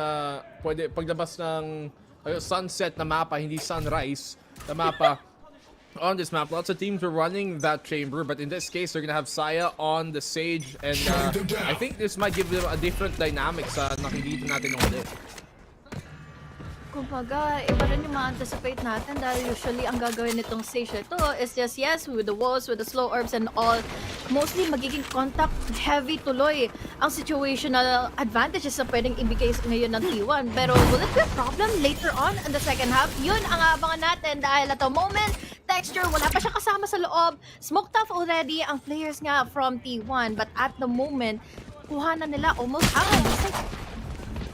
Side player sa backside, may ipit siya dito, and Gen.G gonna all of the fights coming their way. Inubos ang outfit dito ng Gen.G sa loob ng site and leaves Rossi in a 1v4 na even though may wingman, even though may DZ, madami siyang tropa, pero outgunned pa rin. Yeah. Gusto ko na may breach sila sa setup na to, sa lineup na to, pero kasi ang problema, they only have to rely on to one sentinel na walang makakakuha, hindi makakakuha ng hint, ng info. Kailangan nila ng really reactive rotations coming in from T1 side, but now it's all up to still Rossi. Hindi pa tapos itong round na ito. 1v3 situation na siya ay makakakuha ng pangalawang kill niya. Ang problema, lumabas na from the site itself. Ang dalawa na lang na natitira. Wala pang oras, wala pa yung man, hindi niya nadadampot, and ayun, ang hirap na tuloy ng posisyon niya. Rossi, round is done. Gen.G take the opening pistol. Rossi makakaisa pa. Tatlo para sa kanya. Munchkin will fend him off and will survive into the next. Gen.G, magandang pagpasok dun sa site. Dalawa ba naman kasi matinding initiator yung meron sa kanila eh. Una, yes, makakakuha ng info yung knife, but then to really have a precise input kung saan ba dito yung nakaposition yung mga nasa defenders ngayon for T1 is we also have your Meteor on that Sova. So again, commendable aggression ang pinakita from market itong Gen.G. Wala tuloy pera ang T1 for the second round. This Sova is actually a pretty good pick, I think, dito sa Sunset. Hindi natin nakikita masyado na ginagamit ng mga ibang teams, pero madami siyang value pwedeng makuha. T1 sticking with something a bit more curious. Meron nga silang dito, Gecko, meron yung Sage is something we don't always see as Meteor finds a pick dito sa mid. Kahit naka-eco, dalawa pang mahahanap niya. Will he find the third? Almost does! Low HP tuloy si Saya player. Apat pa rin naman ang natitira ngayon for Gen.G. At least they have a slightest bit of an idea kung saan na nga ba manggagaling ngayon ang T1.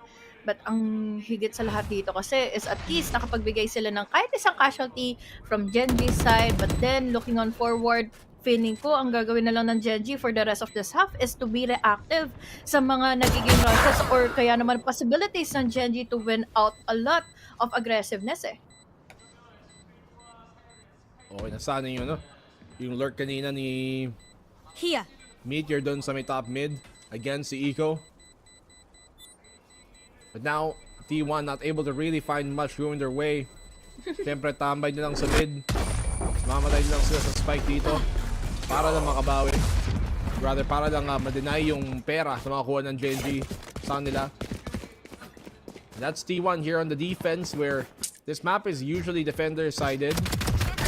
So, babawi na pa talaga ang T1 dito.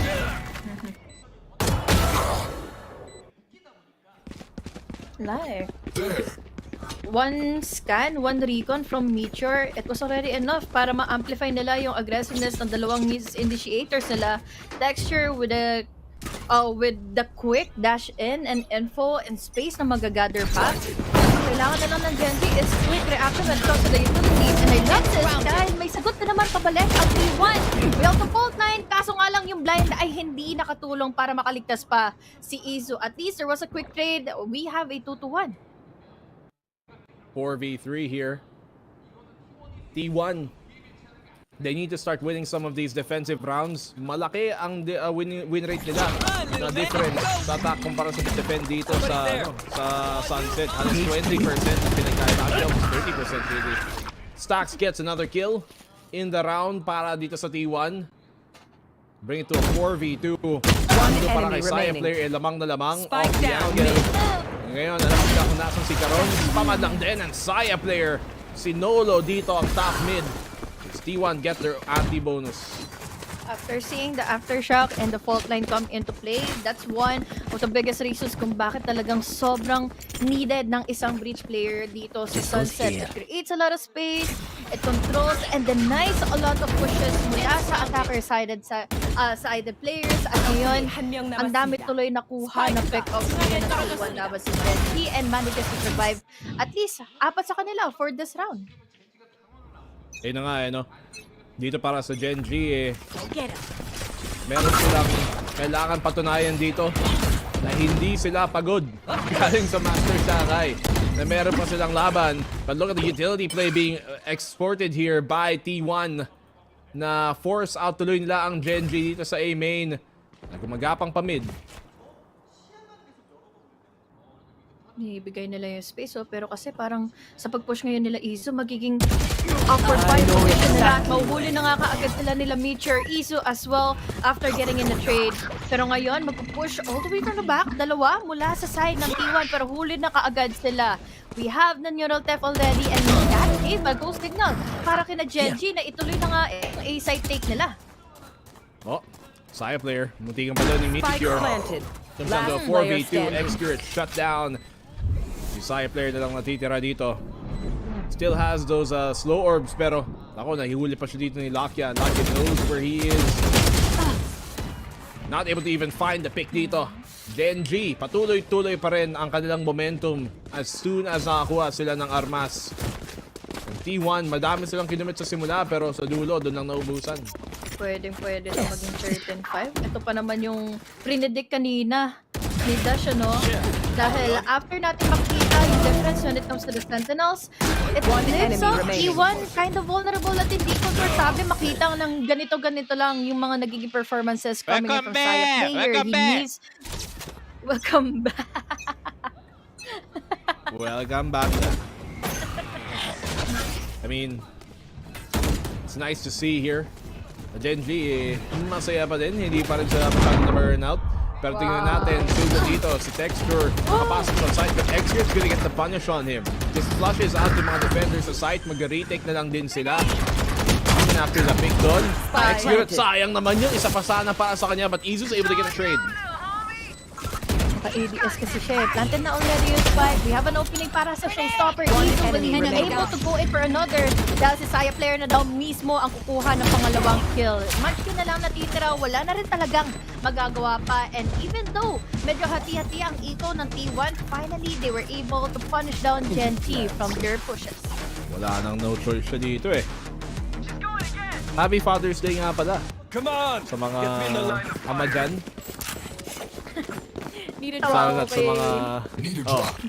Natawa ako kay Bruce kanina. Bakit? Kasi binati niya ng Father's Day yung dalawa. Sabi niya, Advance Father's Day sa inyong dalawa. Anong advance, Bruce? Happy current Father's Day sa iyo. Kung alam mo man o hindi.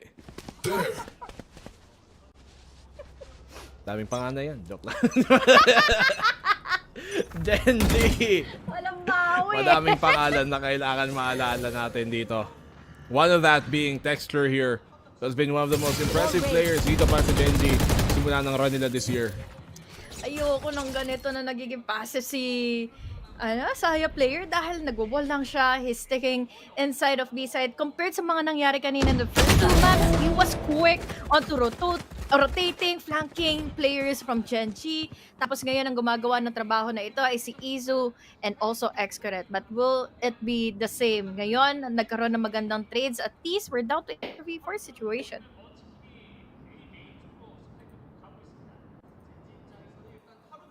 Tayo muna. Siyempre, tahimik din sila. Kaya tumahimik din tayo. Baka mabulaga. Baka mabenta pa. Excurate. Nagapang dito sa flank nila. Wala silang tripwire para sa kanilang flank. Pwede pa silang maikutan dito sa may A. Ito nga, nakabantay dito din si Meteor. Magko-commit na rin dito. Ang Gen.G sa commit. Tapos ito, yan pa. Tripwire, nahuli pa ka ni Meteor. And that will allow them to get the spike planted at may advantage pa sa plant. Yeah, he was just really well aware. Paranoia at hand, ready in case na may marinig na siyang sound cue after the point of contact coming in from Dexter. Yun na nga. Ang paranoia, walang manggagaling from stairs. Saya player was able to take down onto Munchkin, but it's already too late. 3 players left alive. At least he was able to punish Dexter sa pagkukulit nga sa kanya. But yun lang, wala na rin halos time, and he's hoping at least for the exit frags. Gen.G. One after the other. Yung rounds nila dito napakalinis din. Even though it comes down to a 2v1 sa dulo, makita mo na handang-handa yung mga trades nila lagi. And even there, Meteor, sinurbol niya na siguraduhin yung flank. Naglagay muna siya ng cage, tas tsaka niya tripwire to buy him some space. Tas inabangan niya syempre yung timing dito na possible ilabas ng flank. Ayun, nahuli pa niya si X-Curate. X-Curate has been having a quiet series, ha? Yung buong series na to. Bakit tanong sila? Well, kung tutusin, understandable kung bakit ganito na lang din kaagad silang kakomportable dahil it's working in favor of them at alam nila kung paano nila babasagin momentum from T1 at mababasag na nga ba nila ito muli. Madedetect pa nga, makokonect pa ng paranoia, iisipin niya pa yung recon agad-agad na nakapasok na kaagad ng A-site ang Gen.G. Dexter. Big opening pick para sa kanya with those blades. Stacks as well. Blocking sight. Ang magiging unang contact dito ng T1 sa pagpasok. Caron naka-boost up. Meron silang flash na pwedeng gamitin dito. Just the pressure. Munchkin medyo alanganin. Don't have to take a risk. Lamang na sila sa player. But Caron's able to get the trade.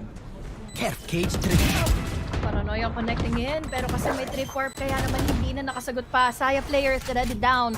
2 players left alive, X-Curate and Rossi. Mukhang sa ginagawa nila ngayon, exit na lang din muna sila to save up their guns dahil hindi na rin kaya ng ikaw nila na sumabay pa. Parondo, kumukulit pa at mahuhuli na nga sa mga kamay ni X-Curate.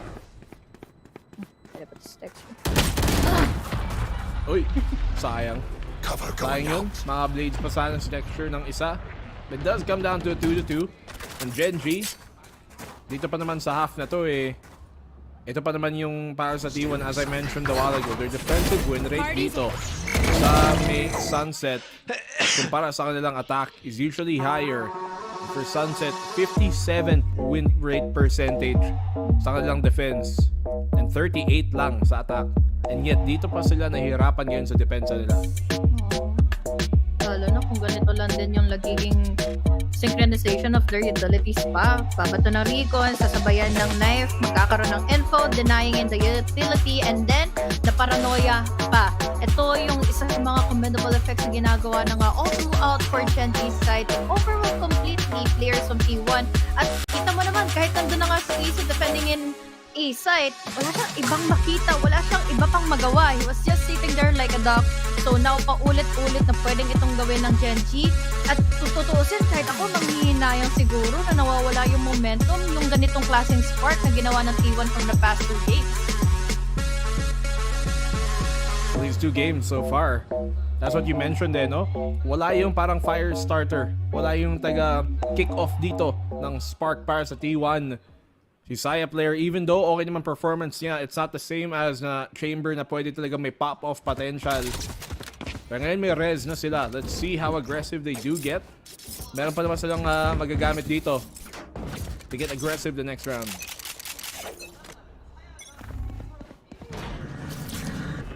Early smoke, mid takes, low orb, and then mag-iintay lang din mismo agad ang Gen.G kung saan at sino na nga ba yung una nilang makikita when it comes to being impatient, especially here on mid. Mahuhulog nga ba sa patibong dito ngayon si Stacks, and one rolling thunder can change everything.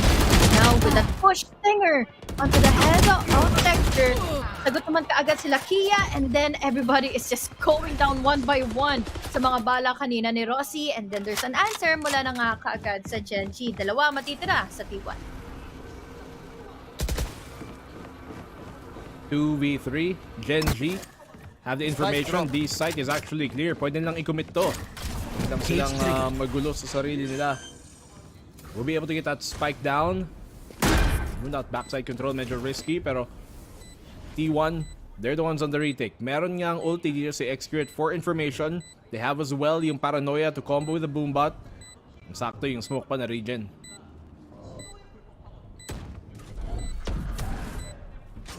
Nowhere to run!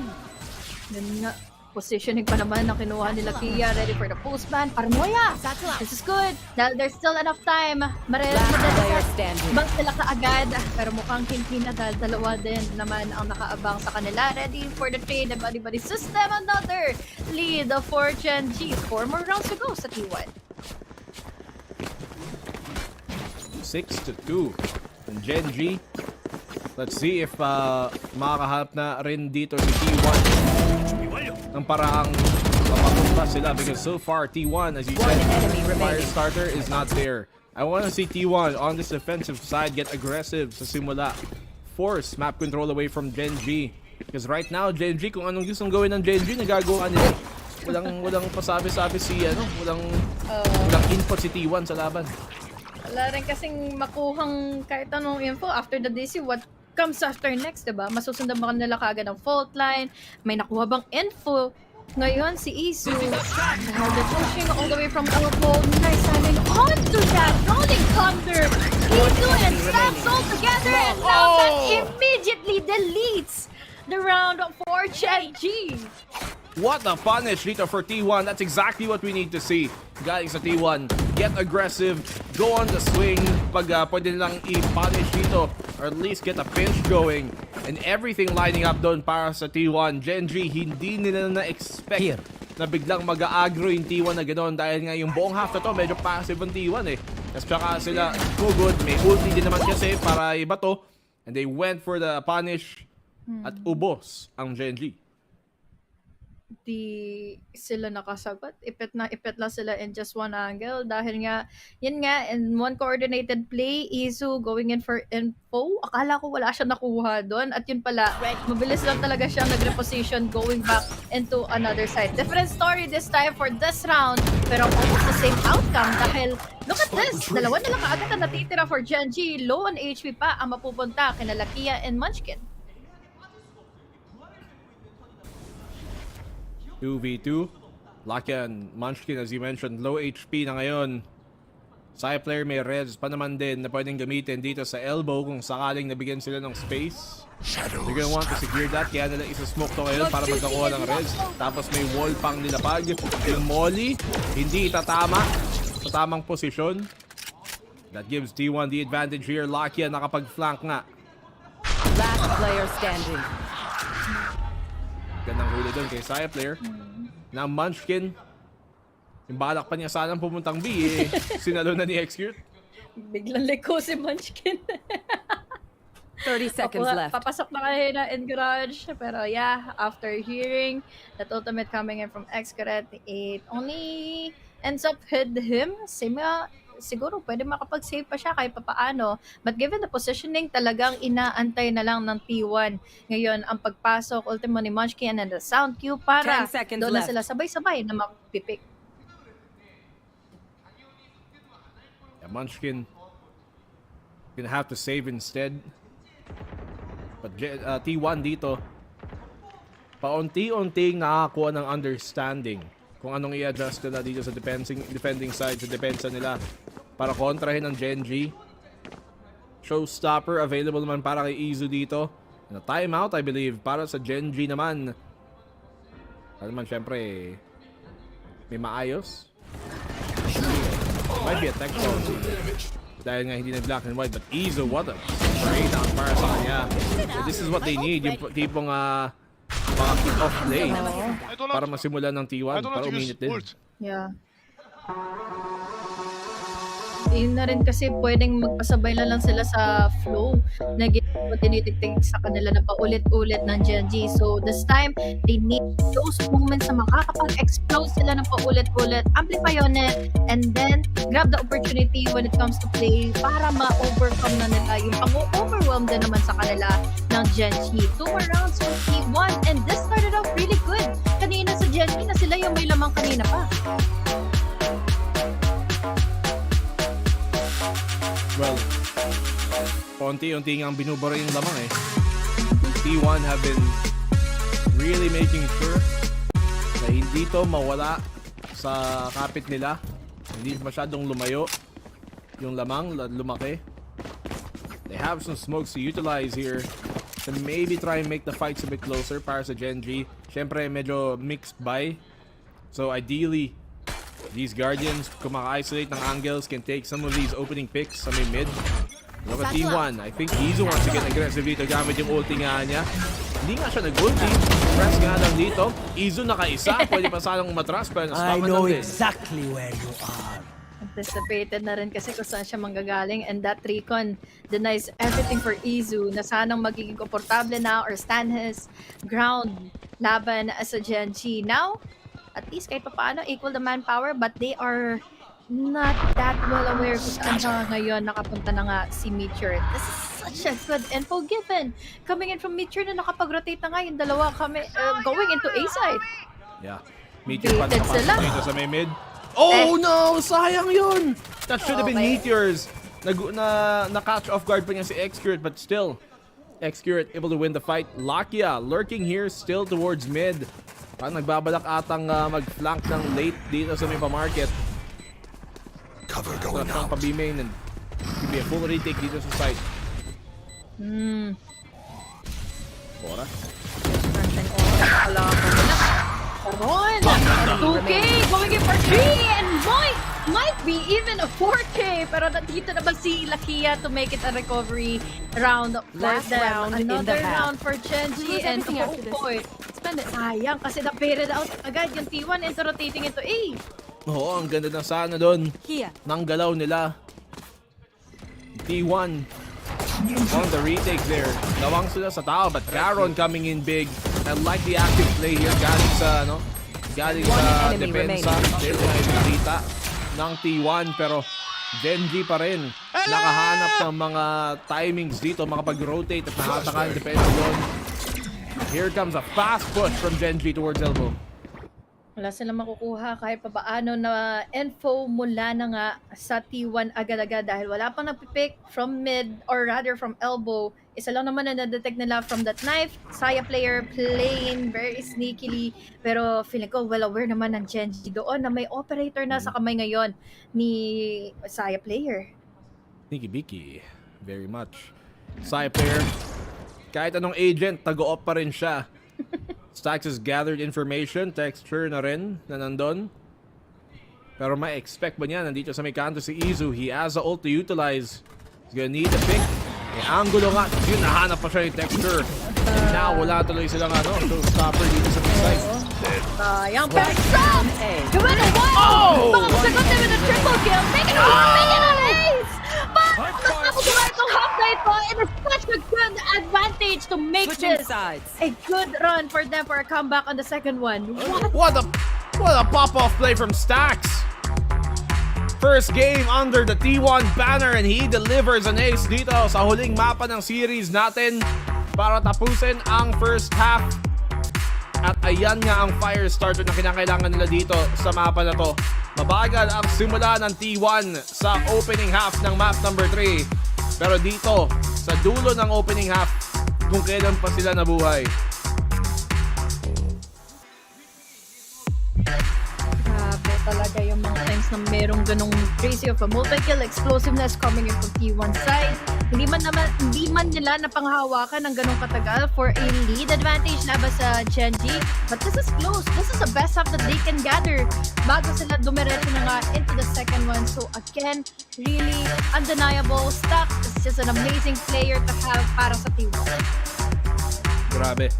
Stax is delivered here so far in more ways than one. Texture obviously started off the map, the round out of these pick, but ito may hold dito yung Stax. Handang-handa sa lahat. And a 5K for him. Kaya hindi mo talagang masasabing hindi good pick up to si Stax. Best friends At sila ni least- Rosie. Besties na sila. Simula pa lang at least, 'di ba? Parang nabuhayan na ng ano dito, T1.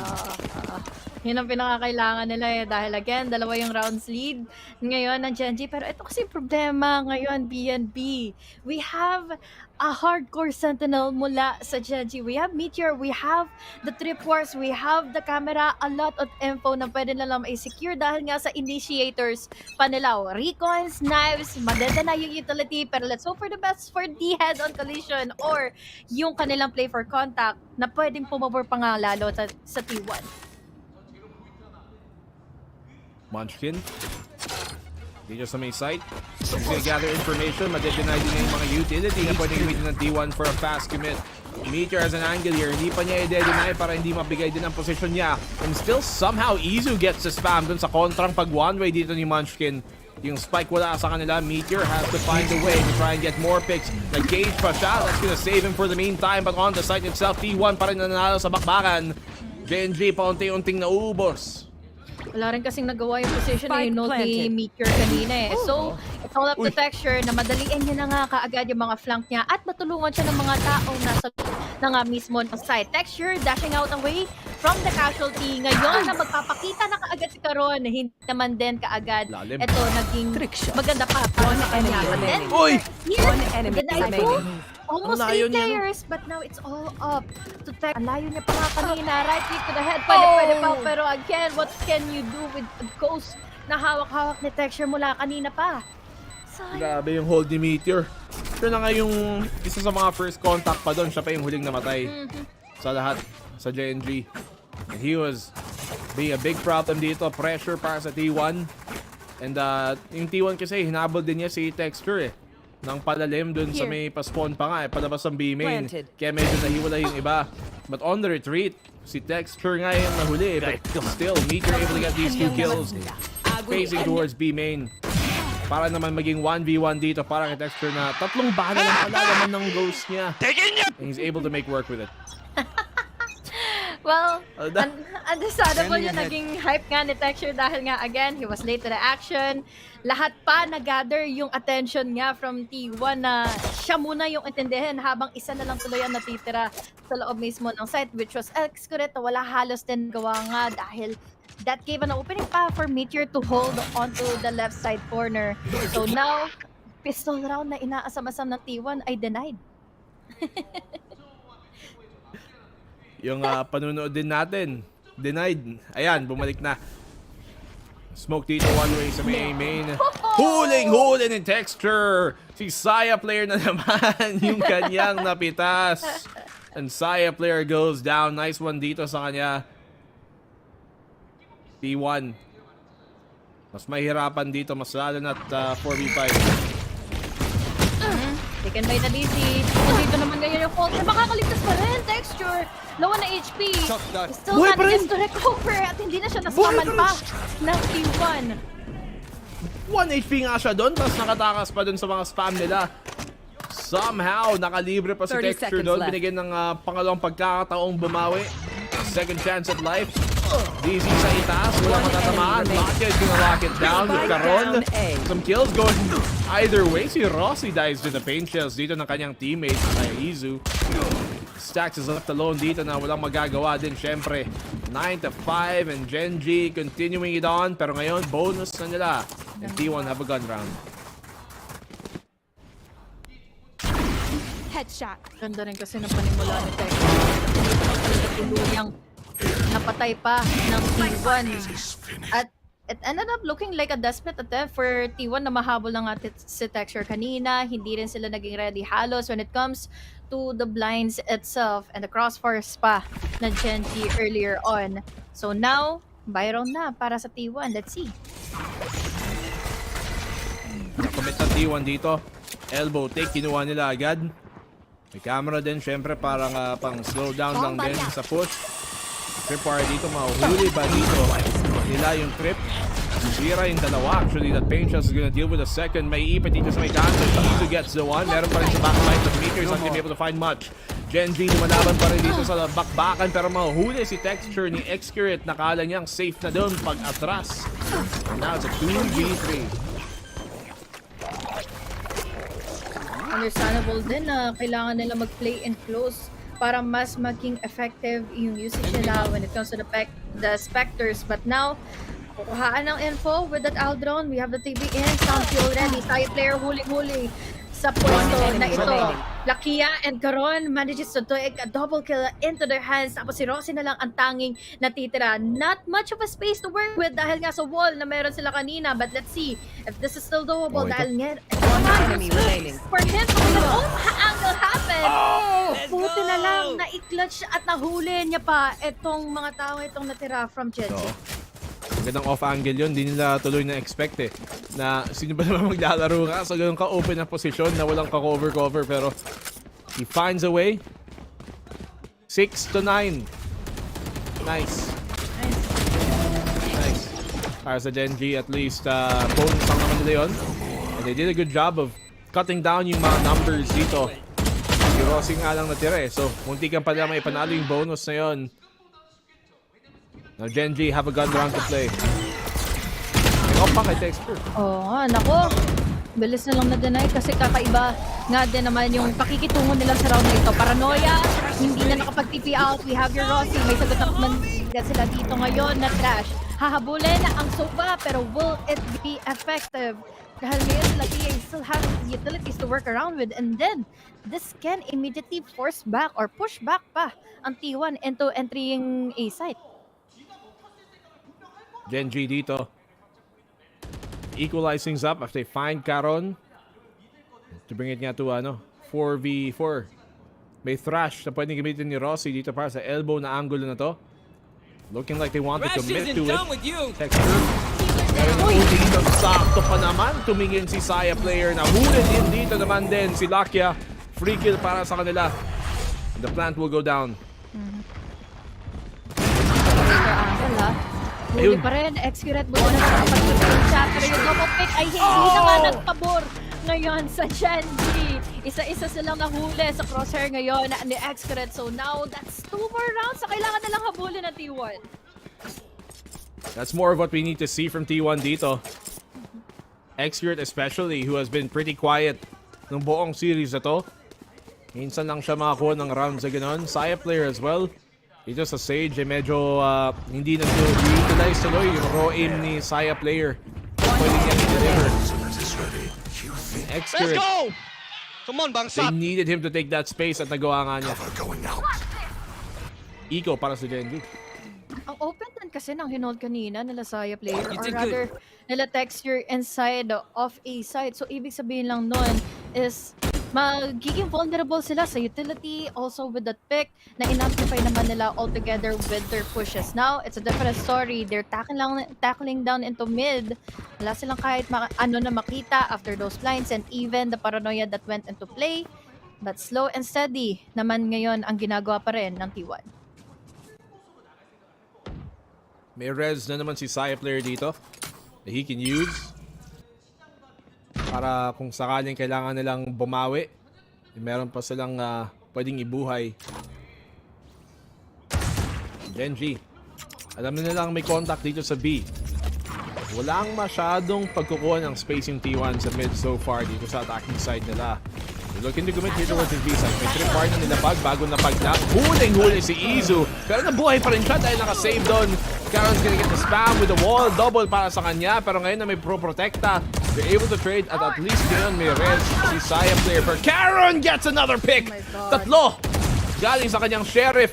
Dali get another. Dalawang bala na lang. Oh my God. Damage pa niya si Staxon. Munti ka pa nga. Lucky ang tagal mong tumulong pare ko. Ang layo ng rotate niya.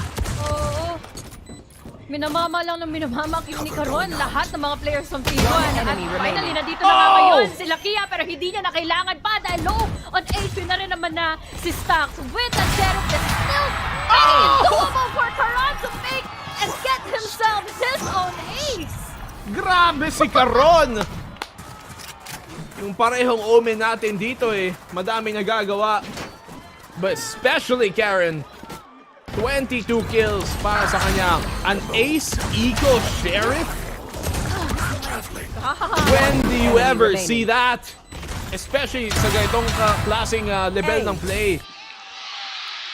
Yung Karen, an absolute monster na nanggaling lang sa solo queue. Oh my God. And wala nga siyang hype lang kahit paano. It's just another day in the office. At his PC, mahuhuli pa na ngayon na in a different round at this time. At Texture only with an outlaw. Pero at least may info na kahit paano ang T1 and how will they be able to deny that momentum na nakuha na ng Gen.G mula doon sa mga ginawa ni Caron. Okay, Texture na isa na naman dito. Start off the round. Munchkin on the punish. Dalawa sa kanya. Rossi's gonna get sprayed off, but Karen's there ready for the fight. Stacks. Siya na lang may sheriff dito. Malay natin mga clutch din, pero hindi niya magagawa. Dahil dyan, Gen.G, 11 para sa kanila.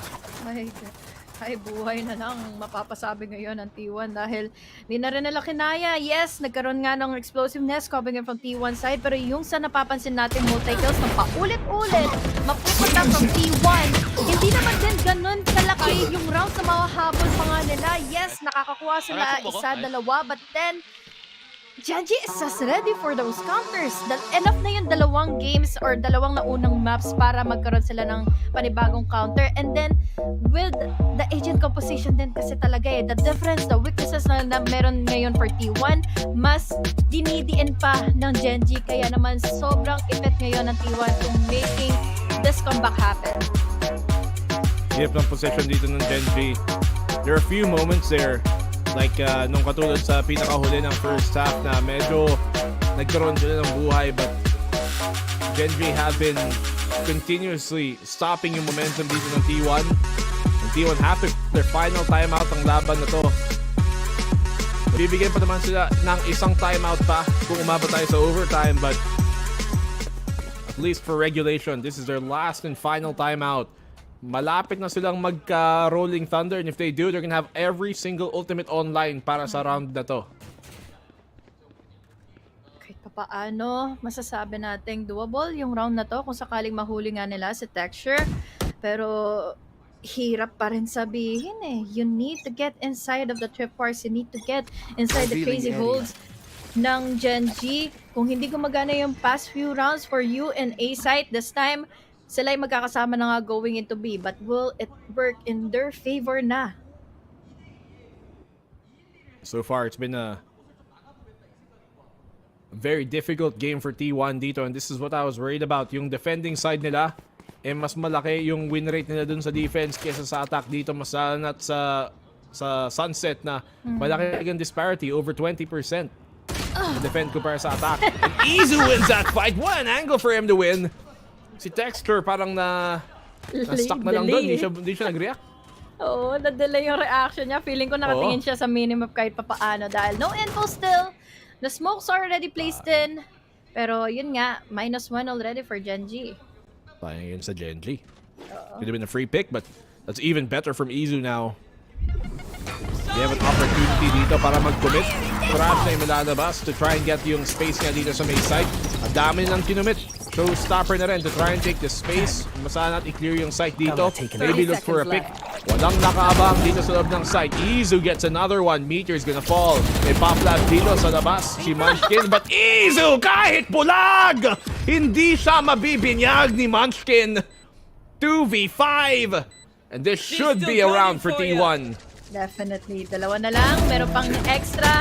Ngayon, with the trash, makukuha yung info. Masastan pa nga sila all the way from the back, and it's all up to Caron. Hindi siya matutulungan nila Kia, and now they have to back away. Kahit pa paano, enough to eco. But at the very least, look at the damage. It has already been given. So now, sa apat na natitirang ito for T1, I love that he committed this willfully. But now, in a 1v1 laban kay Kia manages to get in a kill. Quick trade mula kay Rossi, pero grabe. Definitely ang round na yun dahil nga, again, we had the showstopper, we had even the rolling thunder, dadagdagan mo pa itong crash ni Rossi ang nakapag-create pa much more bigger pa space dahil nga si Isu nakakuha din ng spray onto the Kia and Munchkin. And now they have the rolling thunder dito na pwedeng gamitin. Munchkin having a very quiet game. Bot frag ngayon sa server na to. But obviously his utility has been a big part of their defense. Yung scans niya, yung mga flash niya. Malasang din na nahuli pa rin siya ni Izu kahit bulag doon. Na-timingan lang din ni Izu. But now an operator once again for Texture to utilize. Kanina, huli siya ni Izu. Tingnan ba natin kung mapapart 2 na naman. Wow! That was quick! Well, at least alam na nila kaagad kung saan na nga ba nakapwesto ngayon yung operator from T1.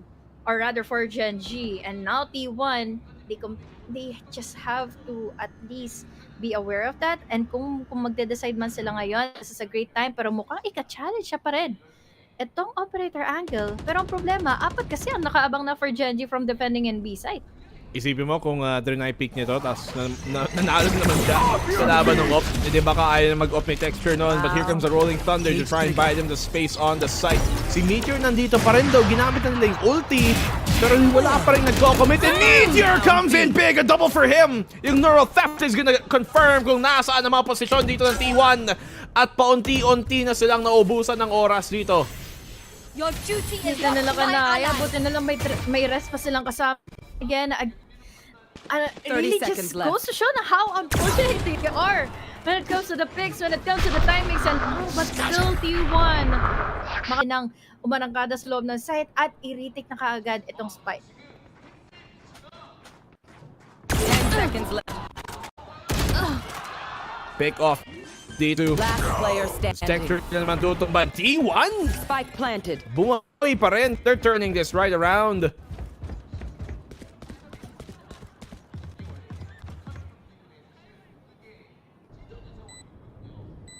All on the Munchkin now. Okay na sana yung nagawa ni Meteor kanina, pero syempre, T1, they have that res to utilize to get back into shape. At ngayon, mapapaigo pa ang Gen.G because of this round.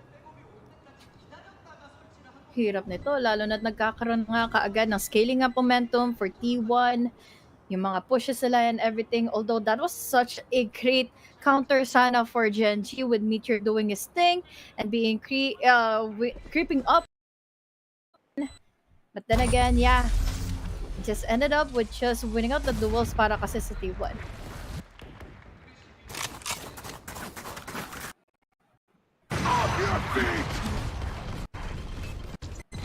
What's this? Okay na like a fake actually. Galing sa T1. Parang gusto nila mag-commit eh.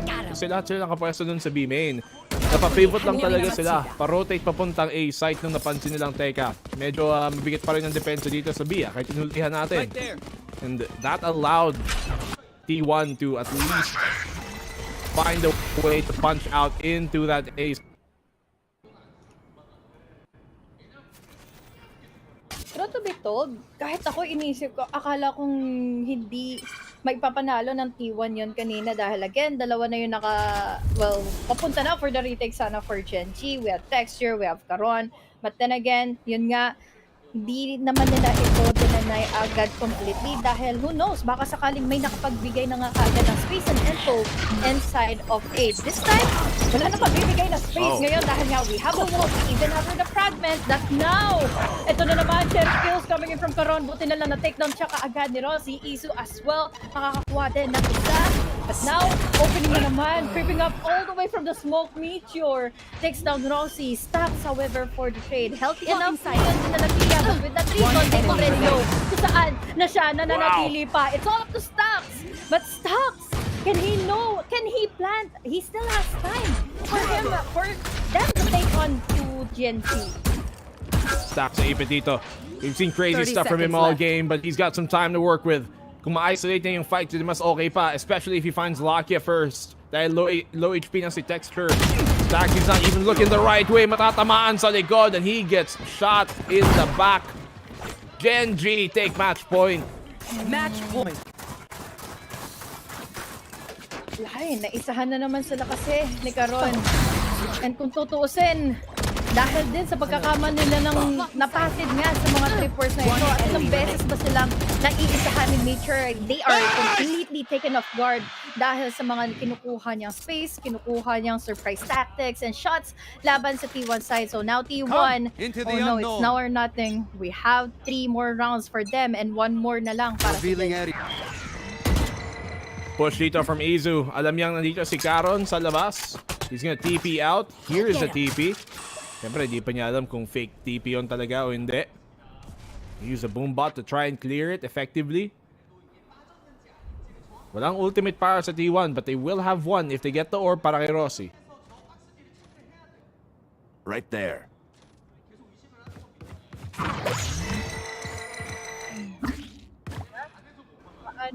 So yes, at least wala silang rinig na kahit anong operator na naman. This time, sila pa ngayon ang mag-force back pa nga. Gen.G, 3 ang nakaabang ngayon sa loob ng B. I got you. They're really slow, pero ang dami lang noise ginagawa dito sa B. Might just telegraph a push. You can see the suppress. Nakahanda to confirm kung may tao pa doon. And Cyplayer finds a huge pick dito sa counter lurk ni Meteor. Ngayon, mas vulnerable tuloy yung B site. And that's why you can see now T1 positioning back towards B para pasukan yung site. 30 seconds left. May wall pa. Yung minaboost. Uy, hindi na. Alam niyo may tao. Oo. Nanakbo tuloy siya pero may sagot na naman kaagad si Karon. He immediately goes in for a different angle. Napasok Kasi niya. pagkatiti niya, pinakasok siya na siya na 3. Makakasugot naman pabalik si Cyplayer but it's 10 already too seconds late. left. It's Oh. all up to Texture but Spike now planted. are well aware. Teka. Baka maka-recover dun sa ginawa ni Karon. Texture. He finds the one. If Texture is able to win, this is going to be incredible. And Texture! What a clutch! Texture off of Karon's triple kill wins Gen.G the game. And it's done 2-1. MG. Well, sumagot siya ng paranoia. Was really well aware those micromanages is just enough para maisahan na nga kaagad ang T1 for making the comeback and another overtime happen in a different map for this series. Amazing showing talaga ang nangyari na nga kay Karon, especially yung mga one-tops na ginawa niya with the Sheriffs, but that last and final round, nilabas niya yung paranoia, nakapag-TP siya all the way from that corner and nobody even checked him. Mula pa market ang galing yung T1, so what happened? Grabe si Karon. What a player, especially those type of plays. And when we ask, yung coach, isang coach dito ng Gen.G sa HSK na kung paano nila nahanap si Texture, rather si Karon or ba't nila pinili considering wala siyang professional experience, sabi nila, well, tigyan na lang yung gameplay niya at kayo mag-judge kung tama ba o hindi.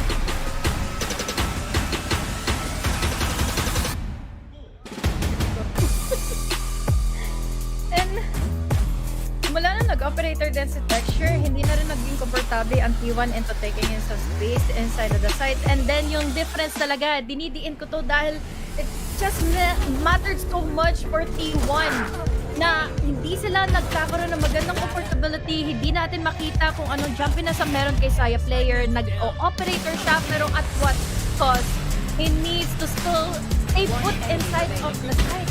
Tapos makikita na lang natin dito na naging comfortability. Yes, that we have your E2, we have your Rowan, but it's still not enough. Pero yun nga, yung mga multi-kills from Stacks and the rest of the players of T1, I said this earlier na yes, magkakaroon kayo ng multi-kills pero not enough para makabot ng Gen.G. One enemy remaining. Especially sa ganito. And T1 just were a bit too bold. Habang tumatagal yung laban, mas lumalamig pa sila imbes na umiinit. Yung kabaliktaran ng Gen.G simula pa lang dito sa map number 3 mainit na ang kanilang galawan. And seem to have barely missed a step galing sa Master Shanghai. Mainit pa rin ang kanilang galaw. Very warmed up into this. But still though, I think this is a pretty good showing galing sa T1. They didn't win today, pero muntikan pa. Dapat nga 2-0 to eh. They could have closed out map number 1 and then win map number 2. And this could have been a sweep by T1. Hindi siya natupad. But it was a good showing sa opening map dito, sa opening series ng T1, especially considering the fact na Stacks bagong sali pa lang. Kumbaga, ang gandang na nito eh. Pero balikan lang natin itong round na to ha, Karon. And just to say, round para sa side ng Gen.G, Malidis gets himself an ace. Kasi na nga, again, with Stacks coming into play for T1 side, I think this is the best showing of T1 compared sa mga nangyari nga before back in stage 1. Pero kung babalikan nga natin, again, ang daming greatness din naman ang pinapakita kanina ng T1. Oh, tsaka considering minsan sa mga tournament mabagal silang uminit, matagal silang uminit T1. But they started off this series pretty good. Di lang ma-close out kay map number 1. Caron definitely MVP of map number 3. Ang dami niyang big time plays, ang dami niyang big time moments, kaya siya big time na big time. And Gen.G, the biggest team we have right now, the champions current reigning, kaya nga may trophy dun sa labas, di ba? And that's the reason why they win this game number, yung unang game nilang series, ng season, kamo. Linis lang ng mga takes nila, linis lang talaga ng mga naging opportunity nila para nga i-overwhelm ng tuluyan ang T1. So again, Gen.G, congratulations. But to break it down much even more, balik na natin to kaagad sa panel. Break it down. Maraming salamat, HG and BNB. Pahinga muna kayo. Pero on the end of Gen.G, karon, nag-fine match ka lang isang araw at bigla ka nang pinatry out ng Gen.G kasi nakalaro nila. And my God, they were not wrong to put this guy into their roster. Gen.G 2-1. Very convincing still for T1 pa rin from games 1, 2, and 3. Lalo na yung game 2, pero in the end, it is just the Masters Diff ang pinakita ng Gen.G. Pero let's break it down. Dash, Rockhart, ano bang tama yung ginawa ng Gen.G? For me, yung mga ginawa ng Gen.G ngayon, yung adjustments nila, Caron popping off, texture popping off rin sa mga times na kinakailangan siya for the game. Yes, merong fails when it comes to the operator at some point, pero Caron was there to cover everything and put everything together for the team. Yun yung Sheriff Ace niya, yun siguro yung biggest mental boom para sa T1. Yeah, 100%. I feel like this is the Caron that I've been waiting for. Ito yung Caron na inaantay ko kanina doon sa map number 2. Lotus, it popped off. Better late than never, right? You know what they say.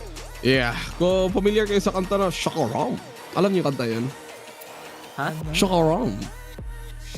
Hindi niyo alam yung kantang yan? Hindi ko alam ano ano palitan yung lyrics, yung Shakaram. Hindi pa rin?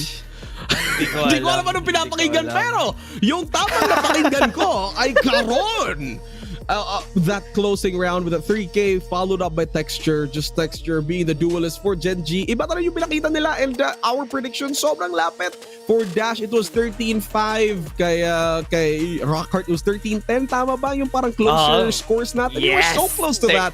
Kala nga natin mag-overtime na with the help of T1 Pero look at that, MVP si Caron for game number 3. So for T1, going back to the drawing board for their end, pero Dash, if you were T1, ano pa ba yung tama dapat na pwede nilang nagawa to maybe turn around this game 3?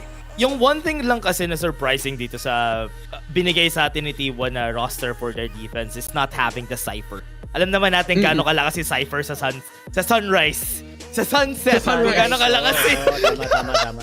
Gaano siya kalakas dito sa mapang to, and not having him in this one, nahirapan sila sa defense. Nakita naman natin yun. Nagkaroon ng advantage yung Gen.G against them. But on the other hand naman, I like yung experimentation ng T1. This is parang similarities with what Paper Rex uses dati nung si Jing yung nagsisage dito sa Sunset. I like that. Pero honestly, nakukulangan ako kay XQDet. Probably kasi na-switch up siya. Yeah. Parang story kanina. Game 1, kulang X-Grade. Game 2, oy, sobra-sobra. Game 3, kulang na naman. Ano ba talaga? Well, but that's a problem, right? Yung consistency, we always have to look for that. And over and over again, you can pop off any moment. Pwede ka maging shining star in one round, then lose out the whole game. So I would say, I mean, they did lose, right? T1 lost, pero it's still a really good benchmark yung ginawa nila dito. Like, if they can do this against the champs, good luck sa ibang teams na nasa lower on the standings right now. Yeah, on their next few matches. And on the side naman for Saya Player Sage, nakita naman natin yung parang ginawa nila when they were on the attacking side, using the wall as like a barrier for them to do a very safe entry. Pero si Caron yung nandun dun yun yung nangyari yung round 17 na Sheriff Ace na Caron was actually using that to his advantage, having like a barrier to his right, really getting all the headshots that he really needed. But so far, ayun na nga, Gen.G, tinapos ang ating Game 3 with a very convincing manner. So, Dash, Rockhart, anything you wanna finally say sa pag-close ng series na to? 2-1 Gen.G. T1 kailangan lang ng onting adjustments and feel ko pwede sila maging one of the top teams just based on their performance today. Yeah, I think T1 definitely kaya pa yan. Alright, so there you have it. Ito na nga, meron tayong interview from our winning team live from Korea. Let's go. Now, congratulations, Karon. Today went the distance, and I know Gen.G are really, really good at winning when it goes the distance, but it just kind of looked like it could have gone either way. So what was it like playing against the new T1 today? 오늘 뭐 3세트의 젠지는 강하지만 그래도 T1이 워낙 잘했기 때문에 승부의 향방이 좀 어려웠거든요, 예측하기. 그래도 경기를 뛰면서 카론 선수는 어떤 느낌이었을까요?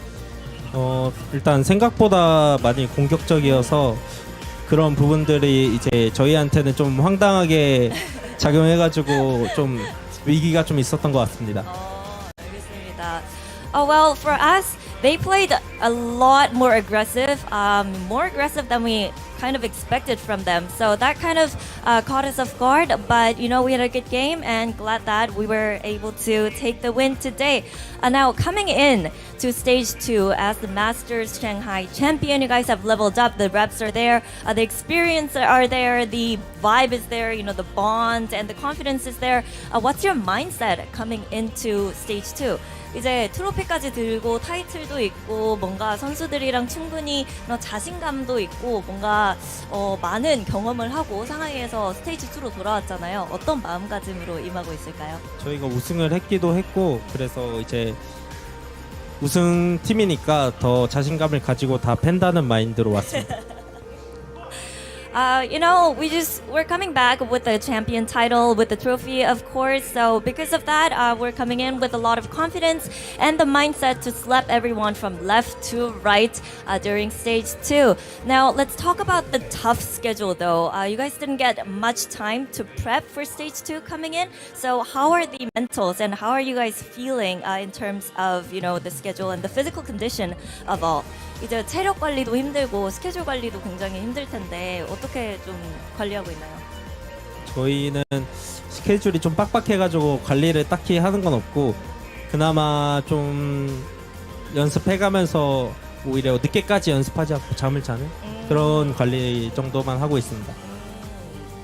Well, yeah, it is a tough schedule for us. So for us, it's not about pushing us out of our limits. It's more on getting enough rest and not staying up too late for practice. Just make sure that we're getting enough sleep to get us through the day and get us through the matches. Now, gladly and fortunately for you, you guys have a week off next week.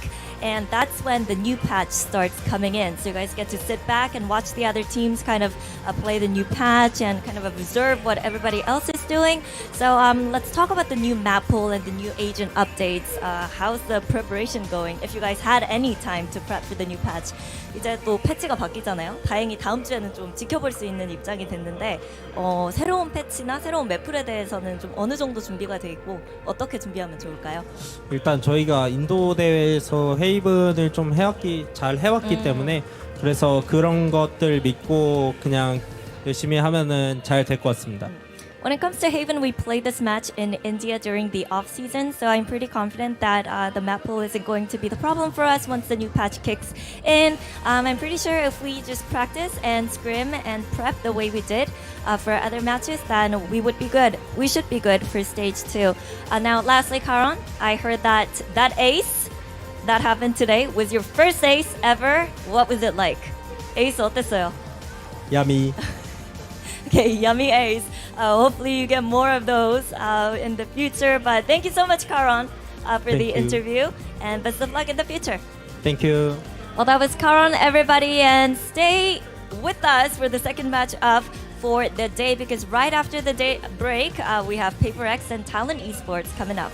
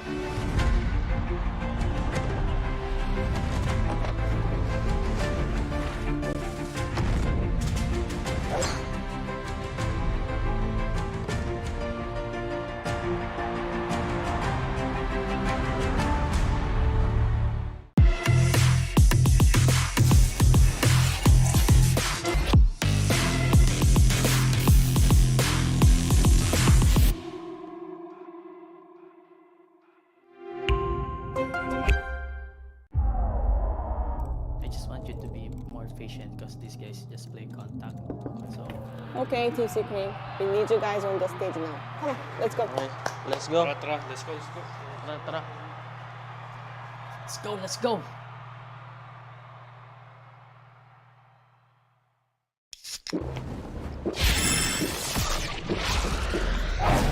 Red Bull gives you wings.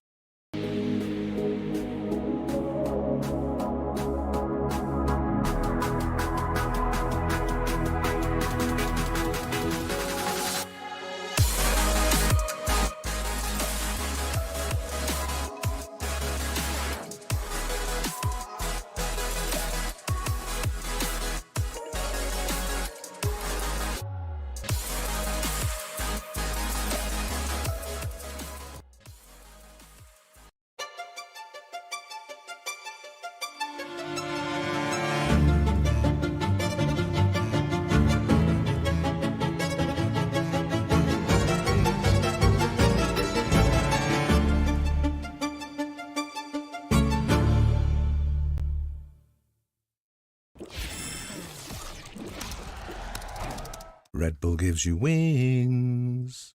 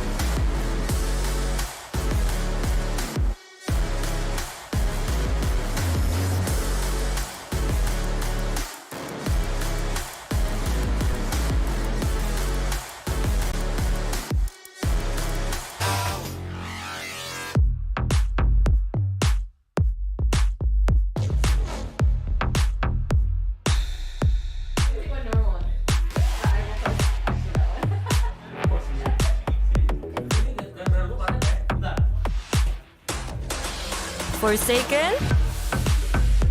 Where are your pants? The Talon Paper X pants?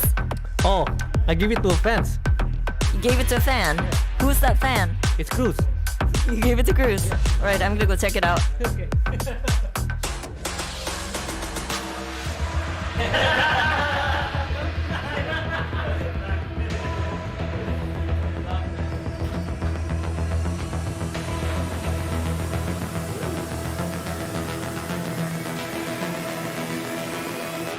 Thailand represent the pants, bird and dinosaur. Get it from Shopee.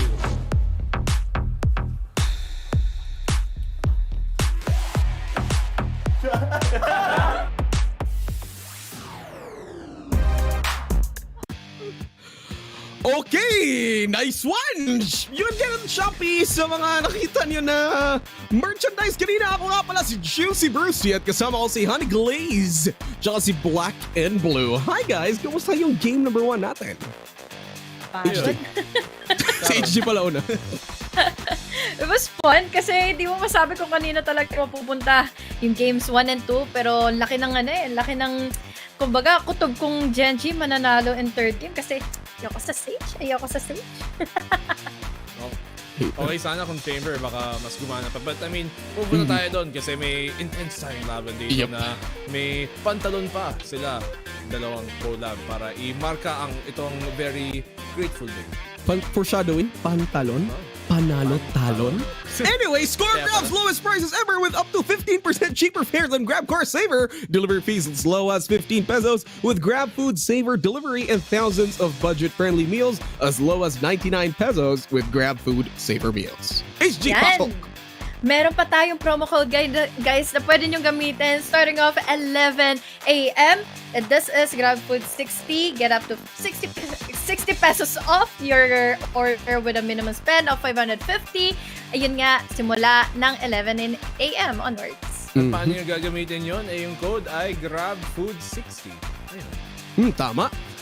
Mo, kung 660 yung bill mo, magkano na lang BNB? Grabe yung kulob. It is 600.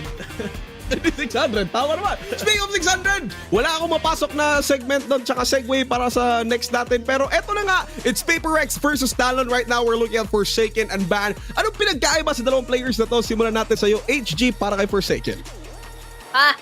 Forsaken, really excited for this player right here dahil he has been consistent on picking every agent available in our games.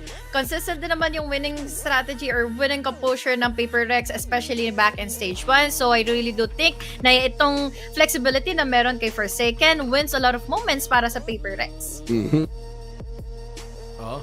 Si Ban naman, BNB. Sige, Ban and B. I mean, si Ban, we've seen what he's done before and we saw him on that T1 team, diba, nung huling taon, but it didn't look like he really fit into the team the same way he does now on Talon, where he seems like he has a lot more, yung tipong may flexibility na siya, may freedom na siyang gawin kung anong gusto niya. Looking right now to map stats. Okay, ano ba? Ano mangyayari dito sa map stats natin, BNB? Ito, numbers. Oh, numbers. So parang... Okay, I will... Okay, makikita natin dito. Sige, HG, go. What a chaos, what a disaster. Pero yun din ang pwede nga mangyari for both of our teams. Lalo na't again, specifically going into Talon side, wala man nakakabanan dito pagdating nga sa bind. But let's see if this will come into play. Lalo na kita naman natin kung paano nag-sparkle dito yung 100% win rate nila in bind. Alright, let's see. On the side naman of Paper Rex, should they go against Talon sa bind, HG? Or will it not be a problem on the side of Paper Rex? Magiging okay lang ba yung bind? I don't think it's going to pose a problem for Paper Rex dahil again, this is Paper Rex. They have the flexibility. They have what it takes to take down Talon in another kind of scenario like this. Oh, wow. Isa na naman dito si Coach Alex, and for Talon's first opening pick, they pick Icebox, which is pretty curious. You look at yung sa Icebox dito ng Paper Rex and they like to run very different weird strats, but we haven't seen Talon na inilaro na itong Icebox much at all this year. Dalawang beses pa lang nila nalalaro and they lost it quite handily the last time around nung week 1 against Global. So baka may niluto sila dito. As map number 2, pinili ng PRX itong Sunset, which has been one of their more favorite maps. At least natalo nila yung 100 Thieves dito nung last time around, as well as GEN.G. So it's a pretty good map pick dito para sa PRX. Alright, so there you have it. So if we're talking about Icebox, simulan natin muna sa game number 1. Talon very confident going into like Paper Rex na mas mahaba yung win rate, mas malaki yung win rate nila dito sa mapa na to, ha? Is there like a possible strat na naisip mo dito, BNB, on the side of Talon na kalabanin yung Killjoy and a KO combo ng Paper Rex? I mean, yung Talon nilalaro naman nila dito yung parang naging bagong meta comp almost on this map, which is that KO plus that Gecko na wala ng Sova dito sa Icebox. But it's Bind that's interesting here that they picked. This is a pretty good map actually for Talon. This is one of their best maps so far throughout the regular season. And PaperX, medyo 50-50 sila sa mapa na to in the past few months. And so, kung umabot tayo na map number 3, may magandang chance ang Talon na panalunin yung series na to. Kung tutuusin, I love the agent selection din dito, especially that we are going in the first map, which is Icebox. Na yes, medyo hate ko nga yung Sage pagdating nga sa mga competitive games, but this is different. Usually, we have here the craziness coming in from PaperX side na halos talagang kita mo na may kinukop up sila something dito laban na nga sa Talon or rather laban sa iba pang mga teams na pwede nilang makatapat, especially with those with the Sentinel with Sage. Meron din naman sila kasing kasama na Killjoy dito para nga mag-rely upon the utility usage and also the denial of entries coming in from the other team. Do you think possible dito na makita natin ulit yung Jing Sage on the side of PaperX? Possibility ba yun or are they giving this to another player? Pwede, pero feeling ko, with the thinking of PaperX, I really do think na pwede silang kumuha ng Clove this time around. Oh, really? Actually, pwede rin yun. Yung second controller. But I'm wondering if ibabalik nila si Jing dito sa Raze because we used to see that in the past. Parang nag-Raze plus Jet sila. Sometimes they even play the Jet Reyna here on this map. Nung mga huling dating beses nakita natin yung PaperX last year at least nung nag-Icebox sila even years prior to that. So I'm not gonna be surprised if they change something up here. Sila pa naman ang isa sa pinaka-innovative na mga teams pagdating sa compositions, and even though Sage is okay on paper here on this map, parang nasasayangan yung skills ni Jing na nag-Sage lang siya lagi. Oh yeah. So, you know, if we are to make a comparison kanina, no, Saya player and Jing Sage, very different pa. Yes, iba rin kasi yung pakikitungo ni Jing when it comes to being a Sage. Siya yung tipong hindi mo papansinin na hindi mo papansinin kung mag-hold ba siya into the site dahil usually you want him, he wants to be in the front lines. So, mas makakabahan ka kung makikita mo si Saya player or rather si Jing nga na makapag-stage dito. But here, on Icebox, mas kakailanganin mo ng stage. Pwede yung stage. Pero in Sunset, in which mas viable nga yung isang Cypher, I think it's a different then talaga when it comes to the preference ng maps Alright. So there you have it. Ito na nga. Now we're going over to our predictions kasi pasimula na yung games natin. We're going to Agent Select in just a bit. We have already seen the maps. It's going to be Icebox and then Sunset. Tama na, Sunset and then Bind. Do you think this is gonna be an easy 2-0? Pero simulan muna natin sa team na paningin nyo mananalo, HG. This series. PaperX, pero feeling ko kakulitan na kasi na meron ng PaperX. It can slide down into their disadvantage at makukuha ang 3-game series na ito in favor of Talon. But then again, I really do think 2-1 pa ang mangyayari nga dito for this series. Alright. BNB? Well, so far, yung mga huling beses naglaban yung PaperX and Talon. It's been PaperX so far has been winning their series. But I do think Talon has a chance here. They've been improving steadily nung huling season, nung huling split na nakita natin sa kanila. They did the best they ever did so far. And PaperX are coming off of yung Master Shanghai. To be fair, that means baka galit yung PaperX dito. But I'm gonna actually predict Talon because I think there's a good chance for them here. Kaso, may chance dito. If naging 2-0 to, PaperX. Kung umabot ng third map, then may chance ang bumawi ang Talon. So maybe 2-1 Talon? Alright, so it's 2-1 Talon, 2-1 for PaperX on the side of HG. Talon naman kay BNB. For me, I'll be giving it to the previous kings ng Pacific Stage 1 or the kickoff, which is going to be PaperX. And again, it's also very momentum-based ika nga kay BNB into this series. If ever yapon ng Game 3, could be Talon. So makikita natin in just a bit. Now we're about to approach Game 1, which is Icebox. And let's go to our predictions kung sino ba yung magagandang agent selections na dapat gamitin. On the side of Talon muna, because we've discussed PaperX. HG, ano ba yung dapat gamitin ng Talon to go against PaperX? I think it's going to be the usual kind of Talon play. We have the KO as their initiator nga since ang laking bagay din talaga ng isang utility usage of agent para ma-deny din yung utility from the other side. Pero I'm also looking forward for them to taking in Gecko pa. Alright, so punta tayo ngayon sa agent selection para makita na natin kung sino nga ba yung gagamitin ng dalawang teams na to into our game number 1 on series number 2. The season, I bet up on my stats. Now would you look at that? Undefeated, locked and loaded, we about to blow. Caught him with that left, I leave him tapped out on the floor. Sunny, itchy, sticky, swishy, watch me bank a score. Up in the boat, I'm in the zone, yeah, yeah. Go to the fire, the breath. King of the jungle and be in my chest. They say I'm posing a threat. Just like a puppet, I'm cutting the net. Ring on my finger, but yes. Like playing chess and I don't even sweat. That's what I call it finesse. That's what I call it finesse.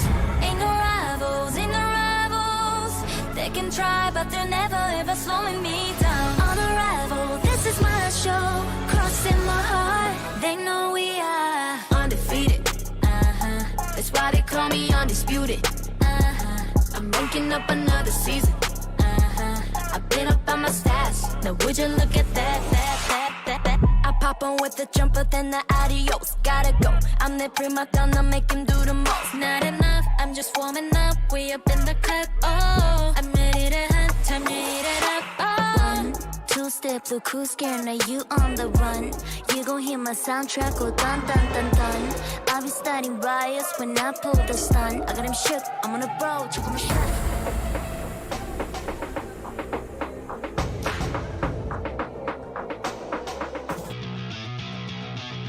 At ayun na nga, nandito na tayo, nagsisimula na tayo dito sa laban natin between Paper Rex and Talon Esports. Kami ang magiging shoutcasters niyo for today. Ako nga pala si Dash at kasama ko dito. Tama ba ako ng direction? Yun, si Rockhart nandito sa kabila ko. Yan, yan.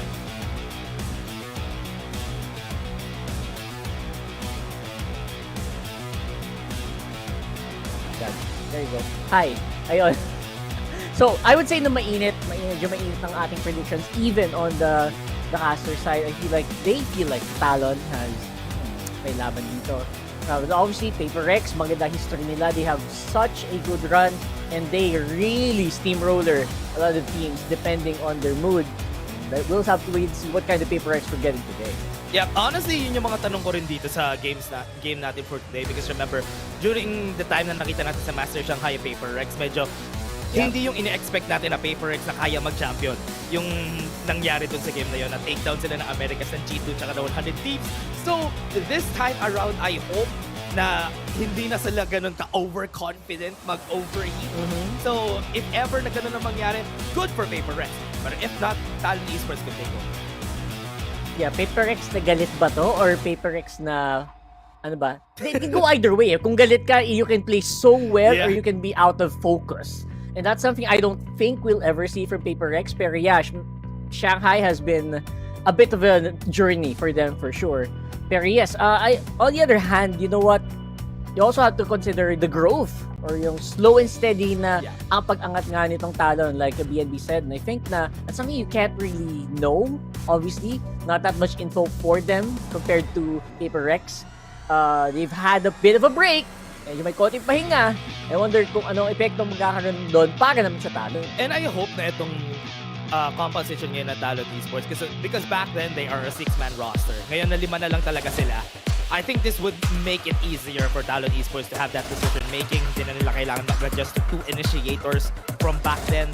So now with this composition na nakikita natin, hindi na naman natin Talon Esports are gonna be here with same composition that they use every time they get go together with the KO. And on the other hand, Paper Rex will be having Jing on that stage as usual. That's right. Syempre, you know, it is a flavor, right? It's a flavor for Paper Rex to have Jing on the stage in this specific map. You know what? It's been working for them. It's hard to knock Paper Rex kasi, you know, their match history speaks for themselves eh. So, I would say na it might depend on, obviously, on Talon more. Kasi, again, history, you're talking about history, Governor, may konting history siya ng pag-overheat on, like, in certain specific maps, certain matchups. Wonder if we're gonna see that today. So, these question marks really are the ones that have to be answered as we load up into map 1. I just really hope na itong Talon Esports would have their hand in the game. I am waiting for them, especially for Governor, if ever, for soon, if ever man na mag-activate na yung susunod na patch natin, na makita siya na on a neon. I'm really looking forward to that, honestly. Pero for now, he's back to initiator duty. He's gonna be on the KO for this composition na meron na sila. At nandito na tayo sa Icebox. At makikita na natin ang laban sa Paper Rex versus Talon. Alright, very, very excited. Even the fans right now, obviously, You can hear them, yan. You can hear the fans, even all the way in Korea. Paper Rex, talagang may mga nakasunod dyan. And obviously, Talon Esports, they're starting to really garner support as well. Yeah, and Talon Esports in this game, honestly, with what their form was, feel ko, they were robbed of the last time na nakita natin sila sa playoffs. I think there is a chance na talagang up for revenge itong Talon Esports. And nakita naman natin performance sila. Kita natin, pasok agad sila sa yellow. Pero that is gonna be pulling them back. There is, wait a second, Jinwoo's gonna fall down. Grabe, ito na. Well, not full W right now, but obviously very, very aggressive. Not afraid to show yung presensya nila at makikipagsabayan pa. Forsaken takes out back. That's a KJ down. That will make it a lot easier. And that Surf is all alone. Jing on the back. Hindi na niya nakita. And Paper X makuha. Unang round. Was not ready for that kill, and also hindi sila ready dun sa 2 kills na nakuha agad dito ng Paper Rex at the early stage of the game. They were trying to garner at least yung control nila dun sa yellow, pero hindi sila nakapag-hold on dun ng sobrang tagal, and nag-repick pa sila for the second time. That's why they were not able to successfully defend the enemy remaining. Dami tayong question mark kanina, pero one thing's for sure, the confidence of Paper Rex. Talagang umaapaw pa rin naman here on round 1. Obviously on round 2, we'll have more W power, more fuel. Ito na ba yun? Fingers in hand. Spectres as well. Something gets one. Nakakaisa pa? Hindi na. Pero magandang bawi naman kay Jing as well. Tudan agad. Talon. It's gonna be so hard for them to retake this. This is not the Paper Rex na gusto mo makalaban talaga, honestly. Look at them. What confidence they have. If ikukumpara natin yung confidence na to na meron sila compared sa confidence nila ng Master Shanghai, eto dapat yung Paper Rex na nakikita natin that time. Pero eto na, at least nandito sa stage 2. They were able to get 2 rounds pretty easily, and yung ending nila was very smooth, just like the Paper Rex style. Double you in, kill everybody. One enemy remaining. Actually, yung switch nila din, yung switch. When after you got the headshot, it was so easy for Jing to just swing out. Let's choke them. And it made it so easy for them to get that round. And now, Paper Rex, 15 rounds na kaya nilang i-direction ng 4-0 yan. Mabigyan mo lang sila ng konting momentum. Wonder if that can happen here. Full buy. Or full save rather. Ooh. Oh my goodness. Let's get one. Ayan na, sumunod-sunod na. 2 kills already, or rather 3 kills already on their side. Paper Rex, move forward. Trying to take time. Waiting. Wala pa silang information on where the other people are. Pero what they don't know is nasa flank na agad yung dalawa. Nag-iintay. Nag-aabang.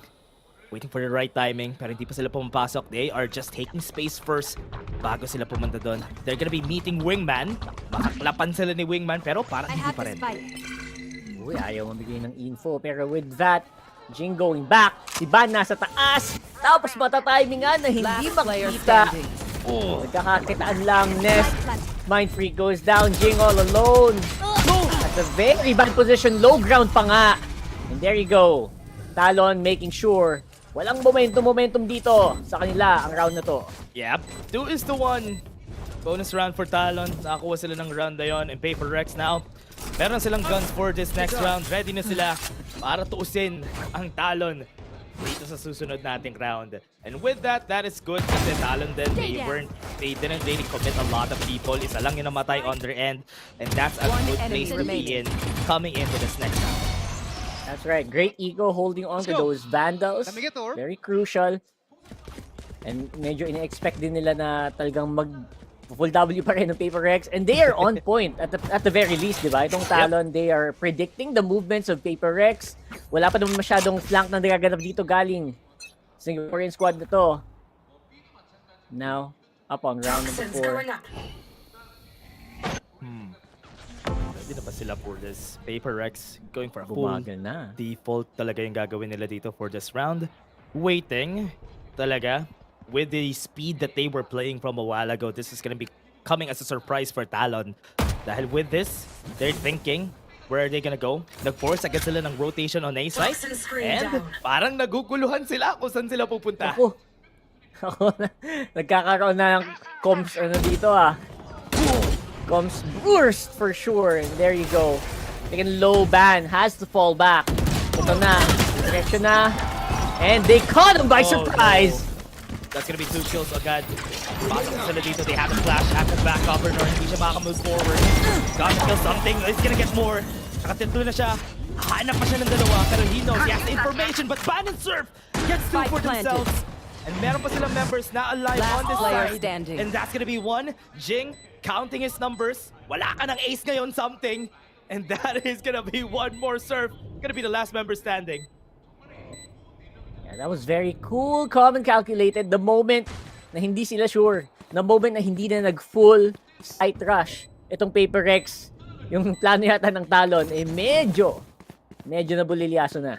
Wala na sila nagawa dun. Especially during their early holds dito, no? Kasi they had a great idea of what the hold is gonna be. They have a lot of people right there as crafters and they thought na baka makakuha sila ng kill, makakuha sila ng pick up, pero something just swung, got the 2 kills. It was an easy setup basically for Paper Rex dahil naka 2 kills agad sila for that side. Actually, tingin ko parang during the comms, parang, uy, nasa na? Wala ba dyan? Parang yung mga ganong moments. Yeah. Doon yata tumiming talaga si Samsung. We'll see that right here. Oh my goodness, right after the toxic screen.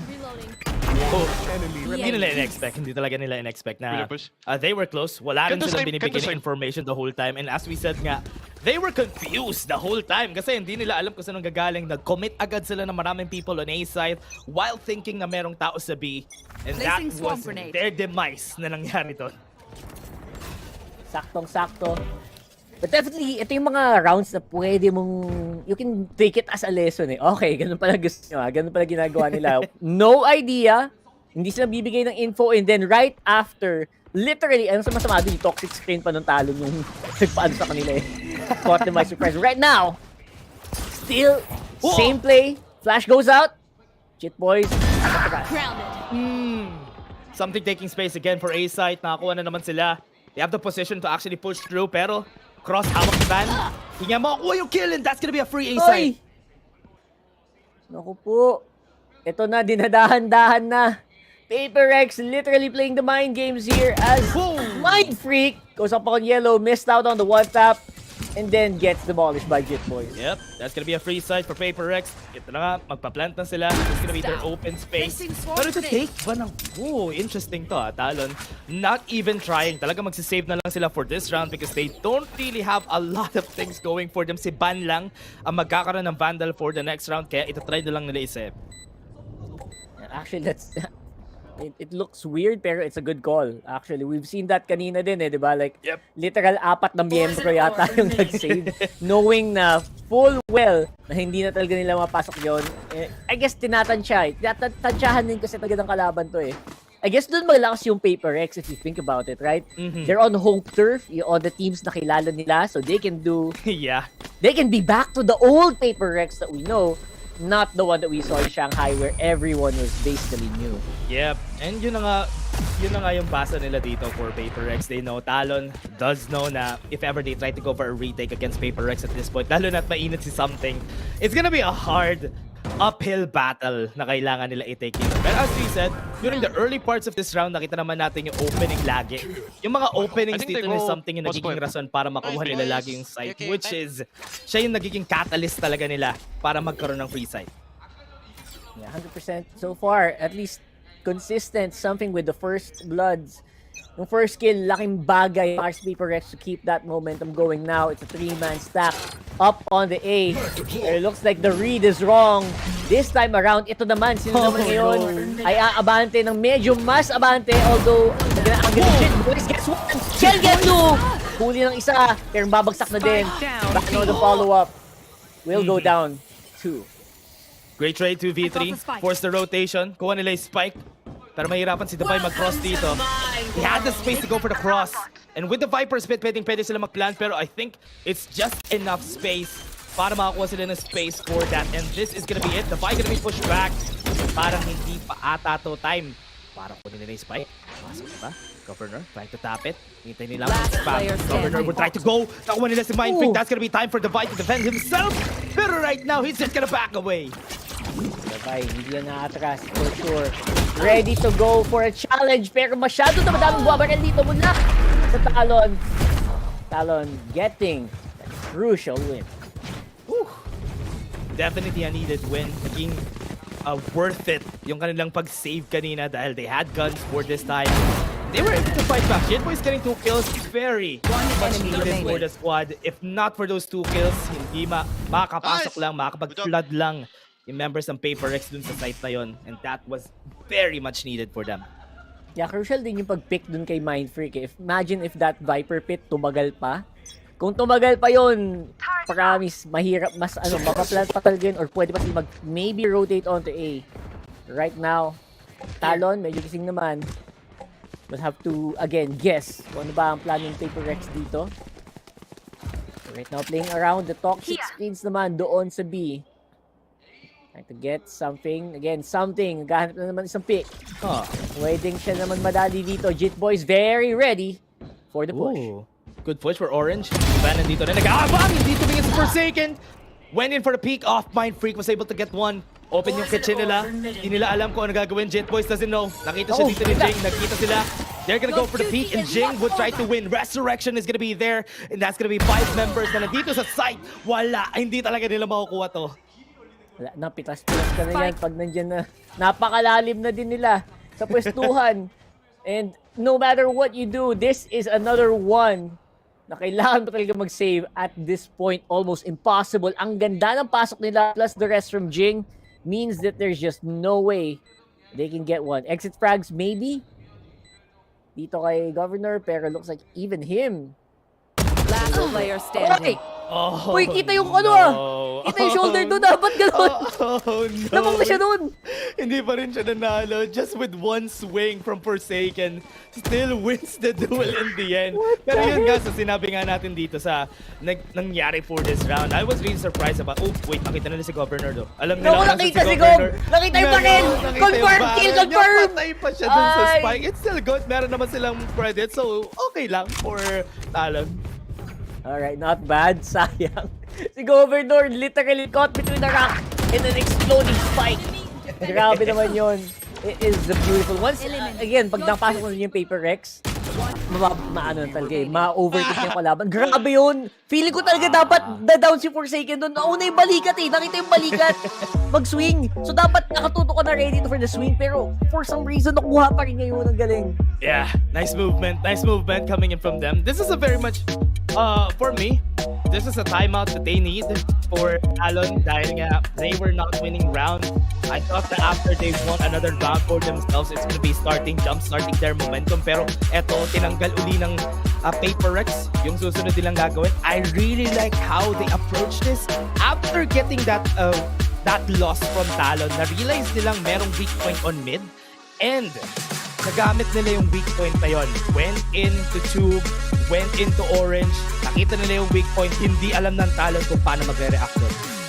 Maganda din yung maganda din ginagawa ng Paper X. Like, obviously, they're winning, so maganda rin ginagawa nila. Pero like, the specific fact na they're swinging up on A, swinging up on B, then boom, mid.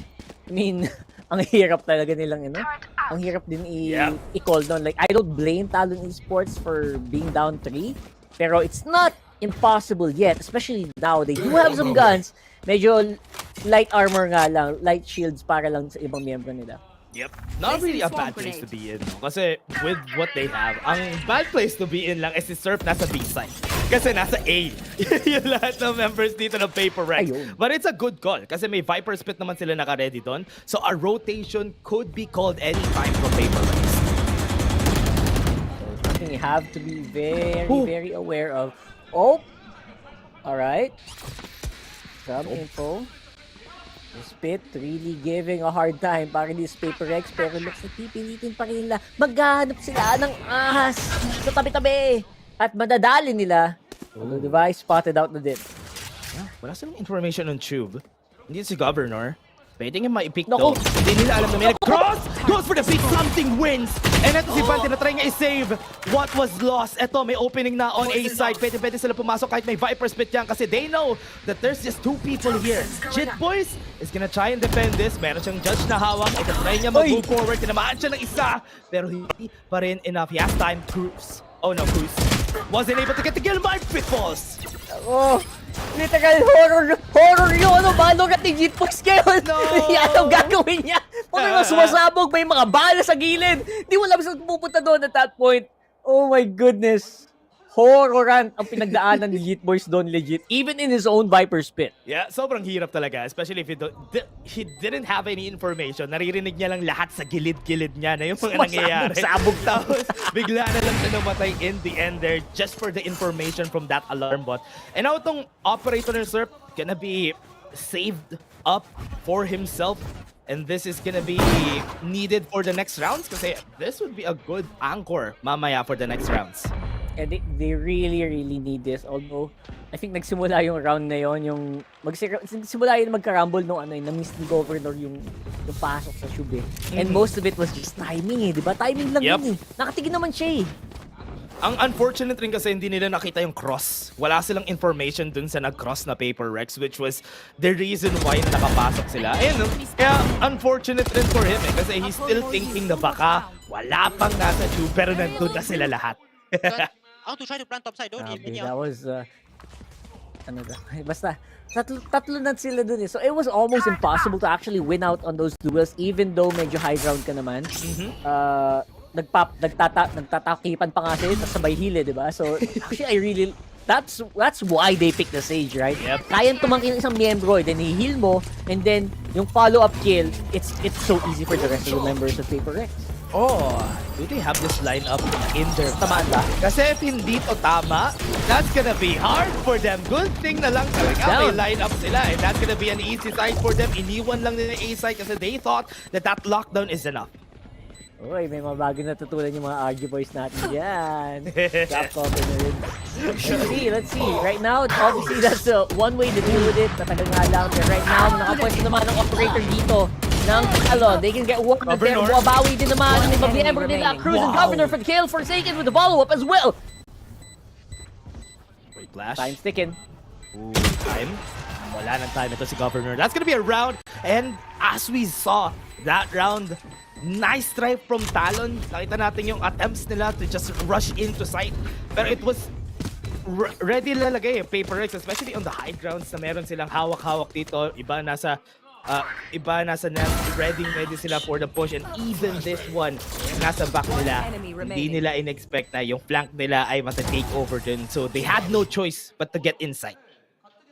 That's massive. Actually, okay na sana. I think Cruz missed one more shot, or Surf rather missed one more shot on op. That could have actually that's really bad for Paper Rex. And right now, something! Oh my goodness! No way is that gonna happen again. Bro. And wow, that's gonna be a kill. Na nakita rin natin in front of us while this is happening. And I think, hindi lang ako siguro guys, pero feel ko nakikita nyo yung nangyayari ngayon. And Paper Rex just got 2 kills from that. At yun, Ayun, nagbabalik. Grabe! Nag-fast forward lang tayo guys, nag-fast forward lang tayo. Dash. Si Densor kasi not suitable for young audiences daw yung nangyari. Good point. Kaya pinas forward, no? It was Pinas forward na lang natin sa susunod. Okay. Oh my God. Oh my God. Jit boys, really sad na siya na lang yung naiwan dito sa place na to. And feel ko, at this point, tapos na yung round natin. Wala na si Jit boys. Nakakatawa kasi. Parang literal nag-jump yung frame into a point where ubus na. It was really unfortunate. At the same time, kamusta kaya ang mindset, ang mentality ng Talon sa puntong ito, di ba? Gusto rin naman natin nakita dito for kwentuhan na lang tayo habang wala pa kasi nakikita ko yung upper right natin, nagpe-play pa upper right natin. So rinig pa tayo ng ating content. So guys, eto, meron ng operator during the next round. The hawak-hawak si Forsaken 2-8 na wala si Jit boys. Spike down A. That's what we're talking about. That's the kills we're looking for para dito sa Talon. Pero is it a little too late? Surf can get one, pero looks like makakalusot yung iba. At ngayon, nanghuhula na kung saan magagaling yung Paper Rex. Yeah. Surf ready for this, for the next peak na mangyayari kasi wala manggagaling dito sa heaven nila. So this is gonna be hard though. That's gonna be one, and that is gonna be something surviving. With that, that's gonna be belt na hindi may clear ni Surf kasi he doesn't know, but 4 seconds slowly but surely going out of maze. And hindi siya napik dito ni Surf pero hindi pa tapos. Papasok sila dito sa side. They have the lockdown on their hands. And ini-smoke lang nila lahat ng pwedeng tignan dito ni Surf. And hindi nila pinipik yung angles na alam nila ipipik niya. Never mind! Nakita niya si Forsaken. Huli ng isa, lockdown, holds him down. Grabe, ang tapang ni Surf doon pero he knows the backup is on the way. Although malalim lang yung lockdown, is able to lock down them for only a few more seconds. The Vi is all that stands between them and the rest of Talon going into the second one. Talon pa sa Agent Boy to fail. Mind Freak, it's a 1v3. Pero what can you do? Ang pwesto na maganda yung Talon doon. Into 8. Whew. I thought na ma-aware siya nag-push dito papunta sa close to maze. Dito sa side ng Talon, at sa side ng Paper Rex, but Talon, nice round taken. Surf getting 2 kills was the reason why nanalo sila dito for this round. Very crucial yung 2 kills dito. 1 on GEN.G and 1 din dito kay Forsaken during the start of that round. 1 enemy remaining. Now, slowly but surely wins the race. Kailangan lang alalahanin yun nitong Talon. Hindi sila pwede magpa-pressure dito masyado. Pagbigyan mo lang ng konting awang itong Paper X, alam mo na magwawala yung mga yan. 9-3 curse possibility for this Paper X with 8 rounds in their belt. And for now, slowing down the pace. Hindi sila nagbibigay ng anything just yet. Except for that 0 point na binato nila sa A side. Wala pa any movements na narinig nila dito. Talon just being cautious sa entry ng Paper Rex. Oo, hindi na nagpapagoyo yung Talon sa mga ganyan. Kita mo naka-hold pa rin talaga ng malala. Yung dalawa doon sa B. Surf and Ban. Pero nasa maling posisyon ngayon yung operator. Will take some time para mapag-rotate sila. Looks like the call is correct para dito sa Paper X na pumasok na. Yeah, non-committal angles. Talaga magre-retake lang sila dito. Just using what they can. Fragment used. Makpo sila. Pero Talon, right now, still waiting for that plant sound. And yan na nga, pa-plant na ni Jing. Spike planted. Yung flank din sa likod. Ban getting ready for anyone who might get too feisty. Something na uubusan na siya. Blade Storm, kaya na lang gagamitin for the Vandal. Not gonna be enough for the kill. 1 enemy remaining. More Forsaken! Crazy right now. Jing magandang pwestuhan. Si Surf naghahanap ng target, pero wala siyang madagdagan. Inatagdagan! At yun na nga! Na-shorty sa mukha! Alam niya may resurrection siya kaya si Davai was not really scared about that. Talagang confidence lang from the side of Paper Rex this time around. But Talon had a good run here. 3 rounds taken against Paper Rex. Pero now that they're gonna go to the attacker side, they should have something in store for us. Not bad. So this is the Paper X that is very classic. Still one of the kings of the Pacific, obviously. Very powerful once given a small amount of momentum. Mali yung score niya yan. Pero, tama. Ayan. Ayos na. Narinig ka, Kurt, kaya biglang inayos eh.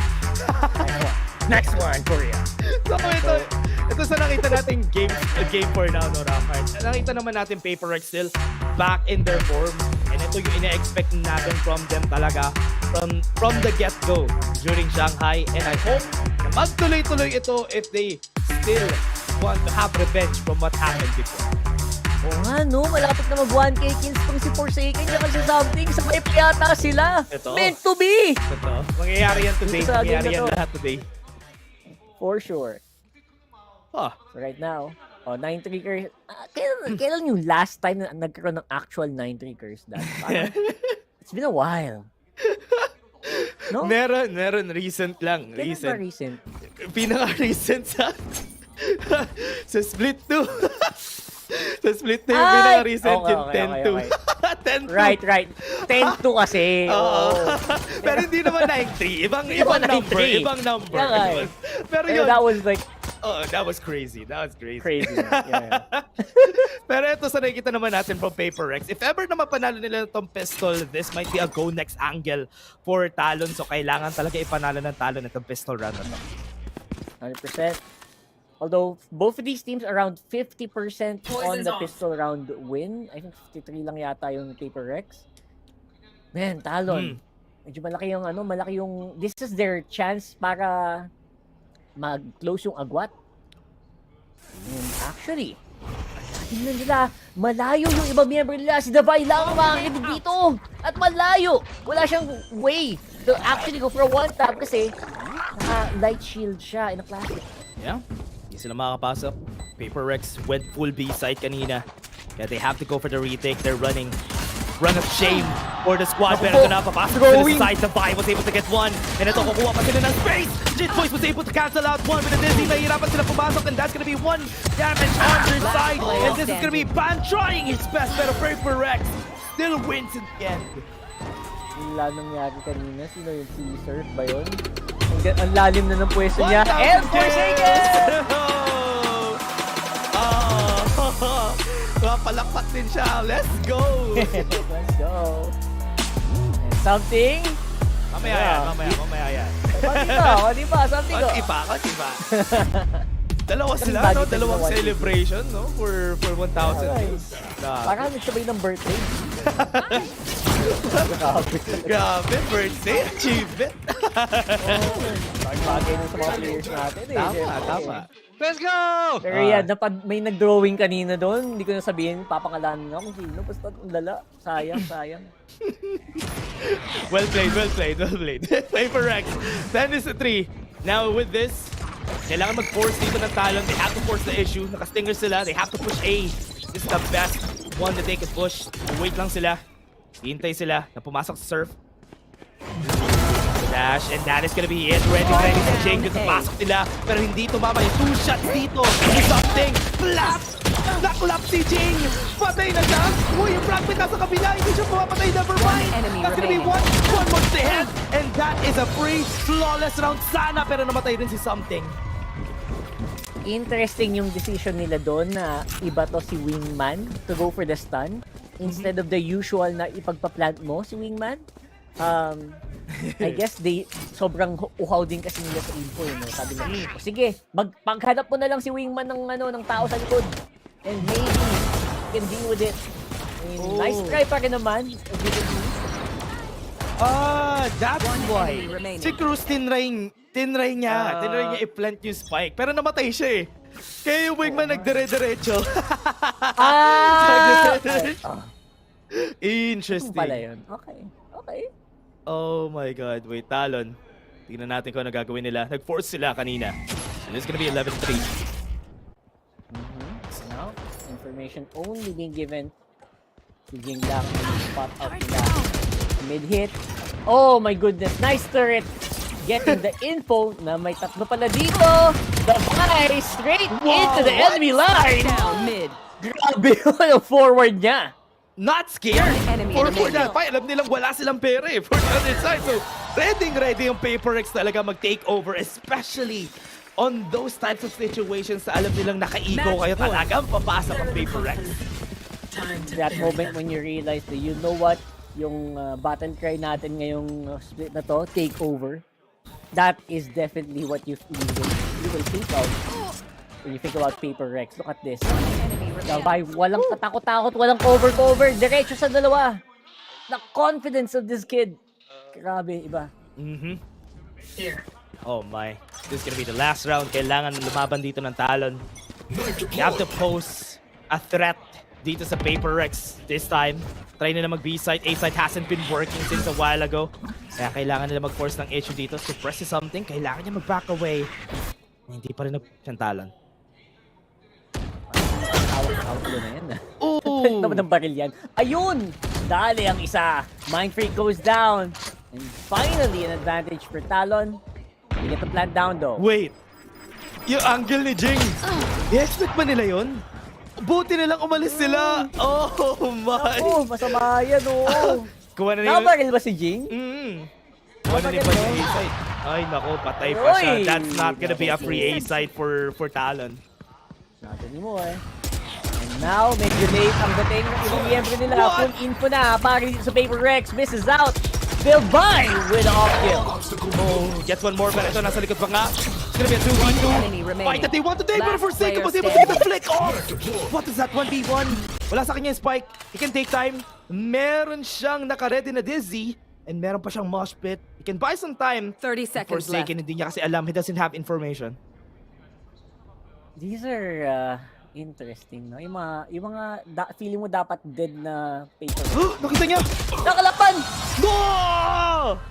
Grabe! Si Cruz doon! Nakadali ng isa. And si Forsaken pa. Takot din. Nakita niya yung gun barrel eh. Kaya siya umistop eh. Umistop si Forsaken. Nakagalaw tuloy si Cruz na nag-fight sila. Nag-swing out lang siya. Pero still, it was a good round for Talon. They were able to answer back with 2. Kaya naging equal yung round. Pero that split from Forsaken, that was crazy! Pero they were still able to get that round. 12-4. Nakakapag-buy pa sila ng time for this incoming round. Will this be the last? Or mag-extend pa itong game na to? The signs of life naman galing sa Talon, pero right now, wonder what that possibility for you, something! Spike down A. Gravity-defying shot galing kay something. Forsaken tries to swing, Surf. Tatry pa sila dito mag-fight. May toxic screen sa harap nila. Pinangahawakan nila. Oh! I think narinig niya si Ban. Nako! Narinig niya! Mind Freak! Was able to get the kill. Last 2 members standing dito. Surf and Jet Boys. Hand in hand. Kailangan nila ipasok itong spike pero hindi. Wala sa kanila yung spike. Man, okay na sana dong. Okay na sana yun. Ganda na simula nung round na yun. And now it's still gonna be a 2v4. Spike malayo pa. Although hindi naman alam. No! Diba? Something. No. The milliseconds na ipakita mo lang kahit balikat mo kahit yata. Bunbunan mo lang. Talagang on point. On the Divide? Oh! What a shot from Jet Boys. That's gonna be 1. Pero hindi niya alam. Wait, never mind. Hindi pala pumunta sa flank itong si Mind Freak. So pwede pa siya mag-rotate. Hawak yung cross. Hintayin na si Jet Boys. Tries to peek out. Goes for the upper angle. That's Paper Rex taking the first game. A very convincing map here para sa Paper Rex on Icebox. And as usual, they do it with style on that stage. What a great take na nakita natin dito sa Paper Rex. Paper Rex still back in their usual form. Hindi sila nasusurprise sa mga anything na binibigay sa kanila ng Talon Esports during this whole game. But what we saw from that is just composure from Paper Rex during the whole time dito sa Icebox. Yeah, you could not hear any fear whatsoever dito sa Paper Rex ito. Paper Rex, we all know and love. Yep, and ayun na nga, bibigyan na natin sa panel. Kayo na bahala dyan.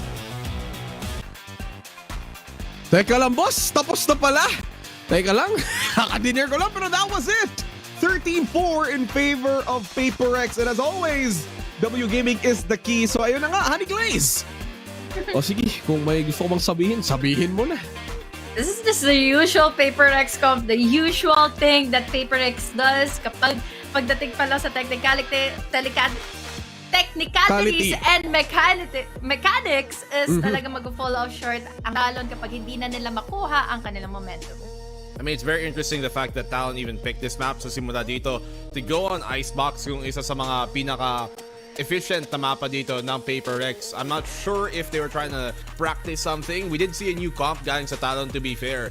But yun yeah, I mean, it was Paper Rex all the way. I do think though, to be fair, we've seen this in the past from Talon where yung opening map nila medyo tambak one-sided, di ba? Tapos makita natin map number 2, dun sila babawi, map number 3, aabot pa dun. And this is something that we've seen from Talon nung split 1 even actually happened, and even last year. So it's not out of the water just yet, but they're going on to another map because sa map number 2 na isa na namang PRX map to sa Sunset.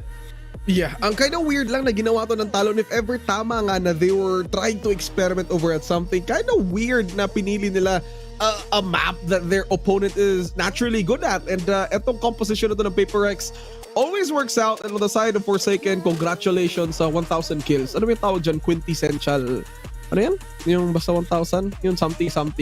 Kung ano man yan. So up next is something na para sa uy, may nahulog. So para si something na yung next na maka 1,000 kills. Pero heading over to this match, over at game number 1, did you expect this kind of scoring from Talon HG or were you thinking na mas lalamang pa to kahit konti? Kahit pa understood pa lang sa first 2 rounds talaga, no? Lalo na again, it was on the attacking side pa na Paper Rex. They already know what to do in case na meron na kaagad sila momentum. And how to amplify it. Hindi na kasi something halos yung nasa operator eh. We always see here the Vi na sobrang nasa composure and comfortability na. And look at that trading system na lagi at palagi nilang ginagawa. And you can tell that, you know, Paper Rex, they were having fun with this. Si something, minsan pa-dash-dash na lang, kahit may shorty siyang kapit, susugurin talaga niya. Grabe naman yung wide swing ni something, Todd. Umabot sa moon. Lahat na lang. But Paper Rex, I mean, what's new from them? This is a map that we already expected them to kind of play good at. I was expecting more from Talon, syempre, dahil pick nga nila to. But Sunset, to be fair, Paper Rex, sige, mostly positive sila sa mapa na yun. But we have seen kind of wayward performances in the past sa kanila dito pagdating sa Sunset. But the last time they did play Talon, nanalo nga sila dito sa Sunset din. So, who knows? Baka may bagong niluluto na naman si Talon dito sa map 2. Yep, we will see. And sinabi ko, kung to the moon, si something, naging si Nick something, no? Or Nick Makino, kung alam niyo yung kantang yun. Pero, here we are over at Paper Rex. 80% win rate over at Sunset and Talon. Twice pa lang ito naro and they never found any success. Now, let us discuss agent compositions on the side of Talon kasi with Paper Rex, parang obvious na naman si Breach. Pero on Talon naman, HG, should they bring out the Neon? Neon? Twice yun si Neon. Sorry. Bago kasi yung ABCD niya eh. So, stream niyo yun kung gusto niyo. Pero, should there be another agent composition on the side of Talon, SG, or may iba pa ba?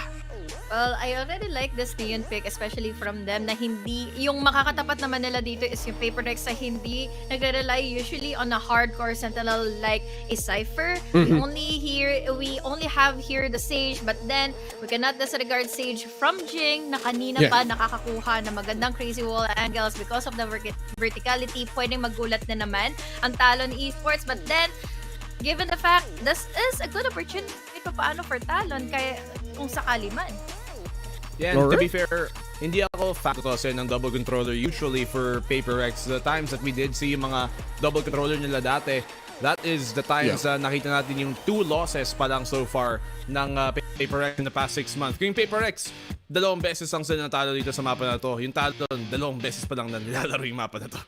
So that will be kinda hard on their end. Pero heading over to game number 2, kasi with Paper X, masyadong set in stone na kung paano yung performance nila. Sa Talon naman, ano ba yung kailangan nilang gawin? How do you stop this W gaming coming in from Paper X, HG?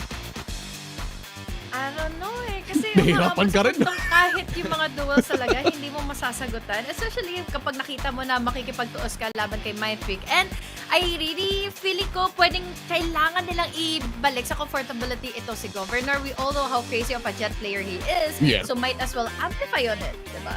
Alam mo, buti ka pa, HG, may sagot ka eh. Kasi ako, kung tinanong ako ni Hikaru noon ng tanong na yun, sasabihin ko, hindi ko alam eh. So, sinubukan ko dati, pero hindi gumana. Si Hikaru, natatawa si Dash. Si Dash kasi, chess player ako. Actually, gusto ko nga yun, chess ko. Merong my ham and chess. Anong favorite piece mo sa chess? Favorite piece? Sa akin, rook. Ikaw, BNB, anong paborito mong piyesa sa chess? Siyempre, my queen. Sino ba yung queen mo? Nandun.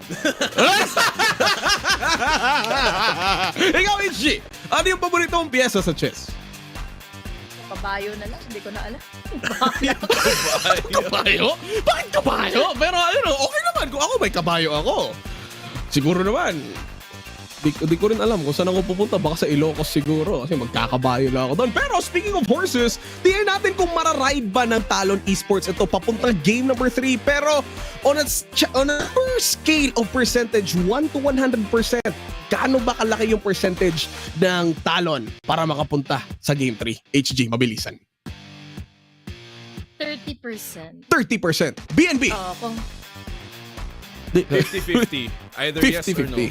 Either yes or no. Speaking of yes or no, yes! Pupunta na tayo sa agent selection. Punta tayo ngayon sa Korea para makita natin kung sino yung pipiliin nila. Ay, hindi pa pala. Ay, hindi pa pala. Joke lang. Sorry, direct. Akala ko tama na yung narinig ko. Pero with that being said, agent composition yung topic natin. HG on the side of Talon. Neon, lalabas ba? Or sino ba? Pwede, Breach. Isip mo, maganda for Talon. Ang lagi ko kasing naririnig ngayon is ang buhay daw ay hindi karera, kaya hindi nila kailangan na magmadali, pero kailangan nila ng isang jet dito, especially for governor, para magkaroon pa ng momentum and all.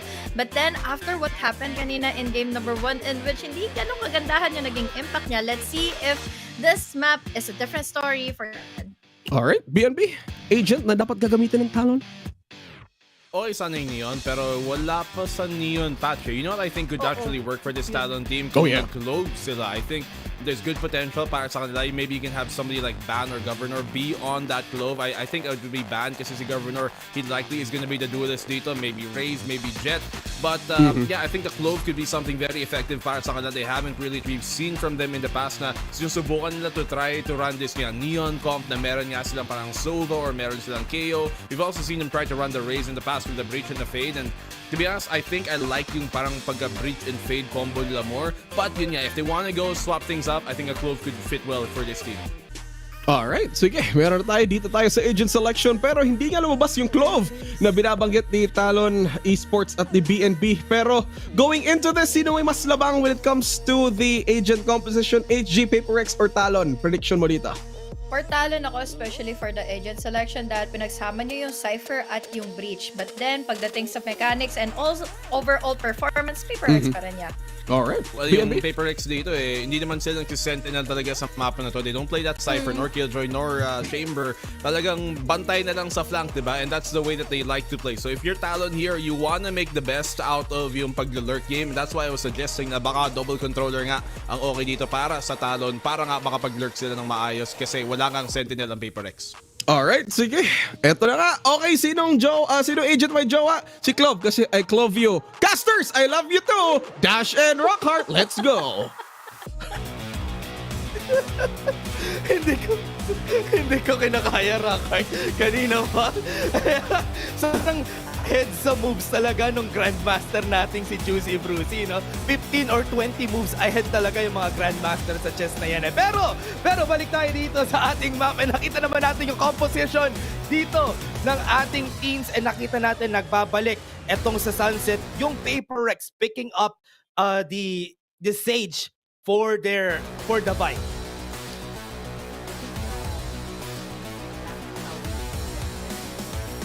Sunset, parang it's interesting kasi parang they don't really, I did not see any sort of pressure at all. Knowing that sometimes yung mapa na to can really, ito yung literal tama sinabi ni BNB, this is a 50-50 map for me. I don't see anyone getting ahead. Pero with the composition right now, it will make attacking a lot easier, especially if you can lock out yung mga daanan tulad ng ganyan. Ooh, 4 people right there up of Bova. They're gonna try to break me. Paranoia, tinamaan din yung kasapi niya, pero hindi yung maganda. For the side of PaperX! That's gonna be 3 kills. Make that everybody! And PaperX loses that first round. Doon yun yung exact moment na hindi stonks yung full W. Kasi sinabayan nila yung blind, sinabayan nila yung paranoia, and there was also a breach ready to take you down. So, yeah, that was definitely a very nice try. At in fairness sa sitwasyon na yun, lahat ng tao bulag. No? Pero, it was a narrow corridor na kailangan takbuhan ng 5 tao. Ito ba yung tawa nila doon kasi nandun silang lahat. Tapos They knew. paranoia sila. Hindi rin, saan sila pupunta? Nandun sila sa gitna ng street. Kaya wala talaga sila pupuntahan. They had to go. And that's why panalo yung Talon during that round. That was a good round. Honestly, getting the first round against PaperX is good. Pero hindi dapat ganito na natatalo sila. Good thing may magandang paranoia na naman. Nakuha nila yung kill and that's gonna be PaperX coming out on top. Somebody's getting ecoed! Nako po, ang dami niyong baril na binigay. Yep. At ngayon, medyo mahihirapan kayo na sumabay. Ngayon, miyembro ng PaperX ang buhay. Okay. Narinig sila doon. Maybe naglalagay sila ng bait doon for ban bago siya mag-rotate. Pero nauubusan sila ng time dito for this rotation. Pupunta sa Boba si Serve. Pero may time ba sila? They're looking at the back. Mindpeak's gonna peek pero hindi talaga nila kukunin to for sure. Oh! Bahagya! Was a dink. I think alam nilang low na si Ban. Pero si Davai malayo ang laruan. Tumatalon-talon. Down goes the fault line. Vision is so crucial right now. And time is of the essence. Surf, super low. Kinobs na yan. Sabi niya, Davai, ikaw na bahala dyan. Wala siyang time. No time. 1 HP. Beautifully done here for Paper Rex. At least hindi thrifty. Yeah, unfortunate though for the side of Talon kasi as we expected, ang ganda nung ginawa nila nung round 1 pero Paper Rex was able to answer back. Talaga naubusan lang sila ng players when it came down to that fight. The utilities were there, may paranoia sila dun sa B main pero hindi siya nag-work out in their favor in the end. And nakita naman natin how Paper Rex just played it. Davai is going crazy with the shots, dodging the paranoia to save his team. Madali, actually, if you are all 1-0, you won that pistol, madaling medyo mag-lax ng onte. Pero nakakalimutan nyo yata, Paper Rex ang katapat nyo. Hindi pwede. Hindi pwede yung mga ganyang scenario dito. Hindi pwede talaga for this. Especially nakita naman natin yun. Naipanalo na yung round. Asa ka nila ngayon yung momentum. Na-cut off agad nila yung momentum na meron yung Talon from the first round. Dizzy's up! Someone's there. Right now, maganda ang secure nila. Again, because of the Sage Wall.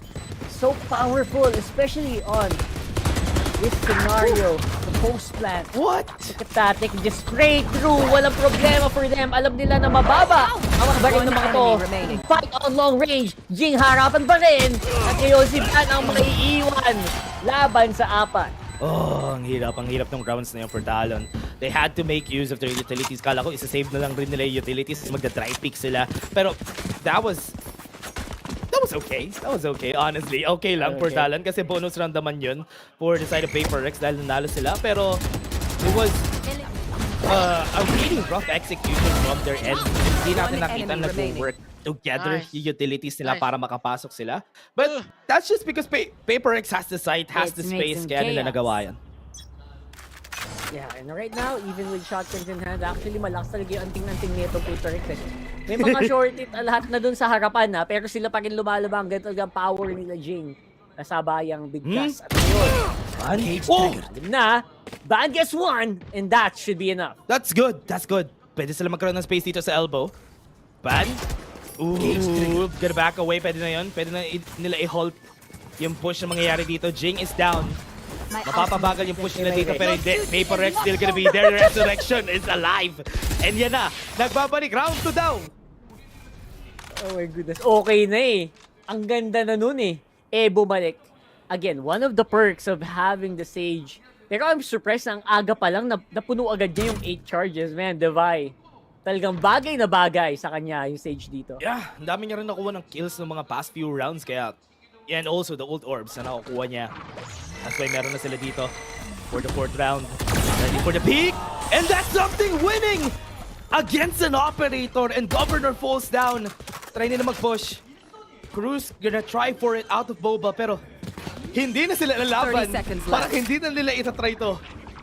Spike planted. Mga bagay na hindi dapat nangyayari. Man, something really has this game locked down. Oh man. Look at that, no? Kasi even if it's just 1 round, sobrang expensive kasi ng buy nila dito. Hindi nila afford na matalo ulit for the incoming rounds. Kaya talaga nag-save na lang sila just to play it safe for the squad. And meron pa silang operator, kaya ayaw talaga nila i-take yung risk. At the very least, they're able to recover, diba? So, just like we mentioned kanina, it looks, usually dapat, diba, dapat ilaban yan. Pero no, in these scenarios, okay lang. Right now, right here, may mga nahagya lamang na right now. It is Paper Rex still in the lead here. At the very least, you know what, Talon? Okay lang.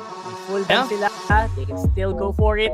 Pero time out muna. Yeah, kailangan nila itong time out na to. It was hard rounds per hard rounds yung nakikita natin dito. Kaya yan, nakikita mo si Coach Frost to. Diba? Kaya nasabihan niya na yung team niya. Kasi ang hirap eh. Yung mga ginagawa nila, especially for the defensive retake, medyo rough pa. Hindi, may rough patches pa siya. Hindi sila nakakapasok ng dire-diretso. It's also because of how Paper Rex has been playing this.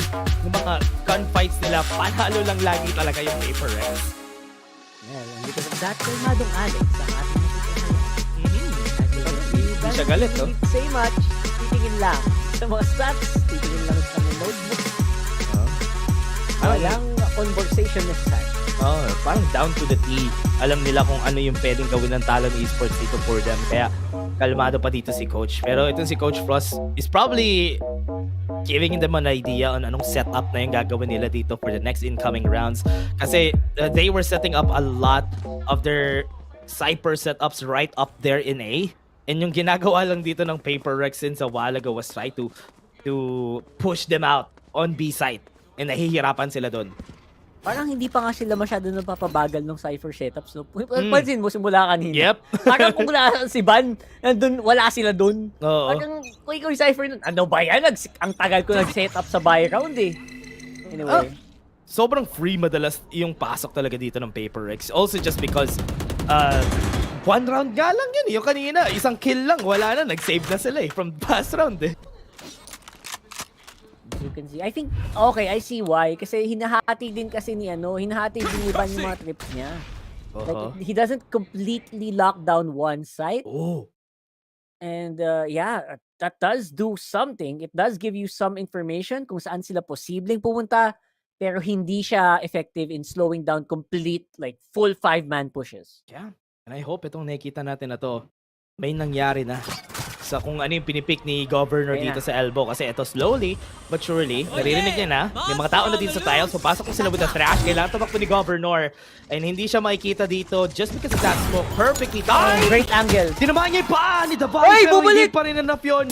So that's gonna be him backing away na dito sa flash yung tatlo. Na-peak na ni Mike Freak. Nakakuha siya ng isa. Pero hindi pa rin sapat. Nakakuha pa rin sila ng flash dito sa side. What a chaotic round. Si Governor na paano?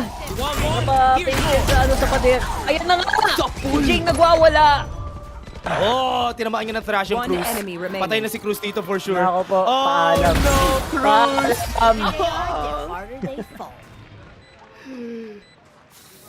Gun round yun, Rockert. Gun round na naman yun. Wala na naman tong Talon for the next round, or at least pwede sila mag-half armor for this next round. And honestly, hindi ko alam what to say on where it went wrong. Itong fight lang talaga na to. Once they got a hold of elbow, nakapag-push sila, hirap na po mag-retake kasi lagi yung Talon after. At the very least, I really like yung ginagawa naman ng sagot dito ng Paper Rex. Yung Talon, napapa-chaotic nila yung laban kahit papano, no? Pero somehow, Paper Rex just loves this chaos. They love flashes going around. They love nades going off in their faces. X marks the spot.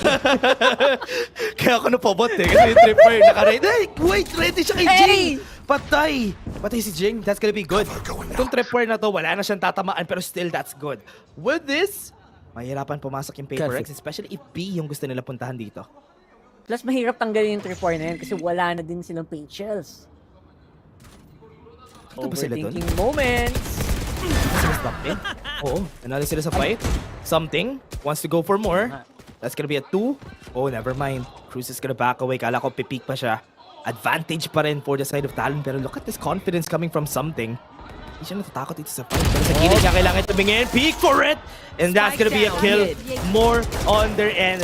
Nakita naman natin si Davai. Meron siyang operator on his side. Nakakuha siya ng kill with a peek! Make that 2! Pero hindi dadami yung kills nila doon.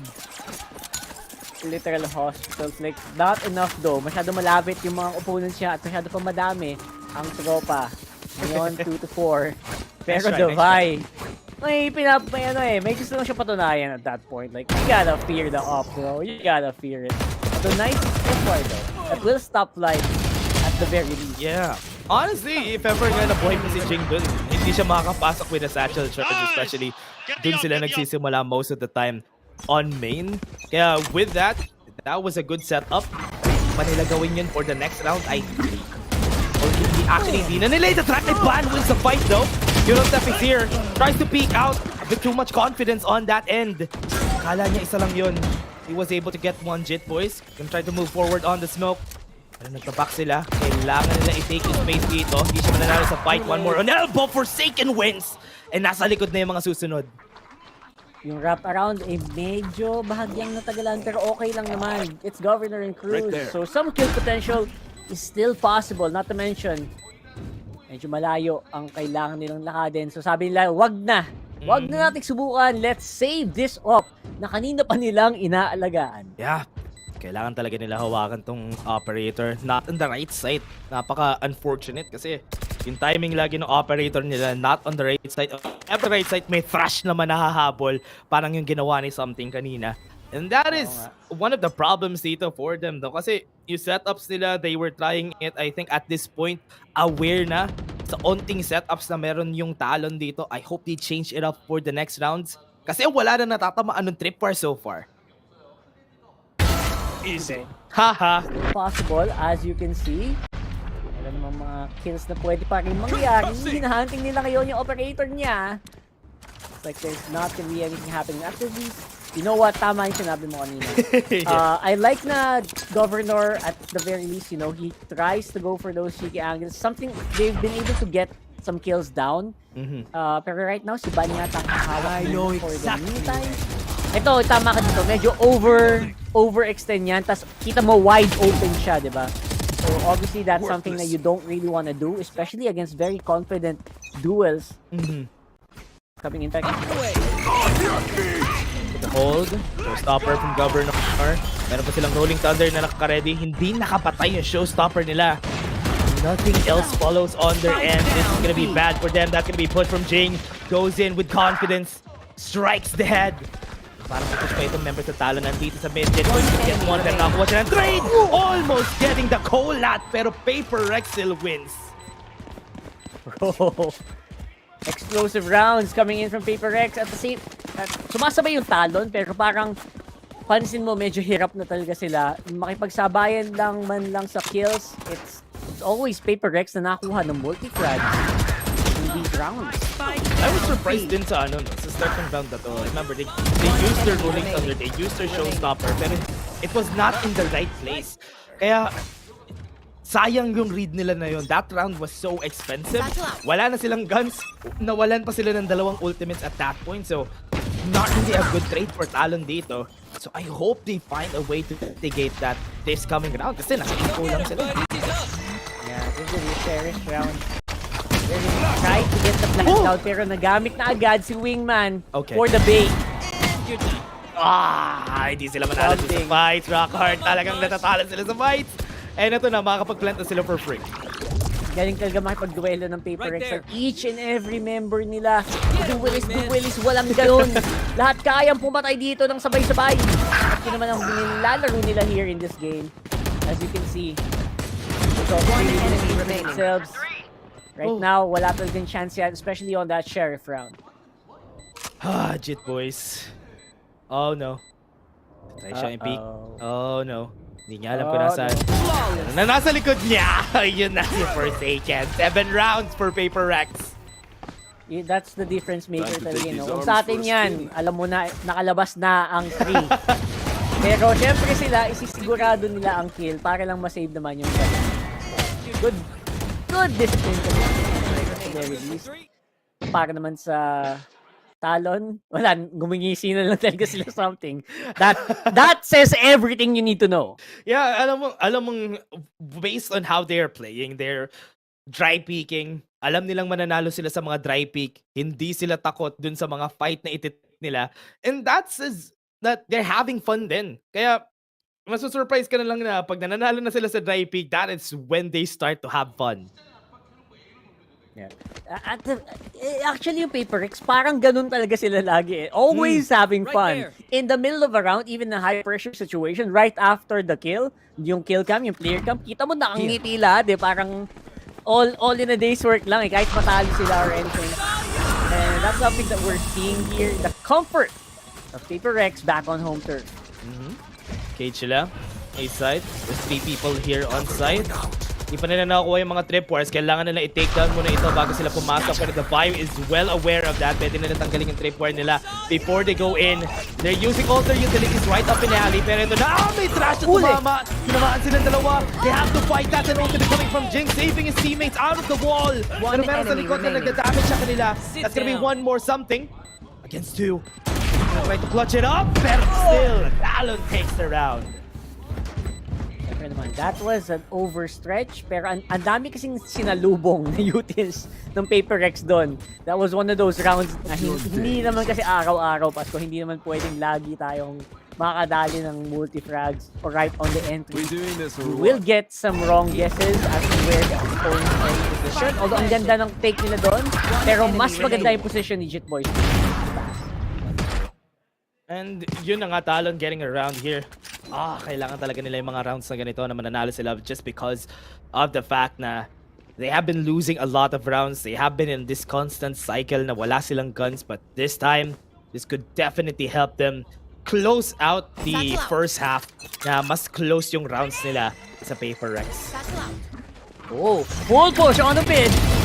Something! The Paper Rex. Not really. Beautifully executed there by Talon. Oh no, hindi sila ready dito, Rockart. Hindi nila alam na push pala yung Talon doon. That came as a surprise for Paper Rex. Hindi nila alam yon, pero because of that, that left them open on a lot of places. And A-site, yung napili dito ng Paper Rex. Of course, because of that, full push onto mid, walang naiwan sa site, and they're gonna have to be content with just taking these duels. Pero dahil dyan, lamang na ngayon ang Talon in terms of numbers. 3v4. Down goes one para kay Devay. May rest pang pwede siyang magamit. Pero malayo. Ang layo ng mga i-rest niya. It's a good thing he was able to get one though. 2v2. Wait sila. Push out from stairs. Sabay pa. Hindi sila nagsabay! Yun lang! That's gonna be one. Hindi niya na-trade. Devay is gonna try to peek this. Alam niya mananalo siya dito sa 1v1 na to. Hindi siya takot. And that's gonna be Paper Rex getting the round. I think sinabi mo na mismo hindi sila sabay. Pero nakakatawa din kasing sumabay.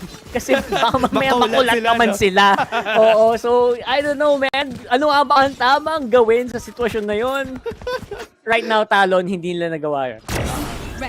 Sobrang destructive nito ni Devay this round. Nakukuha siya ng 2 crucial kills out of that operator. And hindi rin ina-expect. Tingnan mo, natatawa siya. Kasi natatawa talaga siya doon sa nangyari ng round na yun. Ay, wala talaga nito. Pero wala eh. The skills are matching up the humor eh. At the very moment we are on the last round here, at least medyo may buy naman ang karamihan sa mga miyembro ng Talon. We will have to play this close though. Wow! What a shot from Governor. You will not kill my ally. Kailangan nila yung pero may resurrection pa sila. Waiting for another peek on their side.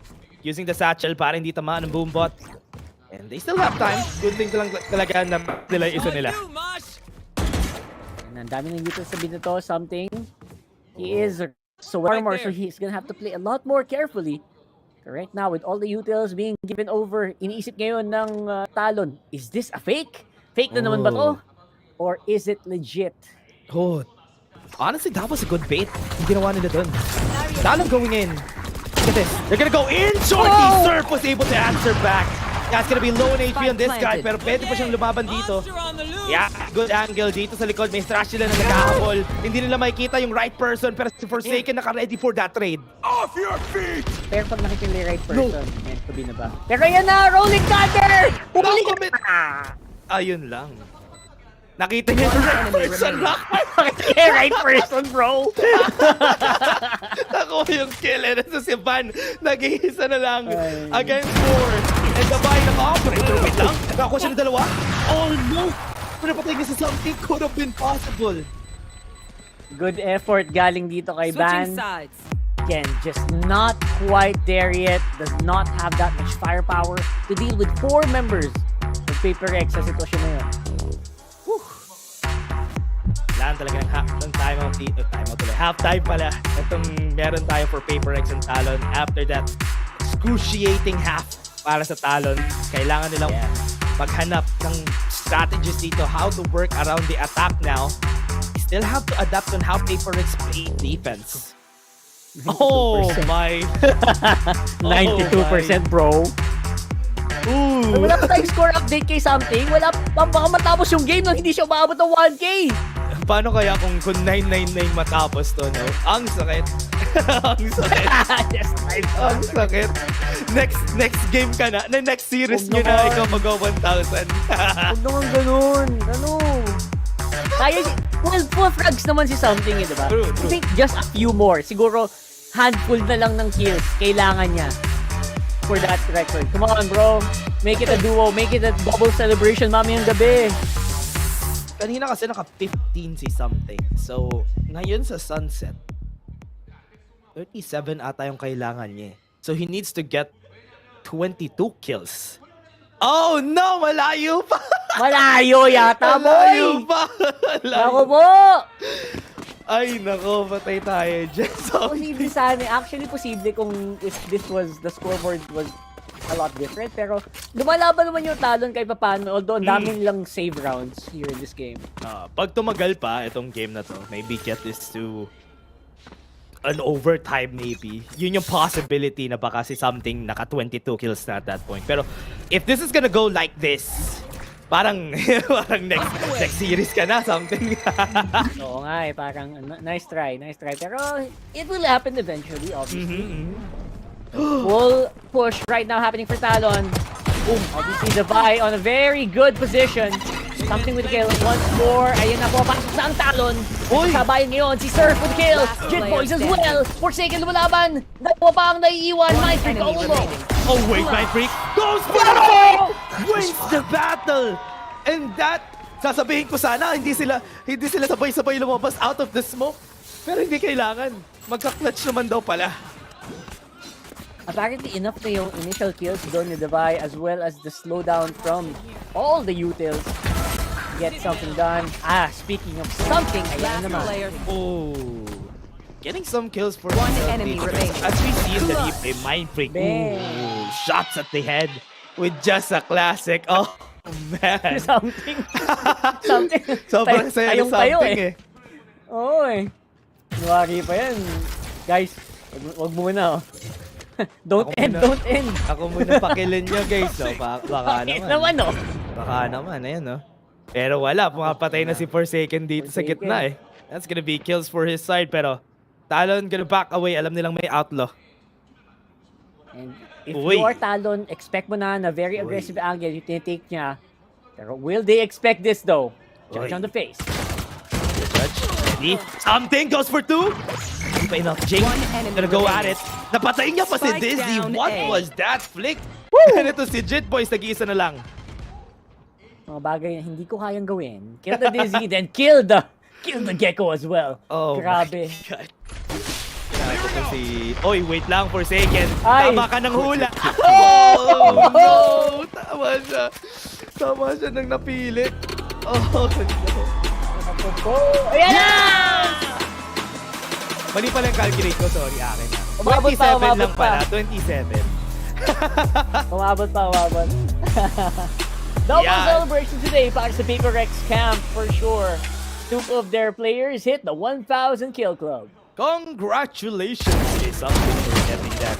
With those 2 kills, yun, na-secure niya na yung 1,000 kill count dito. And yan na, makikita natin. 11-3 for Paper Rex. Yeah, for Talon right now, what is the comeback potential here? Get some kills, get some first blood. All you can hope for. 4v4 right now dito ang labanan. Pero may smoker pa rin na present dito. Mike is ready for the push to happen. Cruz goes down as well. Goes into the backside. Nakakuha sila ng dalawa. Surf is also there pero hindi pa tapos. TB2. Jing and something. Magre-retake pa lang. Uy, at least na-plant nila this time around. 3v2 scenario.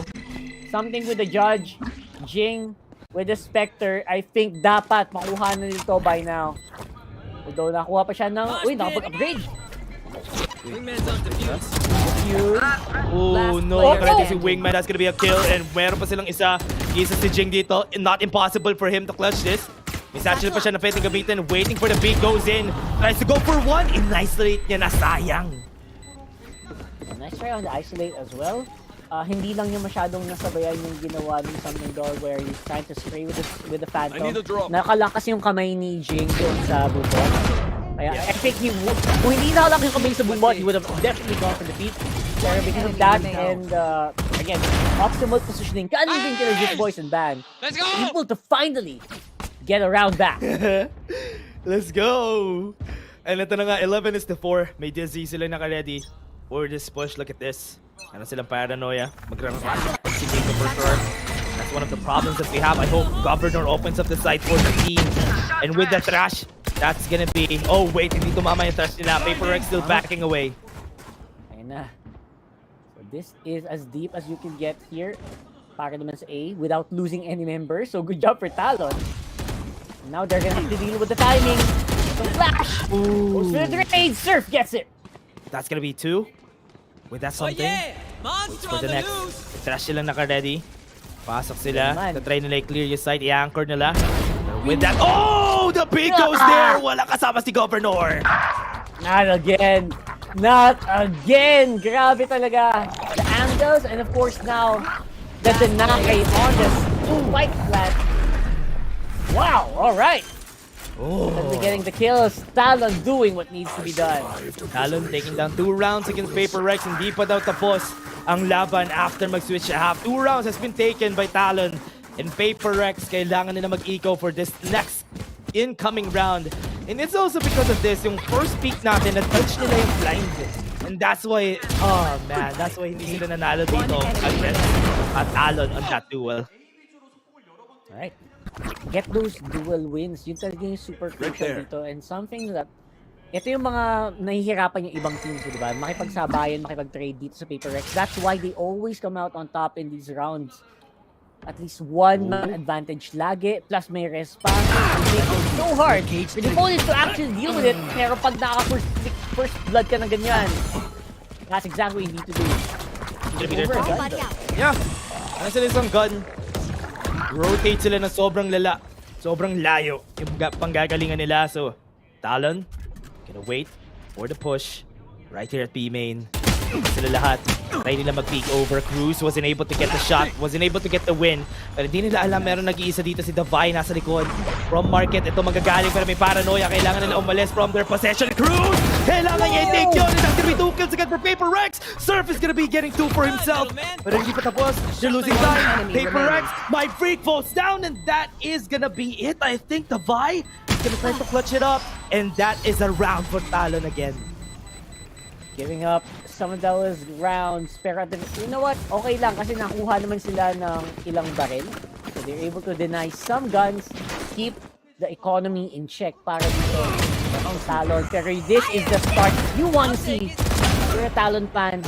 Nice denial as well on the showstopper just to make sure that hindi ka magdali. And keeping it tight, Talon playing as clean as it can be in that round. Yeah. Find that rhythm. 11-6. Ooh, Talon. Mahabol na dito sa score. Kahit malapit na mag-match point yung Paper Rex, they are struggling. Nakikita naman natin. They're having a hard time for that defense. Hindi sila makapag-trade ng ayos. Talon is just getting one step ahead lang every time. Wait, nasa tiles. Hindi niya kita yung nasa tiles something. Hindi siya nakapeak. Hindi sila nakatingin on both sides. That's gonna be bad. Good thing na lang may trade yung Talon. Alright, so 1-for-1, 4v4 ang labanan. Neural Theft gets an info down. Meron pa silang tools to maybe counter that. We have From the Shadows and we have a Trash ready para sa Talon dito. Oh yeah! Monster on the counterplay! Jit Boys will kill.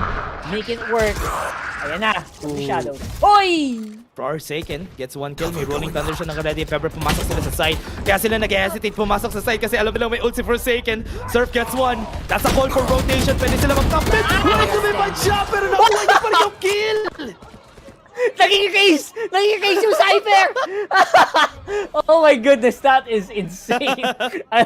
What was that? Parang ang sinachil ng Cypher. Ang layo sobrang nilipad niya. Hindi rin niya in-expect eh. Kaya, oh my, natalo si Mindfreak na parang mamamatay. Pero sinakyan niya. Sinakyan yung render. I like it. Ang galing, ang galing, ang galing. 11-7. 4 rounds consecutive na yung napapanalo ng Talon. Yeah, that's exact. Ito na. This is what you need to do, guys. Slowly but surely, we're finally getting a game here. Still was happening non-stop para dito sa Talon. The confidence is finally popping in, and maybe yung mga little errors coming in from Paper Rex really helping get or turn this round around. Let's go, Cruz. Cruz, good call. Yeah. Ooh, that was si Cruz daw nag-goal nun. Interesting. Kasi nag-goal sila, after makuha nila yung top man, nag-goal sila for that. Yung nasa likod niya, yung si something na namatay. Tapos nakapag-peek agad si Surf, which was perfect. And also, yung position nila at top mid was actually good. They were able to control that area for quite a bit of time. Pati yung mga nanggagaling sa market to go for rotation na cut-off rin nila. But that's a great yung ginawa dito ng Talon for that round. Nagsing na din yung mga miyembro natin sa Talon this time around, Coach Pro. Finally, ayan na. Kala ko, kalmado na, hindi pa pala. Hindi pa tapo ang trabaho natin. We still have a lot of rounds to cover. In this specific one, 4 na rounds pa ang kailangan nilang bunuin. Pero, maganda lang ang sitwasyon nila. Light shields para sa Paper Rex doon sa 5. Oh, yes. Let's see how they approach this next. From what we've seen here from Paper Rex, talagang tinatry nila mag-aggressive push every time, trying to catch the team off guard. Pero from what we're seeing here, from what they're doing, dahil nag-rush rin naman sa A side to elbow itong members ng Talon, let's try to go for stairs or for link, maybe hindi tayo mapatay from this side. Makagat na yung pagiging favorable ng mapa na to para sa mga attackers natin, and Talon are capitalizing. We're taking with the info. Think Ban, papatras muna. Ang tanong dito, ibang info na binibigay. Ban with another first kill. Yeah, push it sa tiles. Ban gonna go for it. The buy is gonna see it. That's gonna be 1 kill at tiles. And they have a resurrection to get 5 back. And this is gonna be elbow push from their side. Talon already going in. They're taking their sweet time. Pero si Governor hindi napatay na something. Yun lang.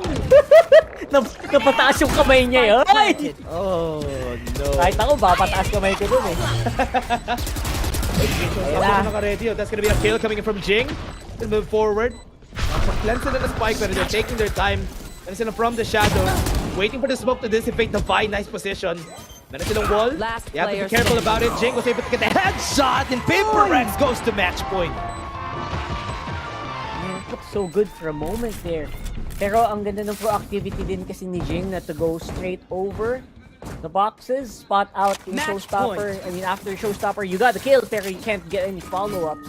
So, even though that happened, though Talon did get the plant down, they could not make the post plant work. Ang ganda yung ginawang adjustment dito ng Paper Rex for this round, because what they did is put a pull on B, and let's try to retake na lang on A. Kasi if ever mag-commit tayo, natatalo kasi sila sa anchoring on the site eh. Now, tinry nila mag non-committal angles, try to cover for mid. And that was the reason why they were able to win. Medyo na-delay rin yung push ng Talon onto that site eh. To be fair, mahirap din mag-retake pag may pader sa mukha mo eh. Tapos kontrolado pa nila kung saan yung butas. Diba nakakais yun? Hindi rin sila honestly, ang hirap kasi hindi rin talaga sila maka-defend once the spike was down, and once there was a wall there, Jing was just able to capitalize on that angle. Pero yan! Next post, guys! Sa ating match point! Humabol pa! I think on the Talon side pala yung ating tech. Pero parang magkakaroon na ulit. Sigob. Parang sigob bang spatan or medyo baka nag-iba yung senses niya. Tumama. Yung after the showstopper maybe. So, right now, nabingi siya no after sumama nabingi yung siya dun, boy, eh. showstopper. Yung bala yata ni Jing may tumama sa helmet ni Reigns. Oh no, yun lang. Hintayin natin itong tag post na to, everyone. Ito na lang hinihintay natin na round. They are just waiting for the maging okay yung audio nila dito with Governor. So we're just waiting for that bago tayo pumasok ulit for this next one. I think tinatry na ito ni Gov, and I think okay na. Yeah, I think that's fine. I think it should be fine. Alright. So right now, obviously Talon, hindi pa it's not done yet. I think they still have some money, right? I think they should have one more buy round. Yep. Yan, half armor lang si Gov, okay lang yon. So, still pretty even. Don't forget, Guardian din hawak nila Forsaken. And they're also on light shields. Narin sila masyadong big ultimates na pwede dito for this round. So if ever they get a kill, doon lang natin makikita yung ults nila. But this last round for Paper Rex, push pa nila to. Pero from what I'm seeing, something aggressive tong push niya na to, ha. Try to go for that Daisy kanina. Paper Rex trying to bait out the push from Governor. Merong fault line na naka-ready. There's a lot of people here. Timing is just perfect dito with the flash, and that's gonna be the combo they're looking for. Wala silang nagawa para tulungan si Governor. Kahit ako, atras ko na lang talaga doon. There was just no way. Actually answer. No. And now something would do on mid. Surf all alone. That's gonna be it, Surf. Last member standing for the squad. Wala silang information on him. And itatry pa nila for the second time to. Napakaganda ng set nila for that main push. And even yung mga nag-push for mid. Oh my, wala na silang nagawa in the end. Their mind freak got taken down. B main. Look at that. Tignan nyo yung mapa. Dire-diretso na silang lahat. Alam na nila kung nasa si Surf. Papatay na nila with another thrash. And that's gonna be a peak for Paper Rex. And that is gonna be their win for this one. Paper Rex medyo may konting pagbagal lang around the middle of that round, or middle of that map. Yep. Where they were able to pick up the pace once more, make sure it's a more decisive win this time around. And it's Paper Rex with a 2-0. I mean, still one of the best teams dito sa ating VCT Pacific. And yun na nga, Paper Rex, nakita naman natin sila. Ito yung comeback game nila basically, and nakakuha na sila ng mga panalong hinahanap nila. Starting pa lang from this game against Talon Esports, and they would need a lot more to move forward in this competition. And yun na, I hope na magtuloy-tuloy to for Paper Rex and their story. Yeah, congratulations by the way to the Forsaken and Something for joining the 1K Club. 1,000 kills para sa dalawang miyembro. Paper Rex, great way to cap off a 2-0 victory para naman sa kanila dito sa VCT Pacific Day Week 1 State 2. Yep. So, I would say that they were as Paper Rex can be at this point. Davai, as usual, magandang alalay and a great player on the operator no matter what the agent is. Yep. Naganda nung talaga dito ng Paper Rex, especially yung pagbagal nila na yun, it was because Talon was doing something na hindi nila nasasagot, which was the push right there on A and even on elbow. Hindi nila ma-retake. That's why they were struggling for quite a while there. Pero after some time na nakapag-adjust nila, just going for a retake, just going for mid, kasi wala namang pumupunta sa mid, might as well take over this space. And yun na-choke out na nila yung Talon. And even that last few rounds, like literally they were using their utilities to choke out their opponents. Dun sa very narrow na corridor na yun, I don't know if the replay is gonna find that. Pero it was just beautiful. Even in the eco round, yung utility use dito ng Paper Rex was immaculate. And the decision they were making really coming into play. Not to mention, syempre, yung aim ng mga tayo, sobrang crispy talaga. Kaya you will not blame a lot of Paper Rex fans in the house. It's very happy. Yeah, there was a point in time dito sa mapa na to na puro drive pick yung nakita natin from Paper Rex. This is them having fun. Nakita naman natin na nagda-drive pick na sila, they're having fun, and that's why nagkaroon sila ng struggle eh. Nagkaroon sila ng struggle dun sa mga fights nila. Pero at least now, yung huli, they picked up the pace and they were able to come back, especially yung mga combo nila, yung mga pag-rush nila ng utilities at the enemy team.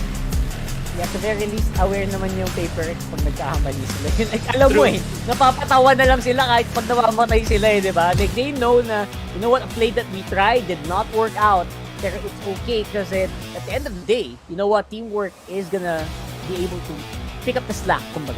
Yeah, and yun na nga guys, kami nga pala yung naging shoutcaster nyo. I was Dash and I was here with Rockhart, and ibabato na namin sa aming panel. Kayo na.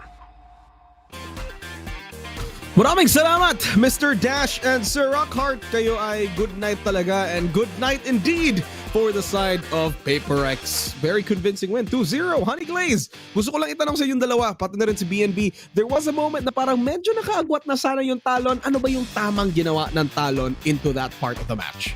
Sinabayan na nila yung pacing coming in from the side of PaperX. Alam na nila na kahit papaano, we need to do a head-on collision, sabayan yung mga utilities and stuff. But then, it's just the craziness pagdating nga sa aim duels dito ngayon na PaperX.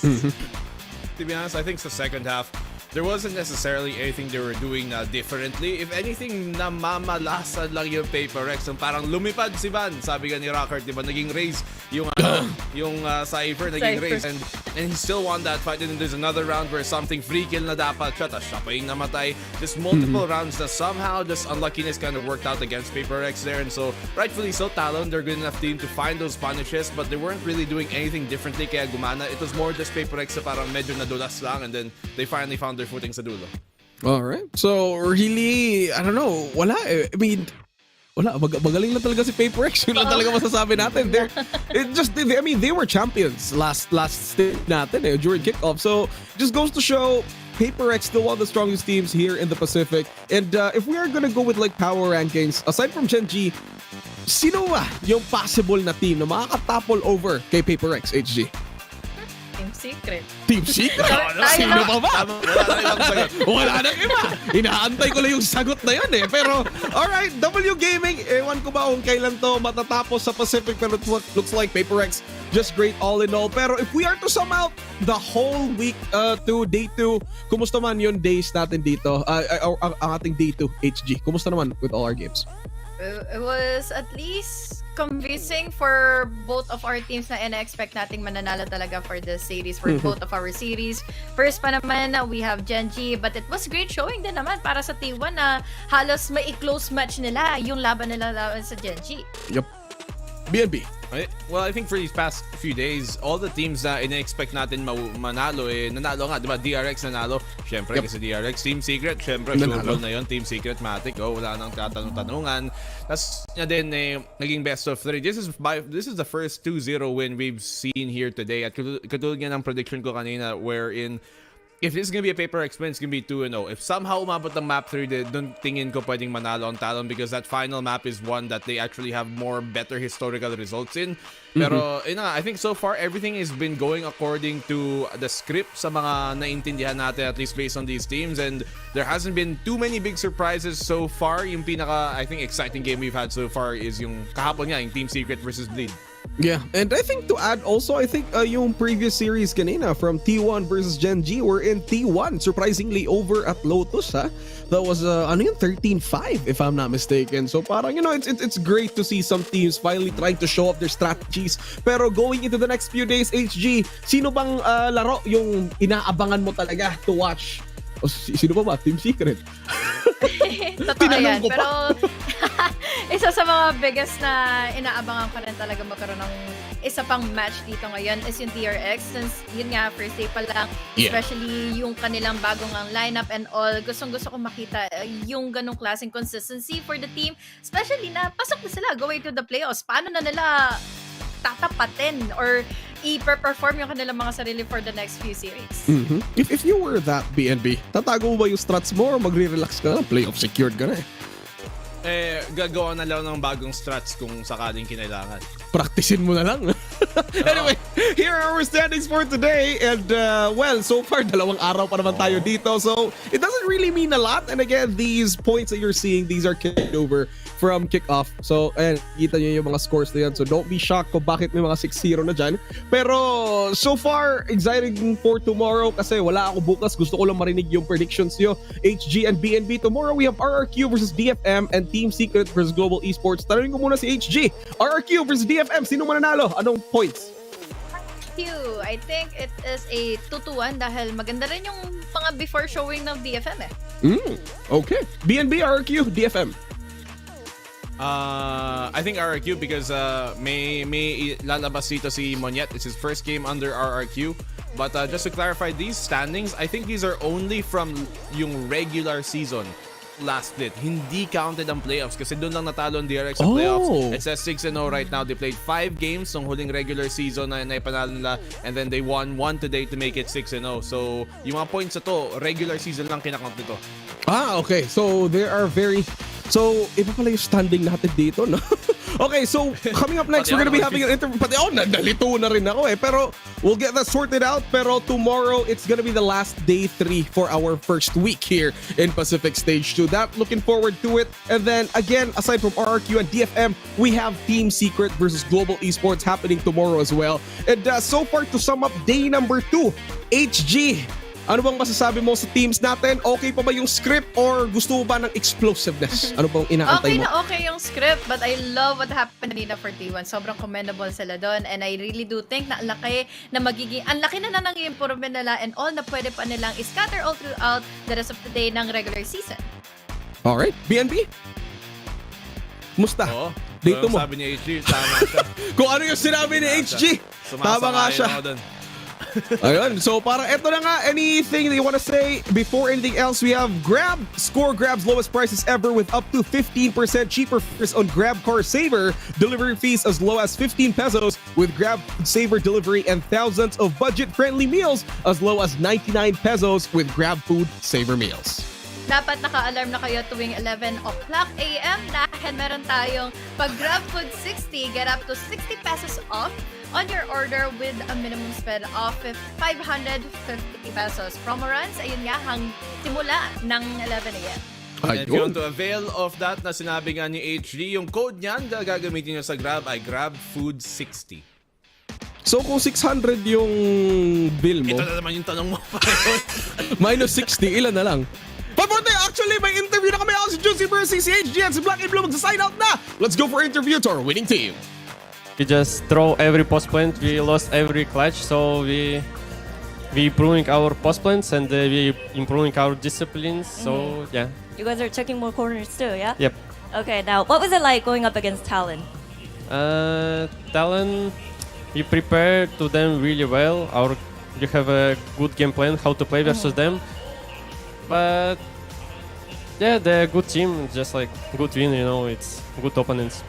Let's talk about Sunset, because I'm pretty sure our English viewers want to know as well. Tell us just what you were doing in the mid, holding the spike by yourself. 3 versus 4 situations. Okay, guys, I'm gonna explain you why I do that.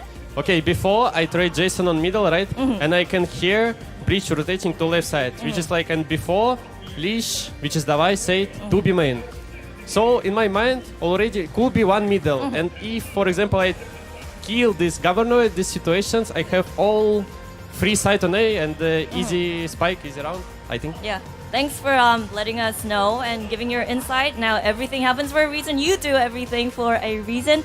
But now, let's talk about the map pool and the Asian pool, because a lot of people talked about how after Shanghai, that maybe PaperX needs a deeper map pool or more flexibility on the team, because Jason can only do so much. So in that aspect, what have you guys been working on? I mean, yeah, obviously we don't really have this, like, for example, some teams can play like 7 maps. Yeah. We don't really have it, but we're gonna try our best at this moment to the champions. I hope we're gonna qualify to the champions. We're gonna have like 7 maps in our pool, and also I hope we're gonna get new agents in our pool, which is, for example, ISO and Neon. Oh, okay. ISO and Neon. Now, you talked about the new patch coming in. So, curious as to see what you think the next week's meta will kind of look like. We see a lot of Clove, Deadlock already. You mentioned Neon and ISO. So, what is it going to look like?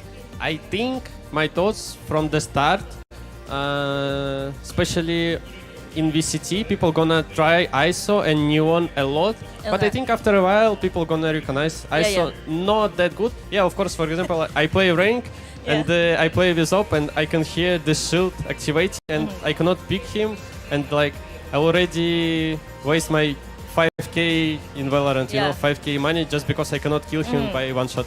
Okay. Now, why do you think ISO is kind of going to die down once the hype is over? Because I think it's not that good for the team play, but Okay. I think we're gonna try to use this. Okay, so it's kind of like Reina back in the days. It's like Yeah. upgraded Reina, yeah. Yeah, upgraded Reina. Okay, thanks for letting me know. Now, next week you guys are facing DRX, but it's the new iteration of DRX. So, any thoughts on how they performed yesterday if you had the chance to watch them? And also, what are your expectations for the upcoming match? I mean, I saw a bit this match. Yeah, they beat like Zeta, 13-0 on Icebox, then they lost, they win some map, I forgot what is this map. Yeah, they look strong, and let's see, I don't know, no thoughts. Will you guys be ready for the Icebox Clove? Hope so. Okay, all right. Well, thank you so much, Something, for your interview, and best of luck. Thank you. Now, that was Something, everybody, with the post-match interview. We're going to go ahead and say goodbye, sign off right here, but make sure you come back tomorrow for another day of Valorant action, starting with DFM facing RQ. So, good night, everybody.